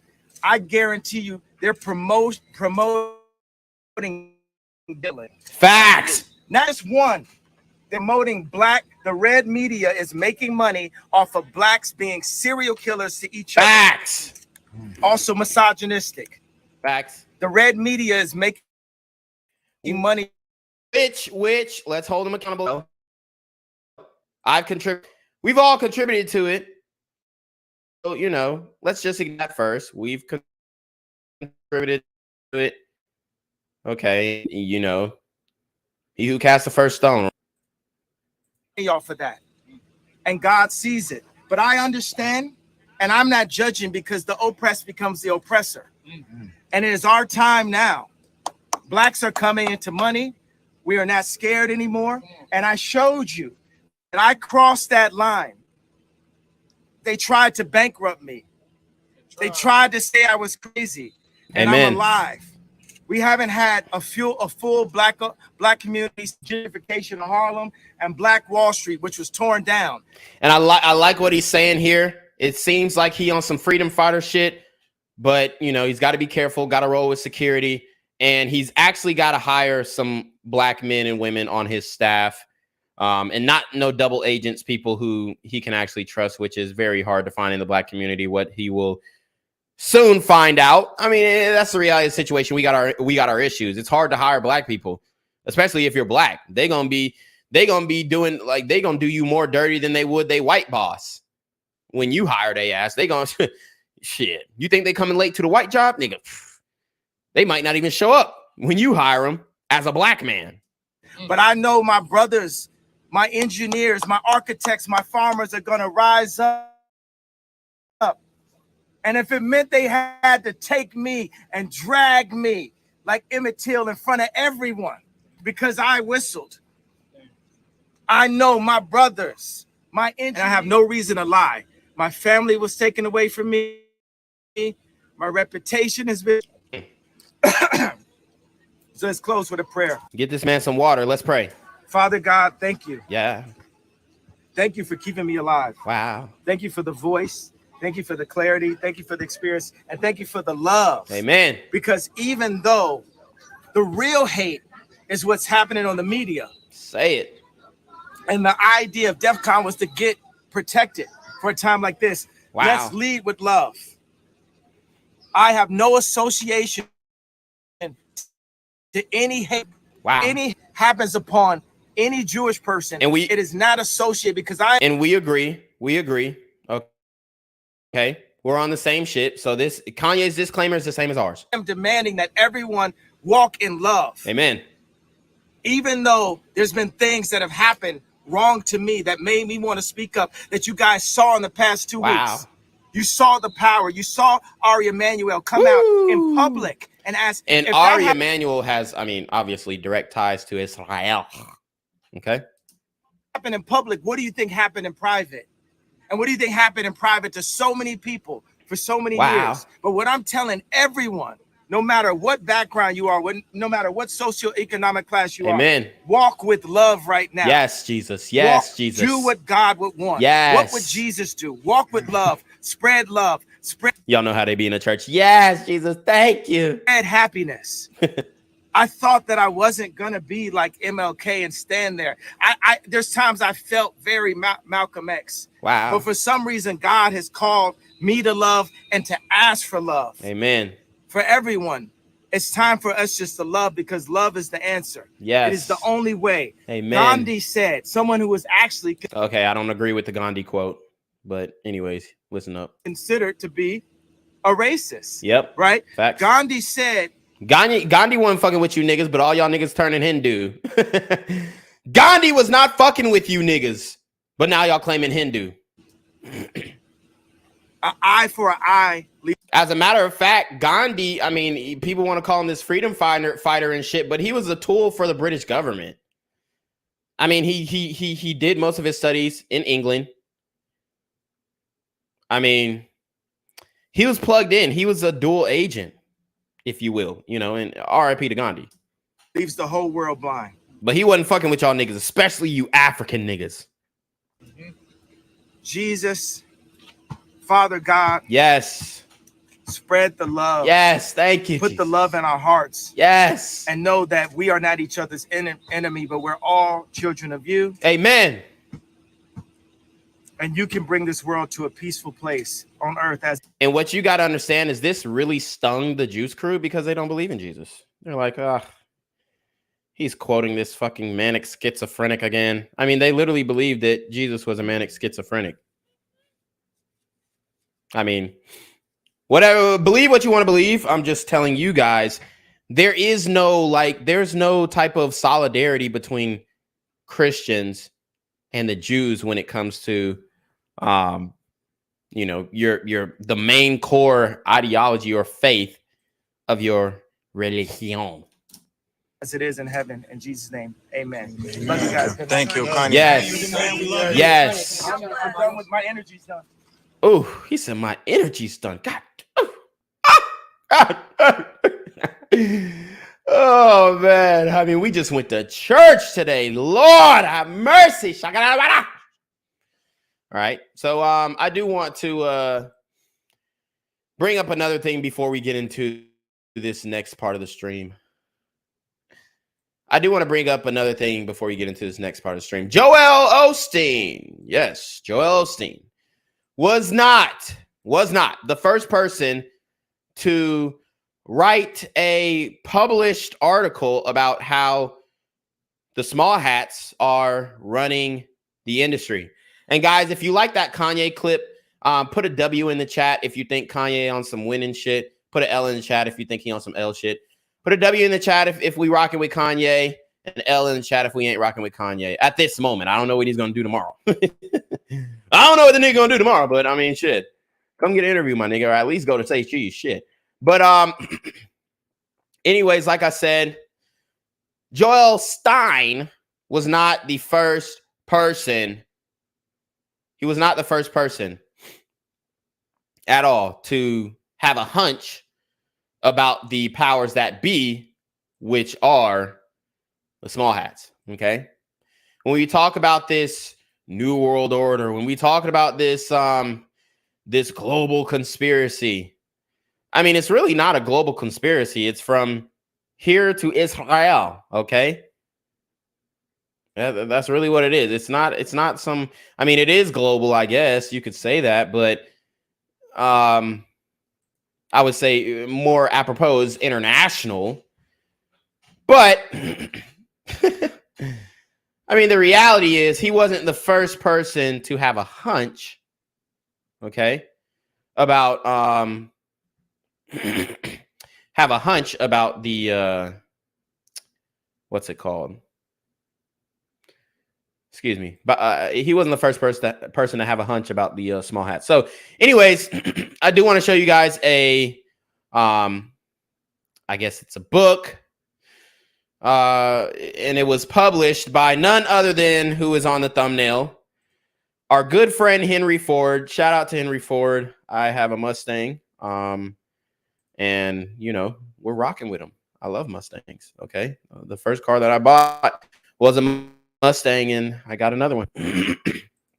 So anyways, okay, so he wrote a series of, well, he didn't write them specifically, but he basically helped publish a series of newspaper articles titled The International Jew. And this is not me saying that, this is me quoting Henry Ford YouTube.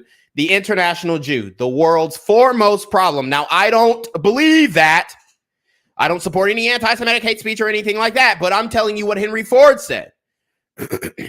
And now y'all buying his vehicles like hotcakes.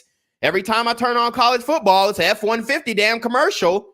But we're denouncing, the Ford company is parting ways with Henry Ford's anti-Semitic rhetoric and newspaper articles that he published in the early 20th century. We denounce all of his works, but we will, you know, steal his assembly line plans and anything else that helps further the company, even the name. I guarantee in 10 years, Ford won't even be the name of the company. They're going to do some fucking merger, and it's going to be like Ford and Berkshire or some shit.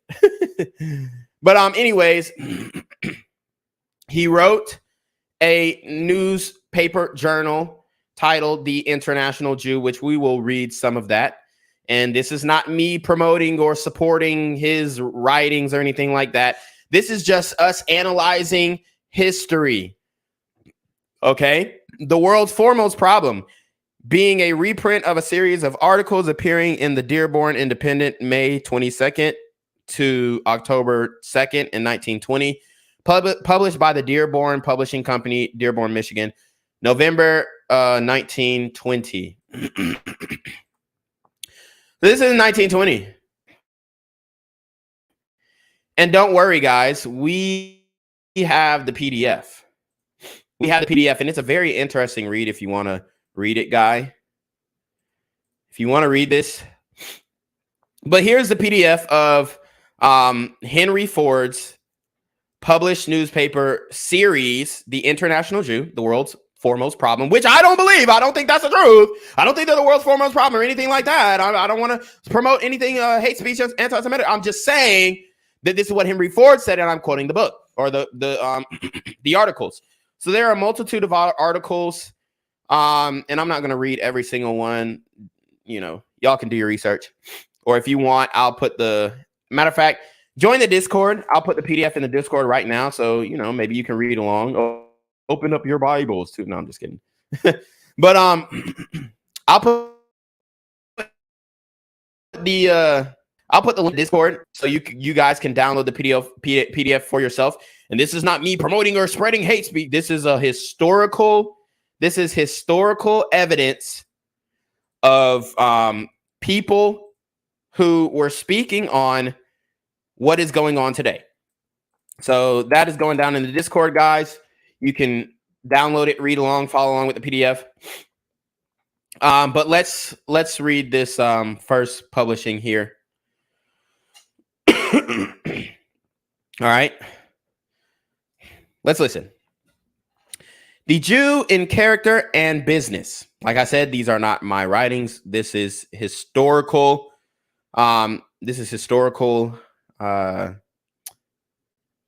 Studying, really. The Jew is again being singled out for critical attention throughout the world. His emergence in the financial, political, and social spheres has been so complete. That means all, in totality, and spectacular since the war, and this is the First World War, that his place, power, and purpose in the world are being given a new scrutiny, much of it unfriendly. Woo! So they're basically saying that, people around the world have felt their presence and they're meeting it with unfriendly, unwelcome demeanors, dispositions, attitudes, or just all right, just kicking them totally out of the country. Persecution is not a new experience to the Jew, but intensive scrutiny of his nature and supernationality is.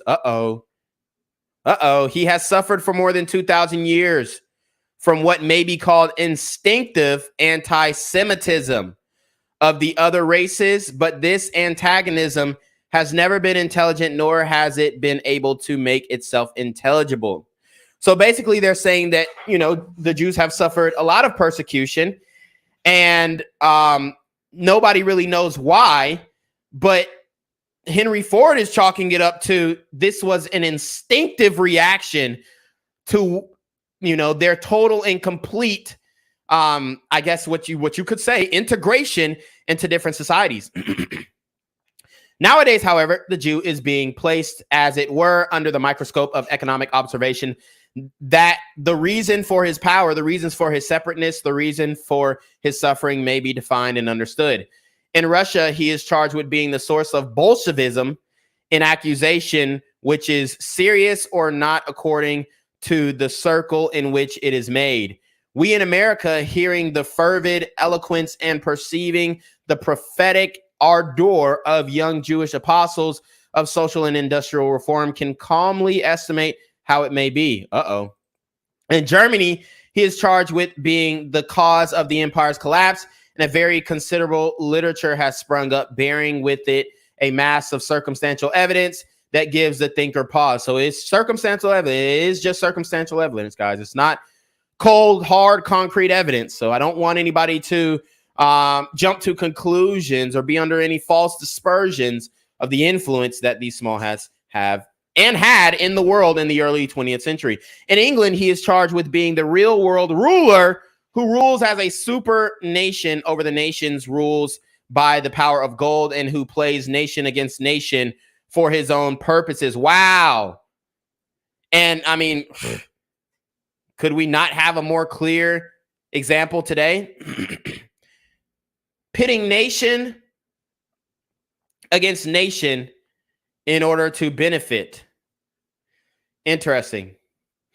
Very interesting. I'm not saying that they're doing this. We're just saying circumstantially, there were people who thought that they were doing this even 100 years ago today.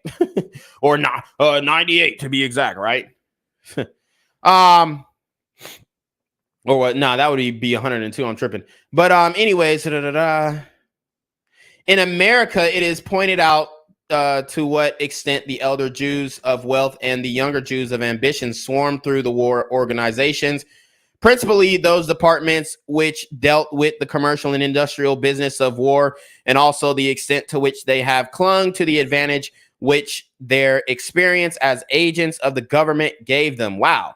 In simple words, the question of the Jews has come to the fore, but like other questions which lend themselves to prejudice, efforts will be made to hush it up as impolitic for open discussion. So even back in the 1920s, before smartphones, before, damn near publicly accessible phones to begin with, you couldn't say shit about them. You couldn't say a damn thing about them. If, however, experience has taught us anything, it is that questions thus suppressed will sooner or later break out in undesirable and unprofitable forms. And you know, we see that a couple decades later. The Jew is the world's enigma. Poor in his masses, he yet controls the world's finances. Scattered abroad without country or government, he yet presents a unity of race continuity which no other people has achieved. Living under legal disabilities in almost every land. So, I mean, they sound like there was welfare kinging until they made it, right? He has become the power behind many a throne. There are ancient prophecies to the effect that the Jew will return to his own land and from that center rule the world, though not until he has undergone an assault by the United Nations of mankind. So as you guys can see, I mean, I'm pretty sure that was World War II. So this was very prophetic writing as well.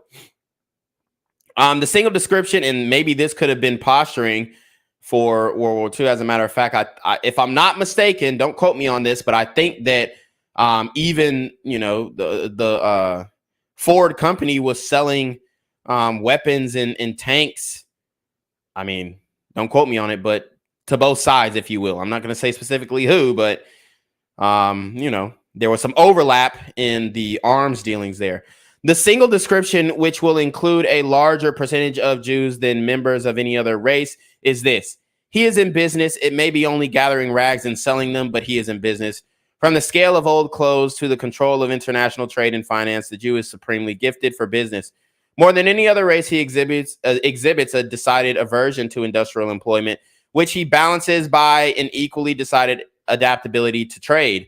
The Gentile boy works his way up, taking employment in the productive or technical departments, but the Jewish boy prefers to begin as messenger, salesman, or clerk, anything so long as it is connected with the commercial side of the Jews comprise 6%, the commercial side of the business.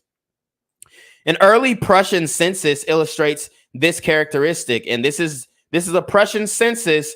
This isn't my numbers. These aren't my numbers. These aren't my data. This is the Prussian census. Of a total population of 269,400, the Jews comprise 6% of, or 16,164 of these. So out of 269,000, there was only 16,000 Jews. Of these, 12,000 were traders and 4,100 were workmen.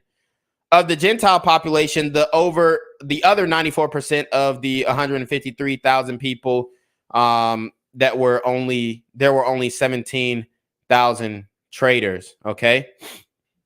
So basically they're saying that, hey, you know, the Jews aren't really going to do the dirty work. They're going to be in managerial positions as we see today.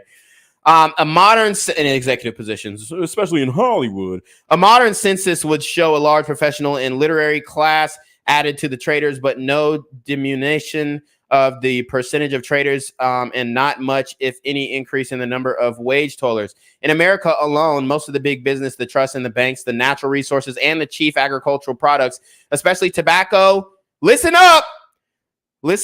And these industries weren't just owned by these small hats during the early 1920s, but also the 1800s as well. This is what you have to understand. So listen up. We're talking about agriculture and who tilled the land of agriculture, the black slaves, right? The Negro slaves. Who was behind? I'm not saying they're behind the whole thing, but I'm just saying they were in executive positions of this trade. So let's read again. In America alone, most of the big business, the trusts and the banks, the natural resources and the chief agriculture products, especially tobacco, cotton, and sugar, are in the control of Jewish financiers or their agents. So we talk about picking them cotton fields and the white man got his boot on their back. We talking about, you know, chewing tobacco and getting cancer. We talking about sugar and you know, all the artificial sugars in the food today. I mean, even though things change, things remain the same. That's all I'm saying. Jewish journalists are a large, powerful group here. Large numbers of department stores are held by Jewish firms, says the Jewish Encyclopedia. And many, if not most of them, are run under Gentile names. So hiding in plain sight, it seems. Jews are the largest and most numerous landlords of resident property in the country. And this is in 1920, y'all. So they owned all the land. They owned all the residential property. And you're asking yourself, well, why didn't blacks get the 40 acre in the mule? Because they ain't finna get a shit up. Why didn't the blacks get the 40 acre in the mule? Man, the white man must have been a stingy motherfucker. I don't know, bro. You dig? Why didn't we get our 40 acres in the mule? Because the people who own the land didn't want to get their shit up. That's why. That's why. Okay? They absolutely control the circulation of publications through the country. Okay? They are supreme in the theatrical world. Fewer than any race whose presence among us is notable, they receive daily an amount of favorable publicity, which would be impossible did they not have the facilities for creating and distributing it themselves. Okay, so we're talking about Hollywood again. And the media, Werner Sombart, in his Jew and Modern Capitalism says, end quote, if the immigration statistics and the proportion, okay. If the conditions in America continue to develop along the same lines as in the last generation, if the immigration statistics and the proportion of births among all the nationalists remain the same, our imagination may picture the United States of 50 or 100 years hence as a land inhabited only by slaves, Negroes, and Jews. Wow. Wherein the Jews will naturally occupy the position of economic leadership. Sombart is a pro-Jewish writer. So he's basically saying, at the end of the day, if the immigration keeps coming in America in the way that it does, we will be the economic leadership class, and then the Slavs, rather. I'm sorry, I said slaves.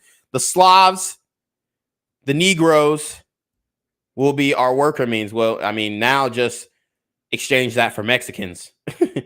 So we are the working class, according to the small hats. And they want to get rid of white people altogether. It sounded like. The question is, if the Jew is in control, how did it happen? This is a free country. The Jew comprises only about 3% of the population. To every Jew, there are 97 Gentiles. To the 3 million Jews in the United States, there are 97 million Gentiles. If the Jew is in control, is it because of his superiority ability, or is it because of the inferiority and don't care attitude of the Gentiles? Now, these are not my words. These are not my words. This is me reading from an article, YouTube. It would be very simple to answer that the Jews came to America, took their chances like other people, and proved more successful in the competitive struggle. But that would not include all the facts. And before a more adequate answer can be given, 2 points should be made clear. This first is this. All Jews are not rich controllers of wealth. Okay, so these are the disclaimers. There are poor Jews aplenty, though most of them, even in their poverty, are their own masters. While it may be true that the chief financial controllers of the country are Jews, it is not true that every Jew is one of the financial controllers of the country. Right. The classes must be kept distinct for a reason, which will appear when the methods of the rich Jews and the methods of the poor Jews to gain power and are differentiated, excuse me. Right. So, I mean, basically the concept is we have to keep some of us poor so that when, so that when we do gain power, which, I mean, let's keep it about, they already have, when we do gain power, then we can have the scapegoat. Oh, well, there are poor Jews here. Let me grab one right here. Here's a poor Jew right here. We don't all control everything. All right. Secondly, the fact of Jewish solidarity renders it difficult to measure Gentile and Jewish achievements by the same standard. When a great block of wealth in America was made possible by the lavish use of another block of wealth from across the seas, that is to say, when certain Jewish immigrants came to the United States with the financial backing of European Jewry behind them, it would be unfair to explain the rise of that class of immigration by the same rules which account for the rise of, say, the Germans or the Poles, who came here with no resources but their ambition and strength. Okay, so I mean, it is commonly known that the Jews crew always had some jewels on them. I mean, that's why they give you these stories of concentration camps where there are a lot of gold teeth in there and all this kind of stuff. To be sure, many jewelry and prized possessions, all that kind of stuff. To be sure, many individual Jews come in that way too, with no dependents but themselves. But it would not be true to say that the massive control of affairs, which is exercised by Jewish wealth, was won by individual initiative. It was rather the extension of financial control across the sea. Wow. So I do want to stop there because they mentioned something important that I thought was important when it comes to their influence. Okay, so it says, to be sure, many individual Jews came in that way. Okay, so basically he's saying they came in that way. They were broke when they got here with no dependents but themselves. But it would not be true to say that the massive control of affairs, which is exercised by Jewish wealth, was won by individual initiative. It was rather the extension of financial control across the seas. So fast forward to 2022. Fast forward to 2022. Ford Motor Company, and this is coming from the Detroit Jewish News, okay, written by Adam Finkel, who obviously, okay. Ford Motor Company actually is hiring small hat executives now, and this isn't the first time. Ford, with a renewed focus on innovation, recruits globally. They recruit globally, but guess where they didn't go? They didn't go to fucking Africa, right? They didn't go to Africa. They didn't go to Somalia. They didn't go to Afghanistan. They didn't go to Iran. They didn't go to Iraq. They didn't go to Palestine. When they said that they were recruiting globally, who did they go get? Where did they go? They went to Israel, okay? Ford, with the largest revenue and employee base of any company in Michigan, has a history of global recruitment in recent days. In the biography of Steve Jobs on Gil Gur-Ari's bookshelf, who is the small hat who was recruited into an executive position at Ford Company Motors, author Walter Isaacson shares a story about the day Jobs unveiled the Macintosh computer. A report from Popular Science asked Jobs what type of market research he had done. Jobs responded by scoffing. Did Alexander Graham Bell do any market research before he invented the telephone? Ford CEO Jim Farley, with decades of experience in marketing, is a strong believer in innovation, but not the kind where you just trust your gut.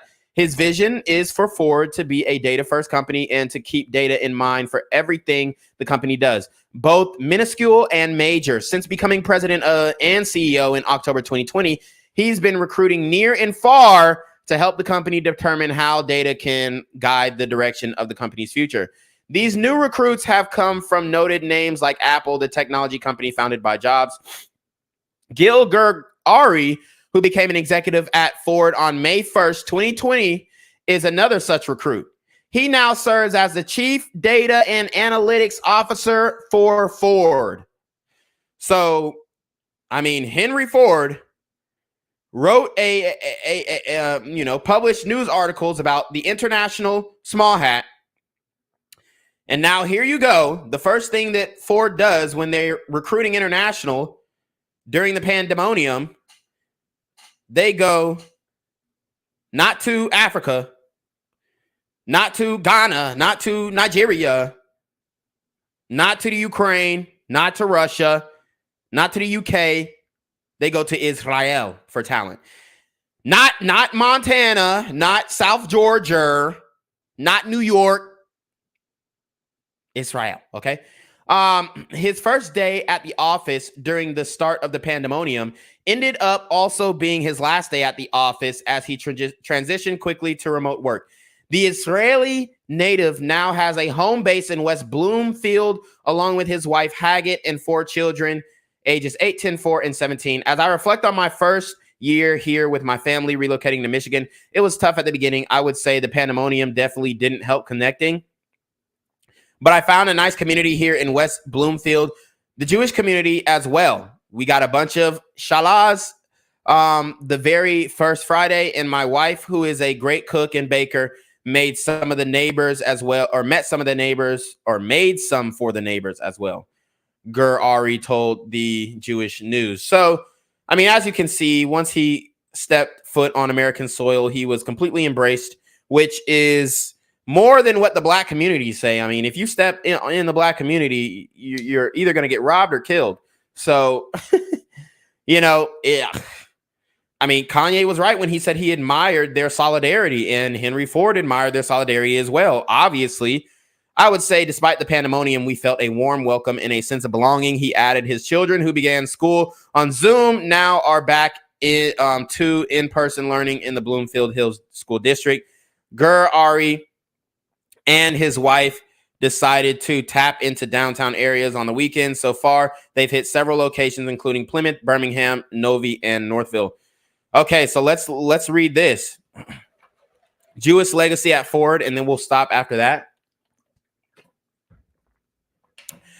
Wesley Sherwood on the mobility communications team at Ford. So not only are they in Hollywood, they're in every one of the largest car producers, American car manufacturers in the world. Mentioned that Ford had the distinction of having a prior CEO from the Jewish community, Mark Fields. Well, there you have it. So 100 years later, after Henry Ford published The International Jew, not only have they respectfully and honorably pretty much infiltrated every part of media and, with all due respect and love and kindness and spirituality, invaded, pretty much corporate America. And let me not say invaded, they integrated with, okay? So, CEO Mark Fields, as well as a previous treasurer within the community, Neil Schultz. With Gil's appointment, he is now the most prominent Israeli and Jewish executive at the firm, and also one of the most prominent Israeli executives within the automotive world. Guys, I mean, cars, film, food, music. I mean, what industry are they not in? Law, technology, finances. Respectfully, Ford, with the largest revenue and employee base of any company in Michigan, has a history of global recruitment in recent decades. Norman Lewis, as one such example, previously served as the director of information systems at the company after having impressed the U.S. executives with his work around computer systems in the Europe office of Ford. The South Africa native, okay, so it looks like he is a South African native, who made Aliyah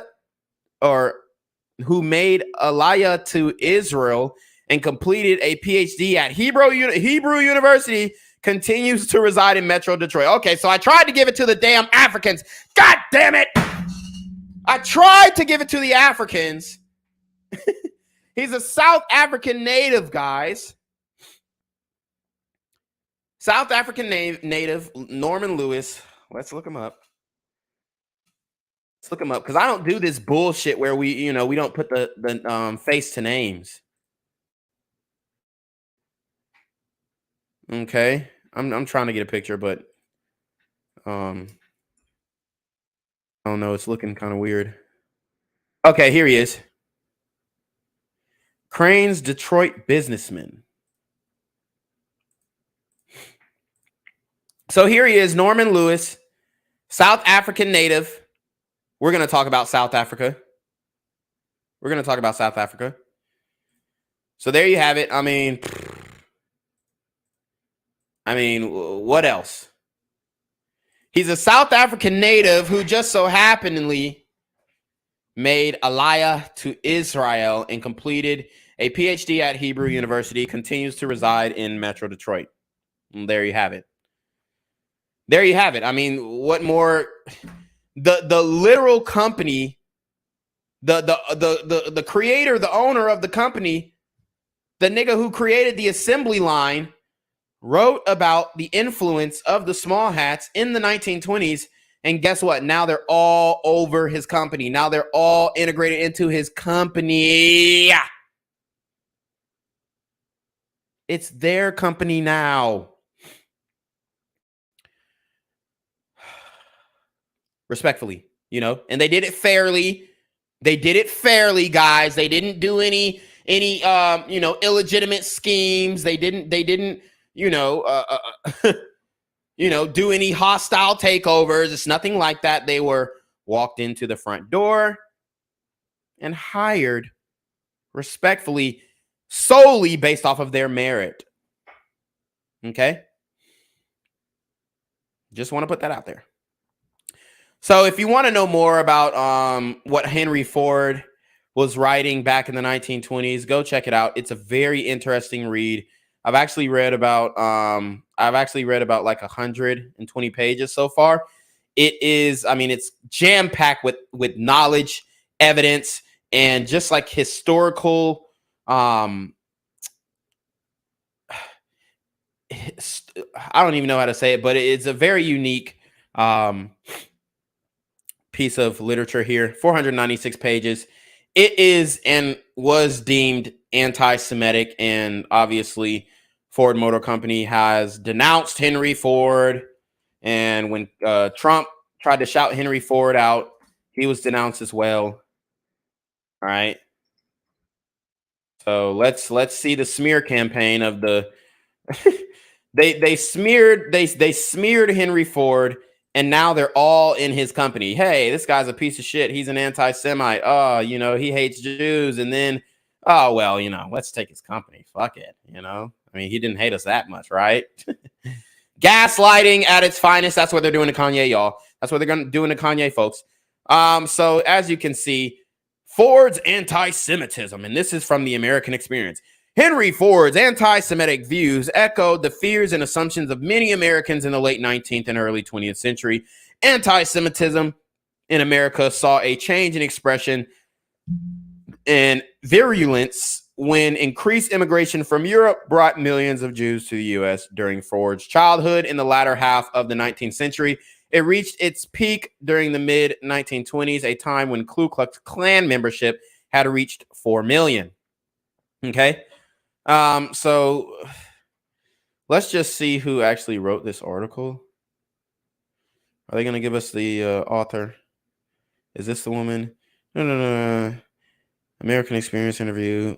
Hasia Diner, the Paul and Sylvia Steinberg Professor of American Jewish History and Professor of Hebrew and Judaic Studies at New York University and Director of the Goldstein Gorin Center for American Jewish History, to ask her about Henry Ford's anti-Semitic views and the impact of his public expression of them.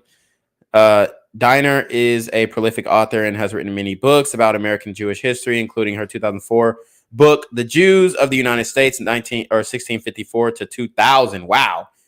So she's dating back the Jews' influence in the United States from 1654.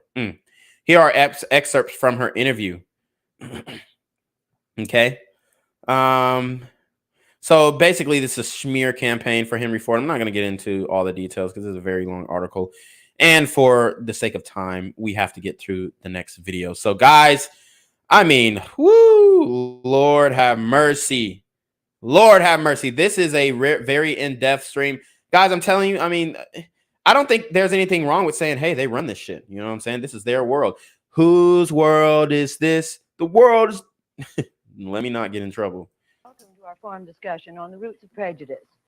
All four participants in today's discussion are high school students from Africa. Let me introduce them to you now. First, from the Gold Coast is 18-year-old Alfred Bannerman. We call him Nini. It all started, Nini tells us, when he was born. He looked like a little old man. And Nini is a term of respect for an old man.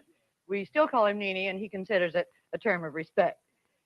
From Nigeria, Mohamedou Liman, 18 years old. From the Union of South Africa, Dix Lobjer.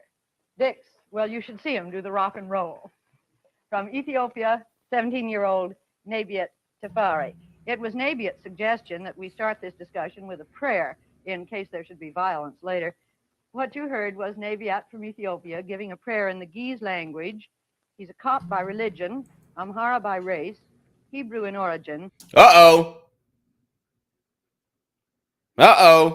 What did they say in origin? These are the Ethiopian Hebrews. These are the Ethiopian Hebrews, but oh, well. There are no black Hebrews. What? And guys, that's what I'm saying. Like, y'all can't be false claiming because y'all bringing too much fucking confusion. You got West Africans talking about, oh, we Hebrews. No, nigga, you're not. No, you're not. Most of West Africa was Islam. Okay? Damn near still is. A lot of it. So, I mean, you hear what they're saying. And this is from 1956. It's from 1956. Language. He's a Cop by religion, Amhara by race, Hebrew in origin, and an African since he's been to America.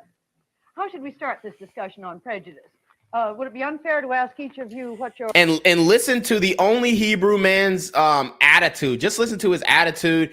I mean, he has a superiority complex that, you know, could or could not have been taught through his holy text. I mean, it is what it is. I mean, that's the game. But listen to his, I mean, he sounds like he has more of a superiority complex than the South African white man. Your own prejudices are? How about you, Nabi? Actually, I am prejudiced against the Italians and I have been prejudiced against the Mohammedans. Since I arrived here... Prejudice against the Italians. Prejudice against the Muhammadans. So he hates Islam, which we see today. Which, I mean, it is what it is. That's the game. That's the game. People have their own prejudices. But listen to what he's saying. I thought black people couldn't be racist, though. And I have been prejudiced against the Mohammedans. Since I arrived here, I have developed some new prejudices. And I never felt that I was a Negro till I came to this country. Woo! He said, you are not of my people. He said, I ain't never felt like I was one of you niggas. He said, I never felt like I was one of you niggas until I came to this country. And he was prejudiced against Negroes. He didn't like y'all niggas. He said, my nigga, shit, my bloodline is pure. I'm a real Ethiopian Hebrew. We are not the same. I'm better than you. According to Joel Stein, I'm better than you. And I never felt that I was a Negro till I came to this country. Why? Because my tutor in the monastery told me that I was not a Negro, but I was a sunburnt Hebrew. He's not a Negro. He's a sunburnt Hebrew. Okay? And he's tracing his lineage back to the line of Judah. Okay? So, I mean, this should debunk all the shit. I mean, people are going to have to apologize to Kanye because if he would have just got with me and learned this information, then he wouldn't have had to walk shit back. You mentioned that you have prejudices against Mohammedans. I am a Mohammedan, and I have prejudices against Christians too in southern Nigeria. You said you have prejudices against Christians in southern Nigeria. Is that particularly because they are Christians? I'm a Christian myself, but I have no prejudice against Mohammedans. I rather prejudice against whites. But why have you got prejudice against the whites in the Gold Coast? Uh-oh, here you go. I think it's sort of this kind. At first, I was not prejudiced against... And guys, if you don't understand what the Gold Coast is, it's basically at the trigger finger of Africa, as I like to call it, where most of the transatlantic slave trade was going on. It was also going on from or by the Arabs from East Africa into Arabia, or what we now call Arabia. So whites anyway, I was prejudiced against fellow Africans because I had some opportunities which some of the Africans didn't get. I was brought up in a city. I lived the Western way. I dressed the Western style, and I did everything Western. And so I was looking down upon fellow Africans who live in the villages, in the rural areas. As I developed, I started getting some political ideas. Especially, I'm very much interested in the problem in South Africa. We hear quite often about how the blacks are treated there, how everything goes on there. And for instance, everybody knows that we get good friendship and peace in the world through games like the Olympic Games and those kinds of games. But everybody knows that the team from the Union of South Africa has not got a single African, which means the people in South Africa think of themselves as superior beings. And this thing gives me more ideas just to be prejudiced and discriminate against the whites. And so I'd like you to explain to me some of the policies of the apartheid system and the basic idea to the logical conclusion. Well, So if you guys couldn't understand what he was saying, he was talking about apartheid. It's a little hard to understand his accent. It's a little hard to understand his accent. But let's keep going. in South Africa, one must realize this fact, overseas people especially, and that is that this is the first case in history that a white nation has itself in a black country. In the whole of Africa, there are 190 million Africans, 190 million Negroes. Yes. And in Southern Africa, there are almost 3 million white people. That means less than 3%. Now, in South Africa itself, the blacks outnumber the whites there by 4-1. In the States here, they outnumber the white people, outnumber the Negroes 8-1. For that reason, and for the reason, and for this fact, that one cannot ever draw a parallel line between the Negroes in South Africa and the Negroes in the States. The Negroes in the States are far above the Negroes in South Africa as far as education and civilization goes.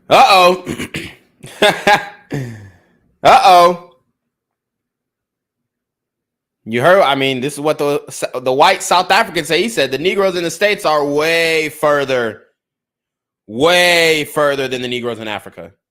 He said it's not even close. It's not even close. And this is from a young man's perspective. I mean, he's not a young man anymore. He was a young man. Now, the government's policy of apartheid, that policy, the guiding principle of this policy is to help the non-whites in South Africa to self-realization in their own territories and within their own communities so that they can govern themselves. Gradually, they'll be giving more and more power to govern themselves. Now, that's what the guiding principle is, and that's what the white man is. So obviously he is advocating for apartheid, which, I mean, honestly, now that you look back at it, it's like, you know, I mean, respect to Nelson Mandela for sure, but I mean, was he really doing the right thing or not? Because, I mean, you look at South Africa now and, I mean, they're still having some troubles. But that's neither here nor there. The point was that he's saying, and you guys can say, oh, it was racism. They didn't like the blacks. They felt like they was better. Okay, cool. Understood. But he's saying when we got there, y'all niggas was eating chicken with sticks. That's what he's saying. He said when we got there, y'all niggas was still wiping your ass with fucking palm trees. That's what he's saying. South Africa is doing. Let me make this point clear. You say they want the Africans to develop themselves. And so will you allow the Africans to get their own governments and their own representations? Or will you like to give them the rules and the laws by yourselves? And I ain't gonna lie, bro. It's like when it comes to what the colonization shit and da-da-da-da. Okay. This is how it goes. A civilized nation goes to an uncivilized nation and has to force them to be civilized in order to further, you know, the world and the human race, humankind, its evolution. You guys were not civilized. We came, we civilized you. Y'all still acting a damn fool. Y'all still acting a damn fool. Y'all are still acting a damn fool. But, you know, we're going to give you all the rights that we have. The only thing is that, hey, you know, we don't want to be working. We don't want to be together. Okay. Y'all do y'all shit over there and we'll do our shit over here. Okay. So that's really what it was. And I'm just trying to put it in layman's term. I'm not trying to minimize it, or I'm not trying to, you know, make it seem like it was just some light thing. And I'm sure there was plenty of racism going on as well and all that good shit, the disclaimers that you have to do when you're just having a conversation. But okay. But the reality is there was a lot going on. You guys are not civilized. We're going to come civilize you. and then we're just gonna, we're gonna separate.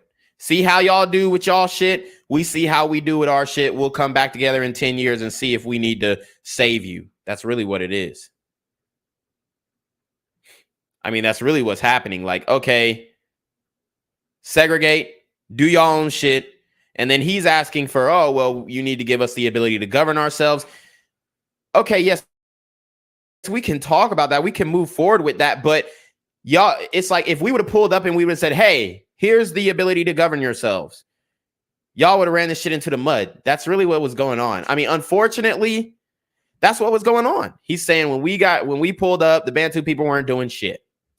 Them and do everything. We're not going to force them to do anything. No, the point is, I know that in South Africa, you have a government, and there is not a single African in the government. There are 9 million Africans as against 2 million whites. Why is it that there is not a single African in the government of South Africa? Well, they're 9 representatives for the... But I mean, how can 9 Englishmen or 9 Europeans represent 9 million Africans? How can they know their problems and their ideas? These people are Africans. You believe in. So he's asking for diversity. He's asking for representation. Look, and I'm not against diversity and representation in theory, but I'm also not for, giving the power to any motherfucking swinging dick in South Africa, because at the end of the day, when it comes to power, all they was doing was having dick measuring contests for centuries upon centuries. And it's sad. I don't know, what it was. I don't know why. But all they were doing was having dick measuring contests. And maybe because they really didn't have to adapt. All those natural resources. I mean, you just lay up buck naked all day, really. It's hot. It's too hot to wear clothes anyway. I mean, I get it. But you have to understand that, it's time to boom. It's time to build something. Separateness. The Africans separate and the whites separate. Well, how then can it happen that you get whites representing Africans? I don't think that they are separate. I don't think that is fair either. Since the people in the House of Representatives, do you call it that? That's right. They are supported by the taxes paid by the natives, aren't they? No, just a minute. There, you've gone altogether wrong. If South Africa was to subsist on the taxes that the Bantu in South Africa pay, then South Africa would drop just like that. Then, okay, on what do they support? You heard what he said. He said, we get y'all the power, this shit will drop tomorrow. Damn. I mean, he didn't flinch. He said that shit with a straight face. See, back in the day, you could have conversations. I mean, this is from 1956. You could have open conversations and oh my God, you're racist and this systematic. Like, bro, now shit, they probably wouldn't even be able to further to any other points. There, you've gone altogether wrong. If South Africa was to subsist on the taxes that the Bantu in South Africa pay, then South Africa would drop just like that. Then, okay, on what do they support? What supports them? What? The House of Representatives, or the people in the government.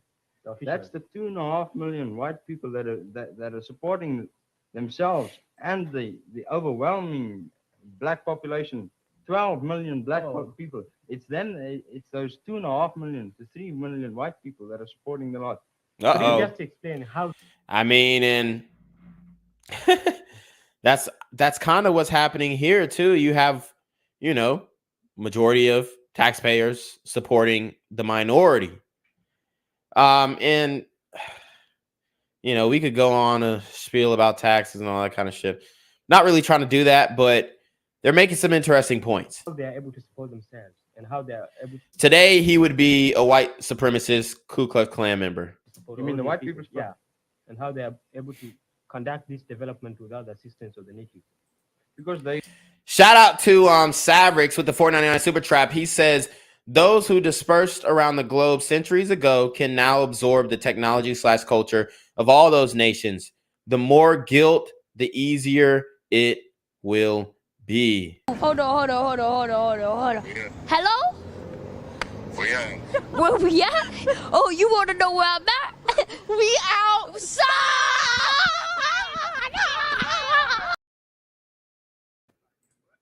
they've got the Western idea of working, and they've developed that country. Oh, I see. They've developed that country through the Africans working. I know that the whites in South Africa went down there because of wealth. It was through the gold rush and all those things that happened that, I mean, we got white men in South Africa. And so they went down there purposely to use the Africans as tools for their own benefits. Isn't that? When the white men went down there, they never even knew a black man existed down there. When the white man landed at the bottom of the Cape in 1652, the black people in South Africa hadn't even moved over the northern boundary of the Union of South Africa. I know these people would like to get. Damn. So you hear what he's saying? He's saying they hadn't moved throughout the country. And, you know, that's debatable, whatnot. Obviously, we know that these were a nomadic people, but how far in circumference did they really go? You know, like how many square foot did they actually consume of the, you know, bountiful resources at their hands, at their fingertips? I mean, it's just it's a conversation about progression. That's really what it is. And this one kind of ends up being a debate between these two, because you got like the real strong African brother here, and then you got the South African white man who knows the numbers, and he's arguing with emotion, but you know, you still feel this nigga because he, you know, he makes you feel like, yeah, man, tell it to the man, you fighting for the freedom and all that shit, but he's really not saying anything. Sociological ideas, just to get around the question. So far as I know, the people in South Africa are a nomadic tribe by career or by profession. They are headsmen who move with their cattle all around the belt. Nowadays, even in the olden days. Okay. It might happen that they were living down south, but because of their profession, they happened to live up north. Because in those days, there were warring tribes which were waging wars against each other. And so you cannot see, I mean, and we know, you know, through civilization, every tribe fought basically. We understand this, but at some point, I mean, it's you know, you got millennia after millennia, you got thousands of years, and y'all still are fighting, and y'all still can't say, hey, okay, let's just draw some borders around our territories or something. There's an issue there. I cannot say that the land is yours. Everybody knows that Africa is for Africans. And when we think of Africans, we think of blacks. That's how I know. Well, look, just to give you you are a using short the policy, and you are using the policy of aggressors that the land, the earth belongs to everybody, and the one that is powerful rules the part of the world which is owned by the others. That's the policy that aggressors use. You know who are the aggressors? It's the African National Congress in Africa. They Uh-oh. are the aggressors. No, how can there be? If the Africans in Africa would stop being so militant, rather get down and help. I mean, shit. He's not playing with y'all, monkey ass. He said, stop being so militant. Stop fighting. Stop the wars. I mean, we see what's going on in Africa now, and I know people are going to say, oh, man, Africa's great. Da, da, da, da. Okay, look, I love the motherland, but, I mean, shit. I wouldn't want to get accused of a crime over there. No cap. I mean, at least in America, you got a fighting chance, you know? And fuck, you get at least you get to keep your dick or something. I don't know, but this shit is crazy. Help and build up South Africa and build up Africa. The problem would cease almost immediately. Okay, let me ask you. Damn, my man said if South Africa bought up all of Africa, the problem would cease immediately. Woo! I mean, that is real though. There's no real unity in Africa, and that is a issue. That's an issue. At least you have, you know, we got NAFTA, which they just renamed it to some other bullshit. I don't even remember what it's called now. Somebody drop it in the chat if you remember what NAFTA just turned into.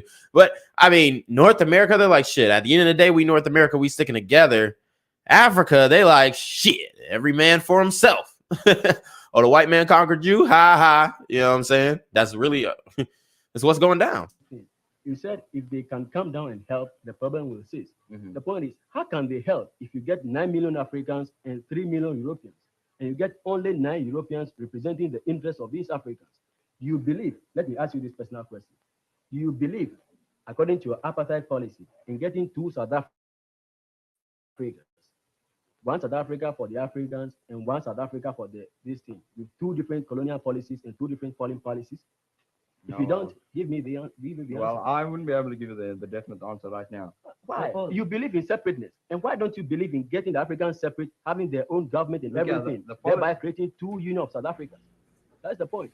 But so far as you believe in apartheid, it means you believe in separateness. Then keep the Africans separate with their own governments, with their own money, with their own everything, and keep the white separate. Excuse me, I'll just come in there.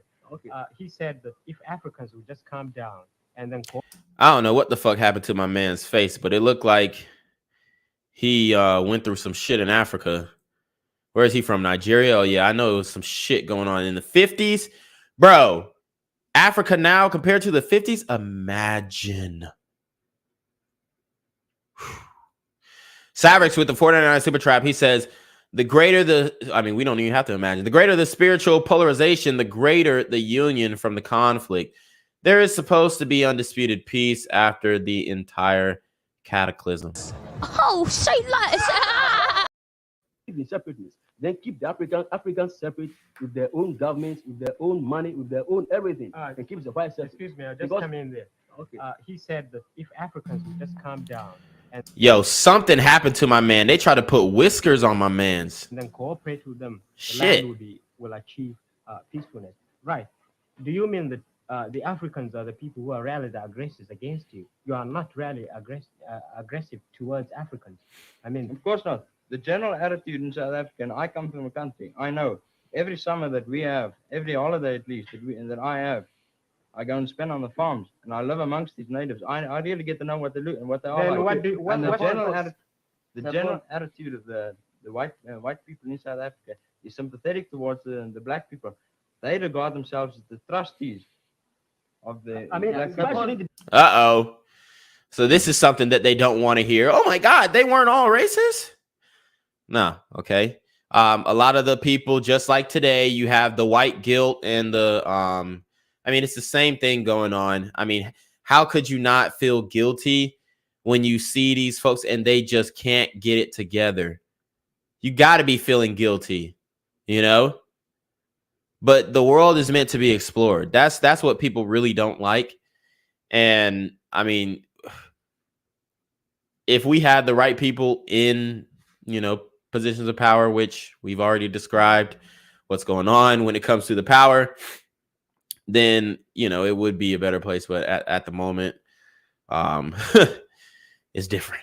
Why shouldn't they be sympathetic?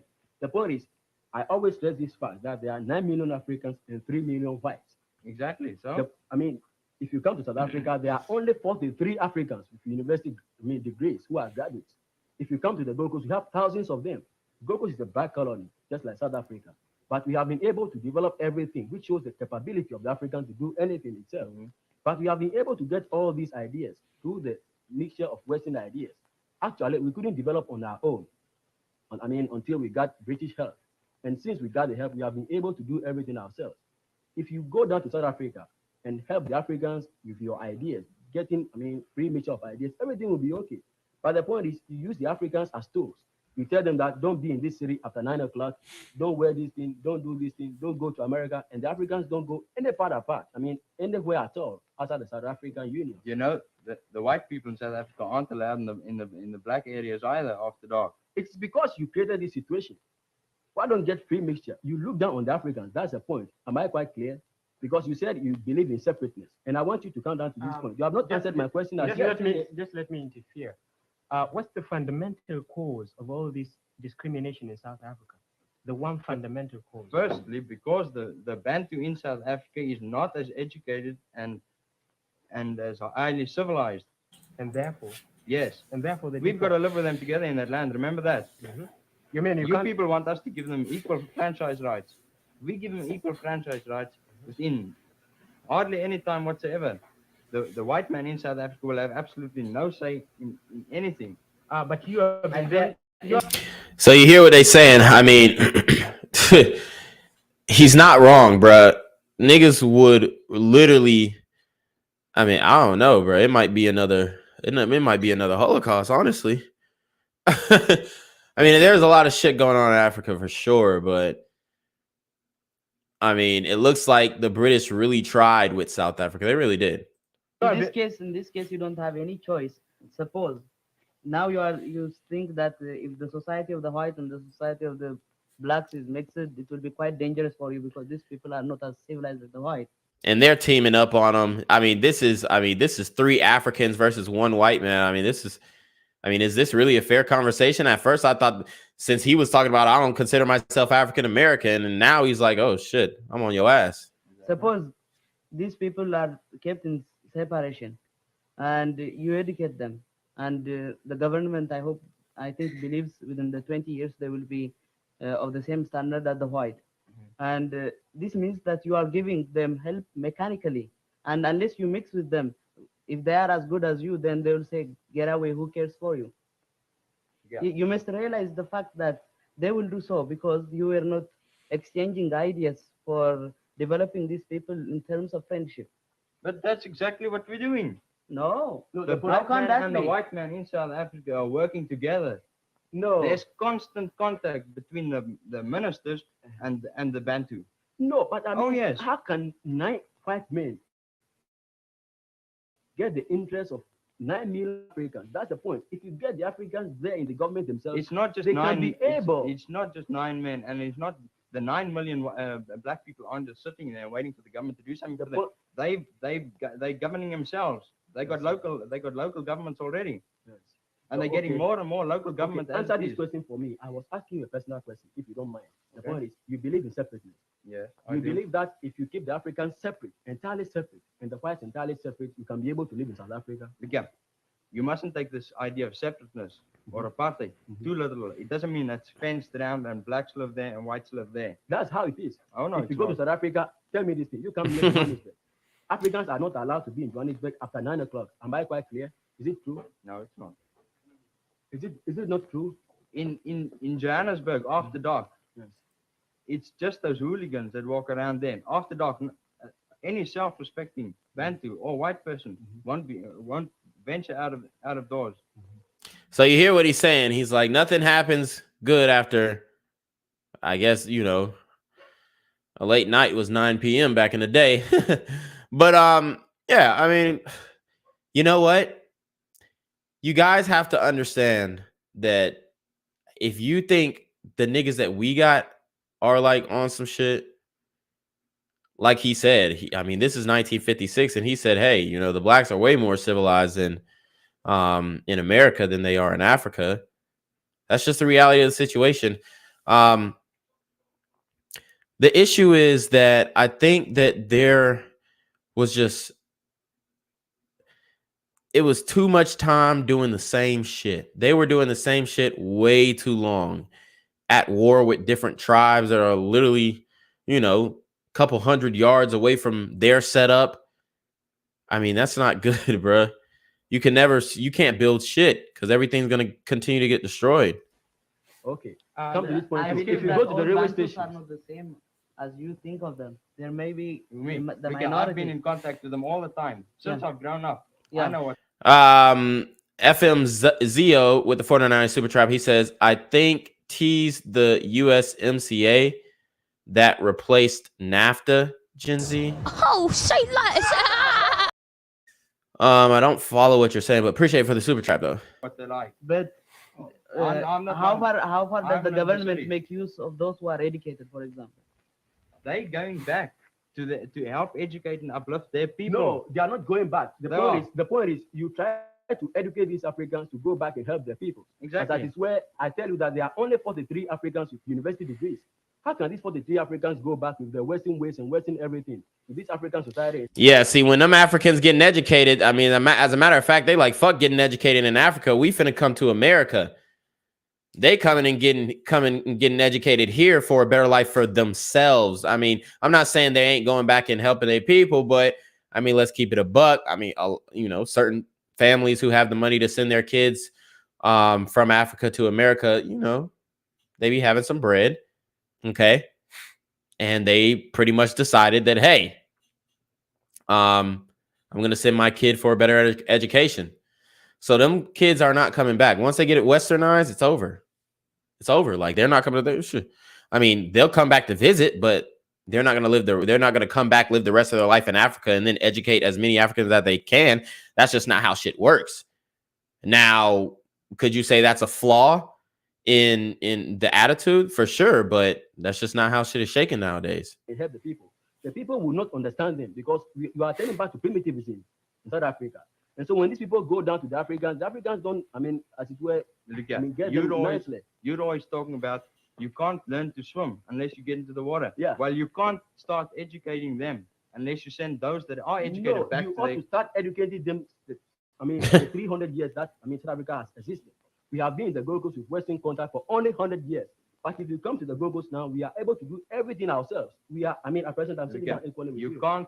It's absolutely unrealistic and stupid to compare South Africa with the Gold Coast. There's absolutely no comparison. No, whatsoever. but basically we are all Africans. Just let me finish. In South Africa, at least in the Gold Coast, there's never been enough white men there to constitute the nationhood. If the Gold Coasters at any time wanted to drive him out, and they drove him out, those white men have got England for their own land. The only thing I know is, according to the partition of Africa and the scramble for Africa in 1884, all the white men came to Africa and they settled at the places which suit them best, according to health. If you go to South Africa, the climate is Mediterranean in certain places, so you see white men there. If you go to East Africa, it is tropical, but because of the highlands, I mean, it's relatively cooler, and so you see white men there. That's why you get the mama in East Africa. In the Gold Coast, it is jungle, mosquitoes and everything, and so the white men don't like to live in the Gold Coast. That's natural. And Nini, and excuse me, Navy, and Dix, I want to ask you this. Dix just said that there weren't enough white men in the Gold Coast. Would your point of view be that believing in separateness, you've kept yourself so separated from the white men in the Gold Coast that maybe your standard of living has... No, ma'am. We were just keeping, I mean, side by side with them. I tell you at first that if you come to the Gold Coast, through the contact with the whites, we have been able to develop. We can never develop on our own. That's the point. But we got Western ways and Western ideas and Western help. That's why we are, I mean, as equal to the whites now. I suppose. Oh, shit. Hold on. So this isn't me saying this. He said we weren't able to develop on our own. He said the nigga brought up mosquitoes. Yeah, he did, bro. He said we got mosquitoes. The white men don't like mosquitoes, so he did not come to the Gold Coast. From the white men in the Gold Coast that maybe your standard of living has... No, ma'am. We were just keeping, I mean, side by side with them. I tell you at first that if you come to the Gold Coast, through the contact with the whites, we have been able to develop. We can never develop on our own. So you heard what he said. He said through the contact of the whites, we were able to develop. So, I mean, and he's like, but now we've developed enough where the whites can just get the fuck out. That's basically what he's saying. I just want to run it back for clarification because, I mean, he's kind of conceding on his point. But let's listen. Yourself so separated from the white men in the Gold Coast that maybe your standard of living has... No, ma'am. We were just keeping, I mean, side by side with them. I tell you at first that if you come to the Gold Coast, through the contact with the whites, we have been able to develop. We can never develop on our own. That's the point. But we got Western ways and Western ideas and Western help. That's why we are, I mean, as equal to the whites now. I suppose it's a different case with countries in West Africa. You see, we in West Africa, we were brought under the British rule, but you can't compare that with the South Africa because the white went there to live and not to bring these people to a higher standard of living and to educate them and bring and allow them to realize the full significance of civilization. The Africans, they are the citizens. So he's basically saying that they didn't understand or even realize the potential in building civilizations. The Africans didn't. And this is all of Africa. This is not just, well, except like Northern Africa and Egypt and shit. They are citizens. Why deny them these rights? We're not denying them the rights. Let me ask Mohamedou another question. You said at the beginning that you were Mohammedan, that Nini was Christian, that you had some prejudices against Christians. Yeah. Let me ask you a fairly frank question. Do you have any sense that Nini from the Gold Coast is less purely African than you are? Yeah, I often feel that. Why? You see, we in Nigeria and now part of Nigeria, northern Nigeria, we often feel that Africa is for Muslims, not for Christians. It's meant for Muslims. And our social life is entirely different from the Western ways. So this goes to the, I mean, This goes to that. Oh, what is it that I want to call? I mean, there's a sense of ownership there. Africa was for Muslims. Like, I mean, is that a superiority complex? Our social life is entirely different from the Western ways. We are totally opposed to it because it sort of try to disassociate our religious principles. We were talking a moment ago about discrimination between white and black. Suppose Nini comes to visit you in Nigeria. Would he be discriminated against in any way? I suppose so, simply because for one reason. Damn. So he doesn't even understand that he's fallen into a logical fallacy. The whole point is that the white man is saying, hey, you know, whatever you guys think, like most of the time people really don't give a fuck about what you believe in, especially in, you know, Western civilizations. At the end of the day, as long as it's not fucking with them, they don't care. But as you can see in Africa, that was something to beef over. That was something to go to war over. So, you know, if you got African Christians and African Muslims, you know, they're beefing. Imagine the tribes and the differences between them and their way of life and how they ate, how they prayed, and, you know, who was their God and what they worshiped and all that type of stuff. Imagine the differences in the thousands of tribes that reigned in Africa. I mean, it's going to be constant warfare. And my man said that they're going to be prejudiced against a Christian, even though they both African. Against in any way? I suppose so, simply because for one reason. So we eat in a bowl. We in my home, we put a big bowl down, and you have about 3 or 4 people putting their hands all at the same time into the bowl. There is and of competition. and you see, we don't allow Christians to interfere. We don't allow Christians to put their hands inside. You see, it's one of our religious doctrines. We don't allow. We're not supposed to eat with Christians in the same bowl unless we're obligated to. And so that's one of the things which will. Oh shit! So that's like some black and white water fountain shit, except it's, you know, Christianity and Islam. Like, if you're Christian, you can't drink from this water fountain. Them niggas ain't sharing bowls with y'all. Religion. I'd like to ask you one more thing. I've heard it said recently that Islam is gaining rapidly in Africa and Christian influence is declining. Is that true? I wouldn't say definitely it is not true, but to some extent it is. Like the video, share the video, subscribe to the channel. Black Gen Z Mindset, BGZM News 17. This is exclusive content. Nobody else is covering historical and you know, quasi, I would say, conspiratorial information like your boy Jinquavius. You see, there are 2 sides to it. We have the Ahmadiyya movement in Nigeria. They come from Pakistan, and I think it originated about 1885. I don't know. I wonder if Nini would agree with you that Christianity is on the way. I disagree with him. The point is, Muslim teaches purely African, principles. As you can see, you know, they didn't care about lineups back in the day. Neither do I right now. That's the case.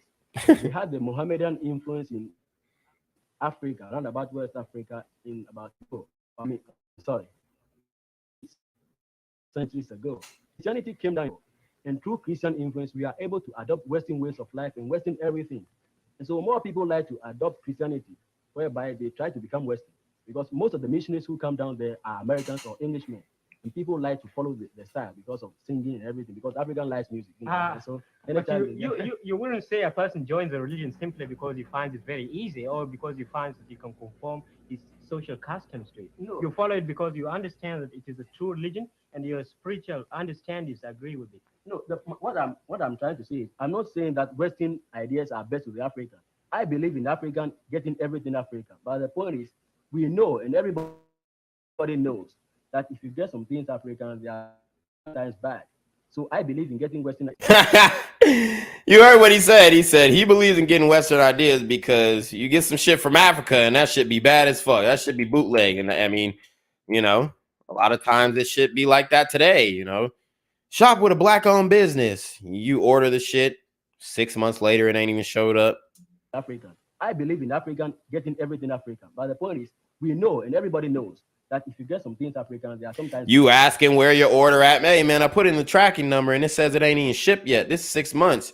Them niggas like, hey, man, fuck you saying I'm a liar? They trying to ride on you. Send me your address, nigga. I'm going to slide on you. I'm going to send some goons. They trying to ride on you and shit.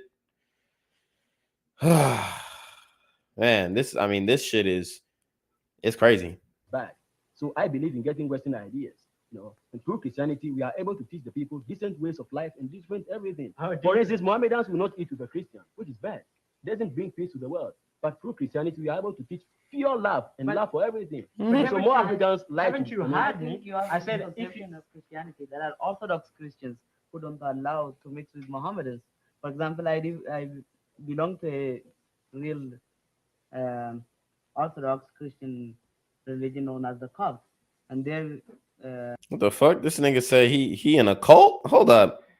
What did he say? He said this nigga's in a cult. For example, I belong to a real Orthodox Christian religion known as the Copts, and there it says that its origin, of course, from Judaism also. It says that the animal must be properly slaughtered before you eat it, and if a Mohammedan has already slaughtered a sheep or a cow, for example, I will not eat with him.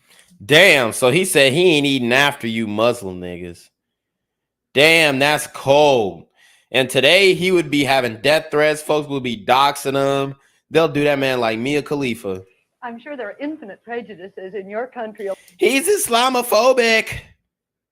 And the white woman, she's very interested. She's like, wow, this is very interesting, fascinating. The prejudices between these black people. Three Africans from different parts of Africa who have prejudices against each other for no apparent reason. Alone between Oh, 4 Africans, actually. Just one is, I'll say 3 black Africans. Okay. Amharas and Hebrews and Arabs. You do say your origin is Hebrew, do you not? And most of the Ethiopians are. We can talk for. You heard what she said. Now let's run it back. This some shit that you clip. This some shit that you clip right here. In your country alone, between Amharas and Hebrews and Arabs, you do say your origin is Hebrew, do you not? And most of the Ethiopians are. Woo! She asked him, you do say your origins are Hebrew, didn't you? And most of the Ethiopians are. Wow. I mean, this is historical evidence. So like I said, like some of y'all can't be claiming that Hebrew Israelite bullshit, but some people absolutely have the right and the claim to that. Just want to make it clear. But it seems today that the people who, you know, are in these certain positions in Hollywood and Ford Motors and all this type of stuff, they don't, I mean, I don't see any Ethiopian Jews in power. I don't. I mean, I see a lot of bad Ethiopian bitches though, downtown and shit, downtown Atlanta. But I mean, that's about it. Prejudices in your country alone between Amharas and Hebrews and Arabs. You do say your origin is Hebrew, do you not? And most of the Ethiopians are. We could talk for ages on that, but there's another question I want very much to ask all of you. That is, what did you hear about race problems in America before you came? Is our problem greater or less than you thought? I thought it was greater before I came. Oh, and this is in 1956. That nigga was scared to get off the plane. He said he thought the race relations were like even worse. He thought the racism was greater than when he came. And then he said, oh, this shit's sweet. Is our problem greater or less than you thought? I thought it was greater before I came. I mean, because of the nationalistic feelings in the Gold Coast, everybody is prejudiced against the whites because we want to get the best positions in the government. Apparently, we have it though. But I mean, wow. So you hear what he's saying? He's saying, you know, all the blacks are prejudiced against the whites in Africa, but black people can't be racist. The olden days, we wanted together. And that's a good debunking. Hold on. So you say black people can't be racist, but can black people in Africa be racist to white people? because you've seen what happened in Nigeria. They said that they weren't taking any more white actresses or models. They're going to use their own actresses and beautiful Nigerians, right? And so we were always constant on the point to listen to some of these things which happen in America. About 70% of the news about America are concerning racial prejudice. Is that true in the Gold Coast, Dick? How much news, American news, You mean is South concerned? Africa? I'm sorry, in South Africa. Well, very little. Except the case like the recent Supreme Court case comes up, then that receives attention in the South African newspapers. But we realize what the position is here in the States, and we got a problem much bigger than ours back home. Was our problem greater than you thought it would be or less? Oh, I think it's bigger than I thought it would be, because I imagine when I came over here that all the Negroes were as well educated as the white people, and that's not always the case, especially down south. Damn, shots fired. God damn, I think I felt that one. And I didn't expect to find them as concentrated in the south as they are. Have any of you had any experiences with segregation here in this country? Well, I've just got something quite insignificant. You know, people get to know that I'm a foreigner, and so they treat me differently. When I came at first, I tried to get an American haircut, appear in American clothes as best as possible and as much as possible, just for people to discriminate against me. So she asked him about discrimination, and this is him saying the discrimination that he faced. And I've never had such an occasion. I've been A haircut, my nigga. trying to get it, but I mean, it seems as if I've been getting the best, actually. Much friendliness. Yes, ma'am. How about you, Navy? This is rather superficial, but I was living in one of the communities in New Jersey, which is strictly white resident, and there I couldn't get a haircut for about 2 weeks because the white man don't know how to cut this type of hair. And one of the boys was joking to me that he said that the best engineers in the United States are working hard to design an instrument that will be of some use to cut this hair. No, that's not discrimination. Well, this is He said that ain't discrimination. Niggas just ain't trying to cut your weird shaped head. I mean, this nigga's head is a barber's worst nightmare. You know how to put the barber put his hand on your head? Nigga like, move here, nigga, move here, move here. he be done broke that man neck. So the most discrimination that the Africans in 1956 now faced was they couldn't find a good barber. Working hard to design an instrument that will be of some use to cut this hair. No, that's not discrimination. Well, this is another sort of discrimination. And the black man called him out. He said, nigga, that ain't a discrimination.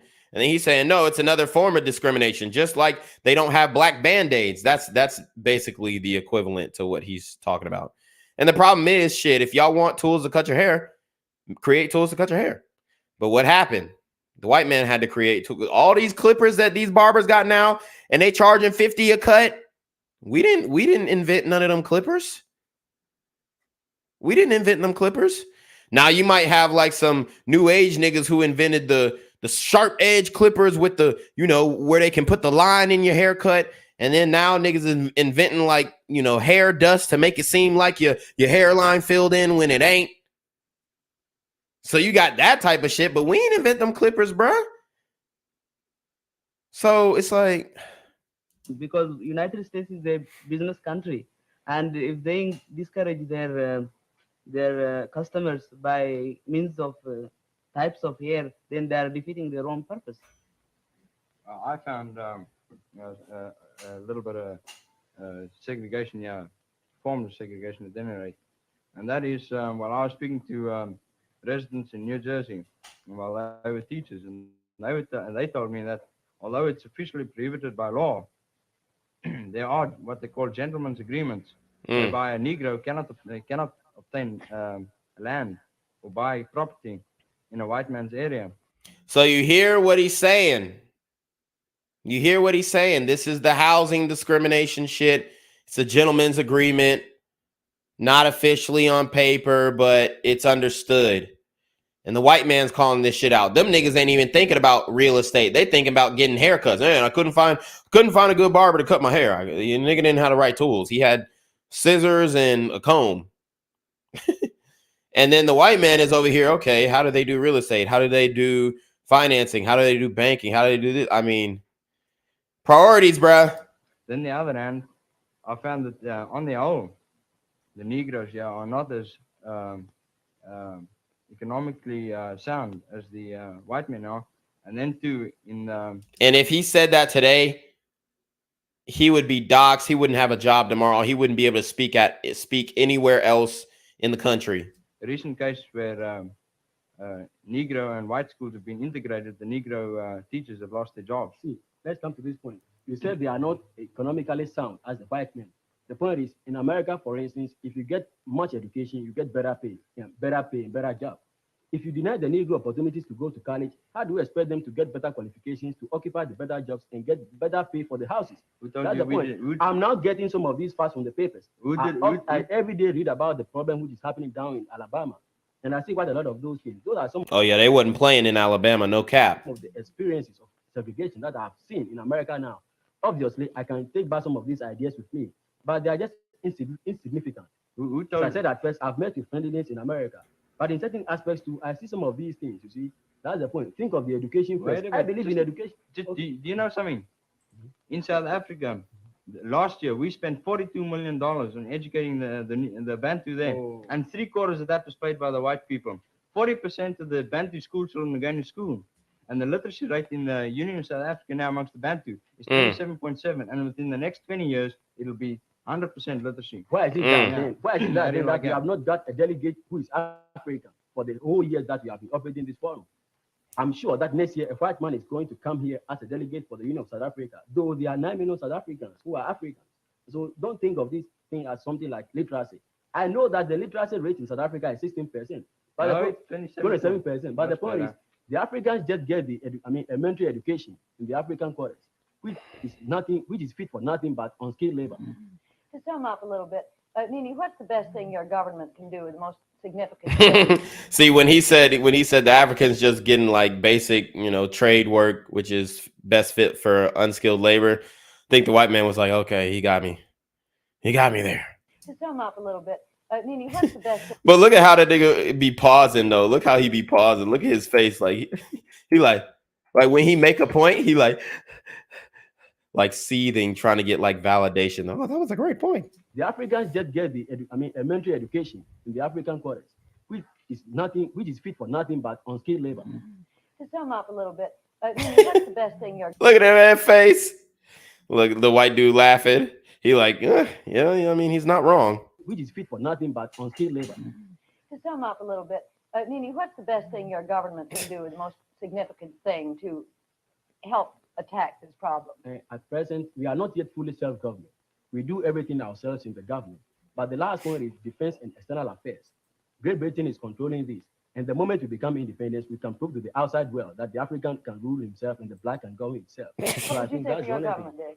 The government must definitely apply this policy of apartheid more firmly and more thoroughly and apply it and carry it out more rapidly than it's done in the future. There's a final. Damn, he stood on that shit. He stood on that shit. That's just like somebody nowadays saying, oh, the government should have applied segregation more firmly. I mean, he stood on that shit. I mean, they're going to have fucking, I bet they damn graffiti in his gravestone with rebel flags and pissing on it and shit. I mean, nowadays he would be destroyed for that. Carry it out more rapidly than it's done in the future. There's a final question I'd like to ask you. Since the population of the world, the percentage between white and non-white is roughly what it is here, I'm sure Dix and I are wondering when the 3/4 of the human race that is not white gets political power. What are you going to do to the whites? Segregate them? Well, if we practice segregation, then we'll be as bad as the white. What, nigga? But you just said that you wouldn't share meat with a Muslim. I mean, my nigga, you got a big ass head. Think, bruh. So you're not going to, what if he's a white Muslim? Will you share meat with him then? My man said he was in a cult, an Orthodox Christian cult. And you just said that you wouldn't share meat with a Muslim man. So how are we supposed to, on good faith, take it that the Ethiopians, if they got power, wouldn't segregate the whites? I mean, can we really take these niggas seriously? If we practice segregation, then we will be as bad as the white. So what we will do is we'll allow them to mix with us, and in the meantime, unite ourselves like that we did in the Bandung conference. Well, when Mr. Good Marshall, the attorney to Miss Lucy, when he came down from Alabama to New York, this is what he said. He said that sometimes Negro organizations and individual Negroes, through their help to save the white man, so become a little bit tired. So I think probably that's our mission. To save the white man's yes, soul. to save the white man's soul. Thank you, Nene. I know he didn't say niggas was going to save the white man's soul.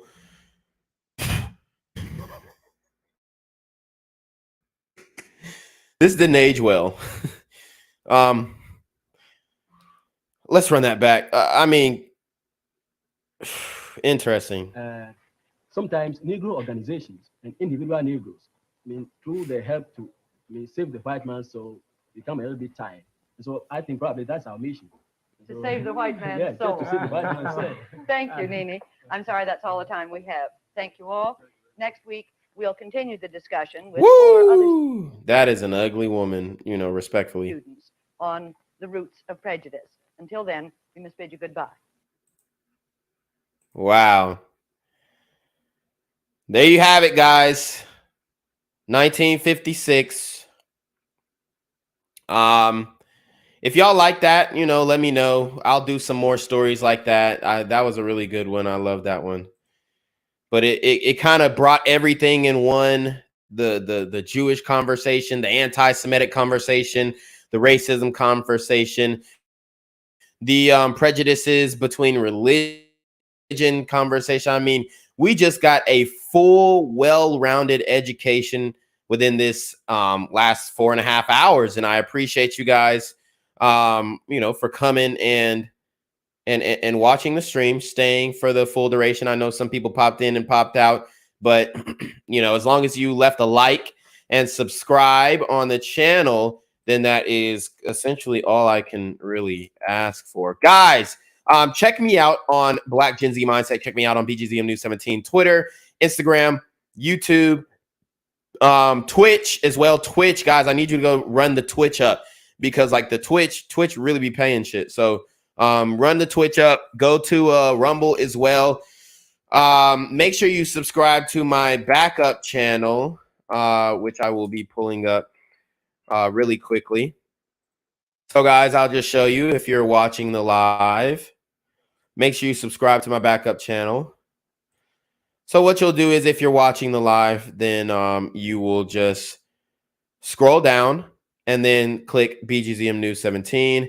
It'll bring you right there to the channel, and you will pretty much see all that I have to store. We live stream from here. I'm trying to get more production on BGZM News 17, guys, so I need y'all's help to get this monetized. We're at 558 subscribers. We need to get to 1,000 subscribers to get it monetized, so that we can start producing more content where you don't have to look at my ugly face reporting on these videos, but you can just kind of get the news and the gist of it. And it's real quick, 1-hitter, 2-hitter videos, and then boom, we're out.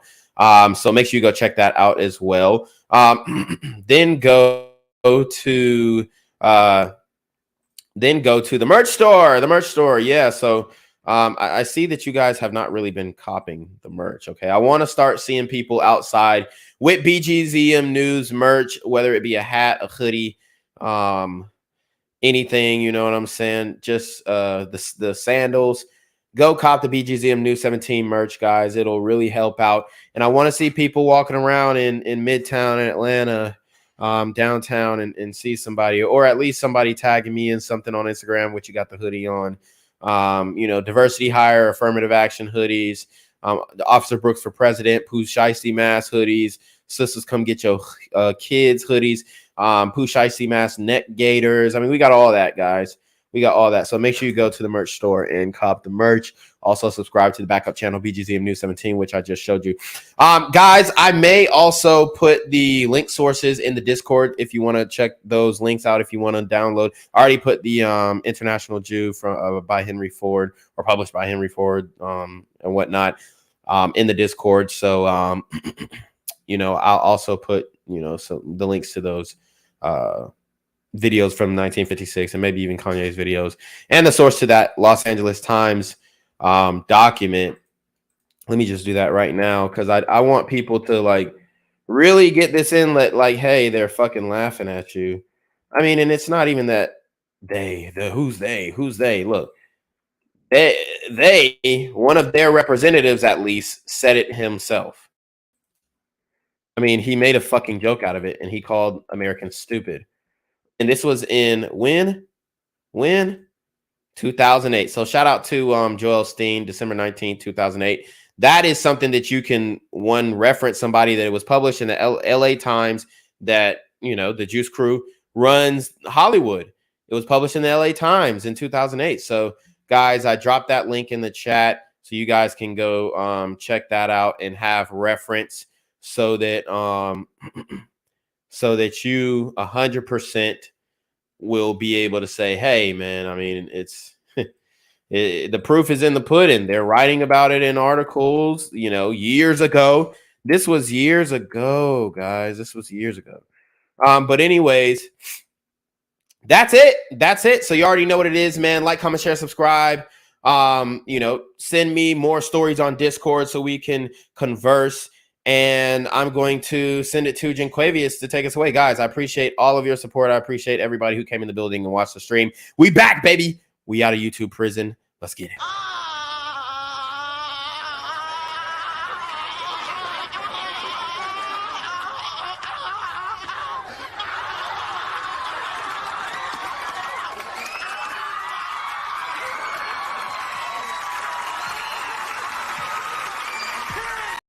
I'm here on the corner of MLK and Medgar Evers, and it's a very tranquil scene compared to just a couple hours ago where a drive-by shooting just took place. Excuse me, I'm getting live updates as we speak. I've just been updated to the amount of casualties from this drive-by shooting, and I'm getting reports that 2 people were actually declared deceased and 27 others were shot and injured but are in stable condition. And although we must pray for the families of the fallen, we must also praise God for the aim of the super gremlin. If you want to know more about the victims of this crime, make sure you add BGZM News 17 on Patreon at www.patreon.com/blackgenzmindset. Also, don't forget to like the video, share the video, subscribe to the YouTube channel, and comment on the video to continue the discussion on how we can find solutions to all this gun violence in the streets. For more hard-hitting news coverage from the community, by the community, I'm Jenquavius Jackson, here live, reporting from Atlanta, Georgia, BGZM News 17. And cut. All right, dog. Let's get the out of here before these niggas come back. Whoa. Yo. Whoa. Ain't that nigga J? Nah, that ain't me. That ain't me. He just went live That with ain't that me. funky ass suit on. That's that nigga. That's not me. Hey, get that nigga. Jenquavius Jackson, here live, reporting from Atlanta, Georgia. Pray for me. Gang violence and other kind of violence. Get away! I could be at work, at school,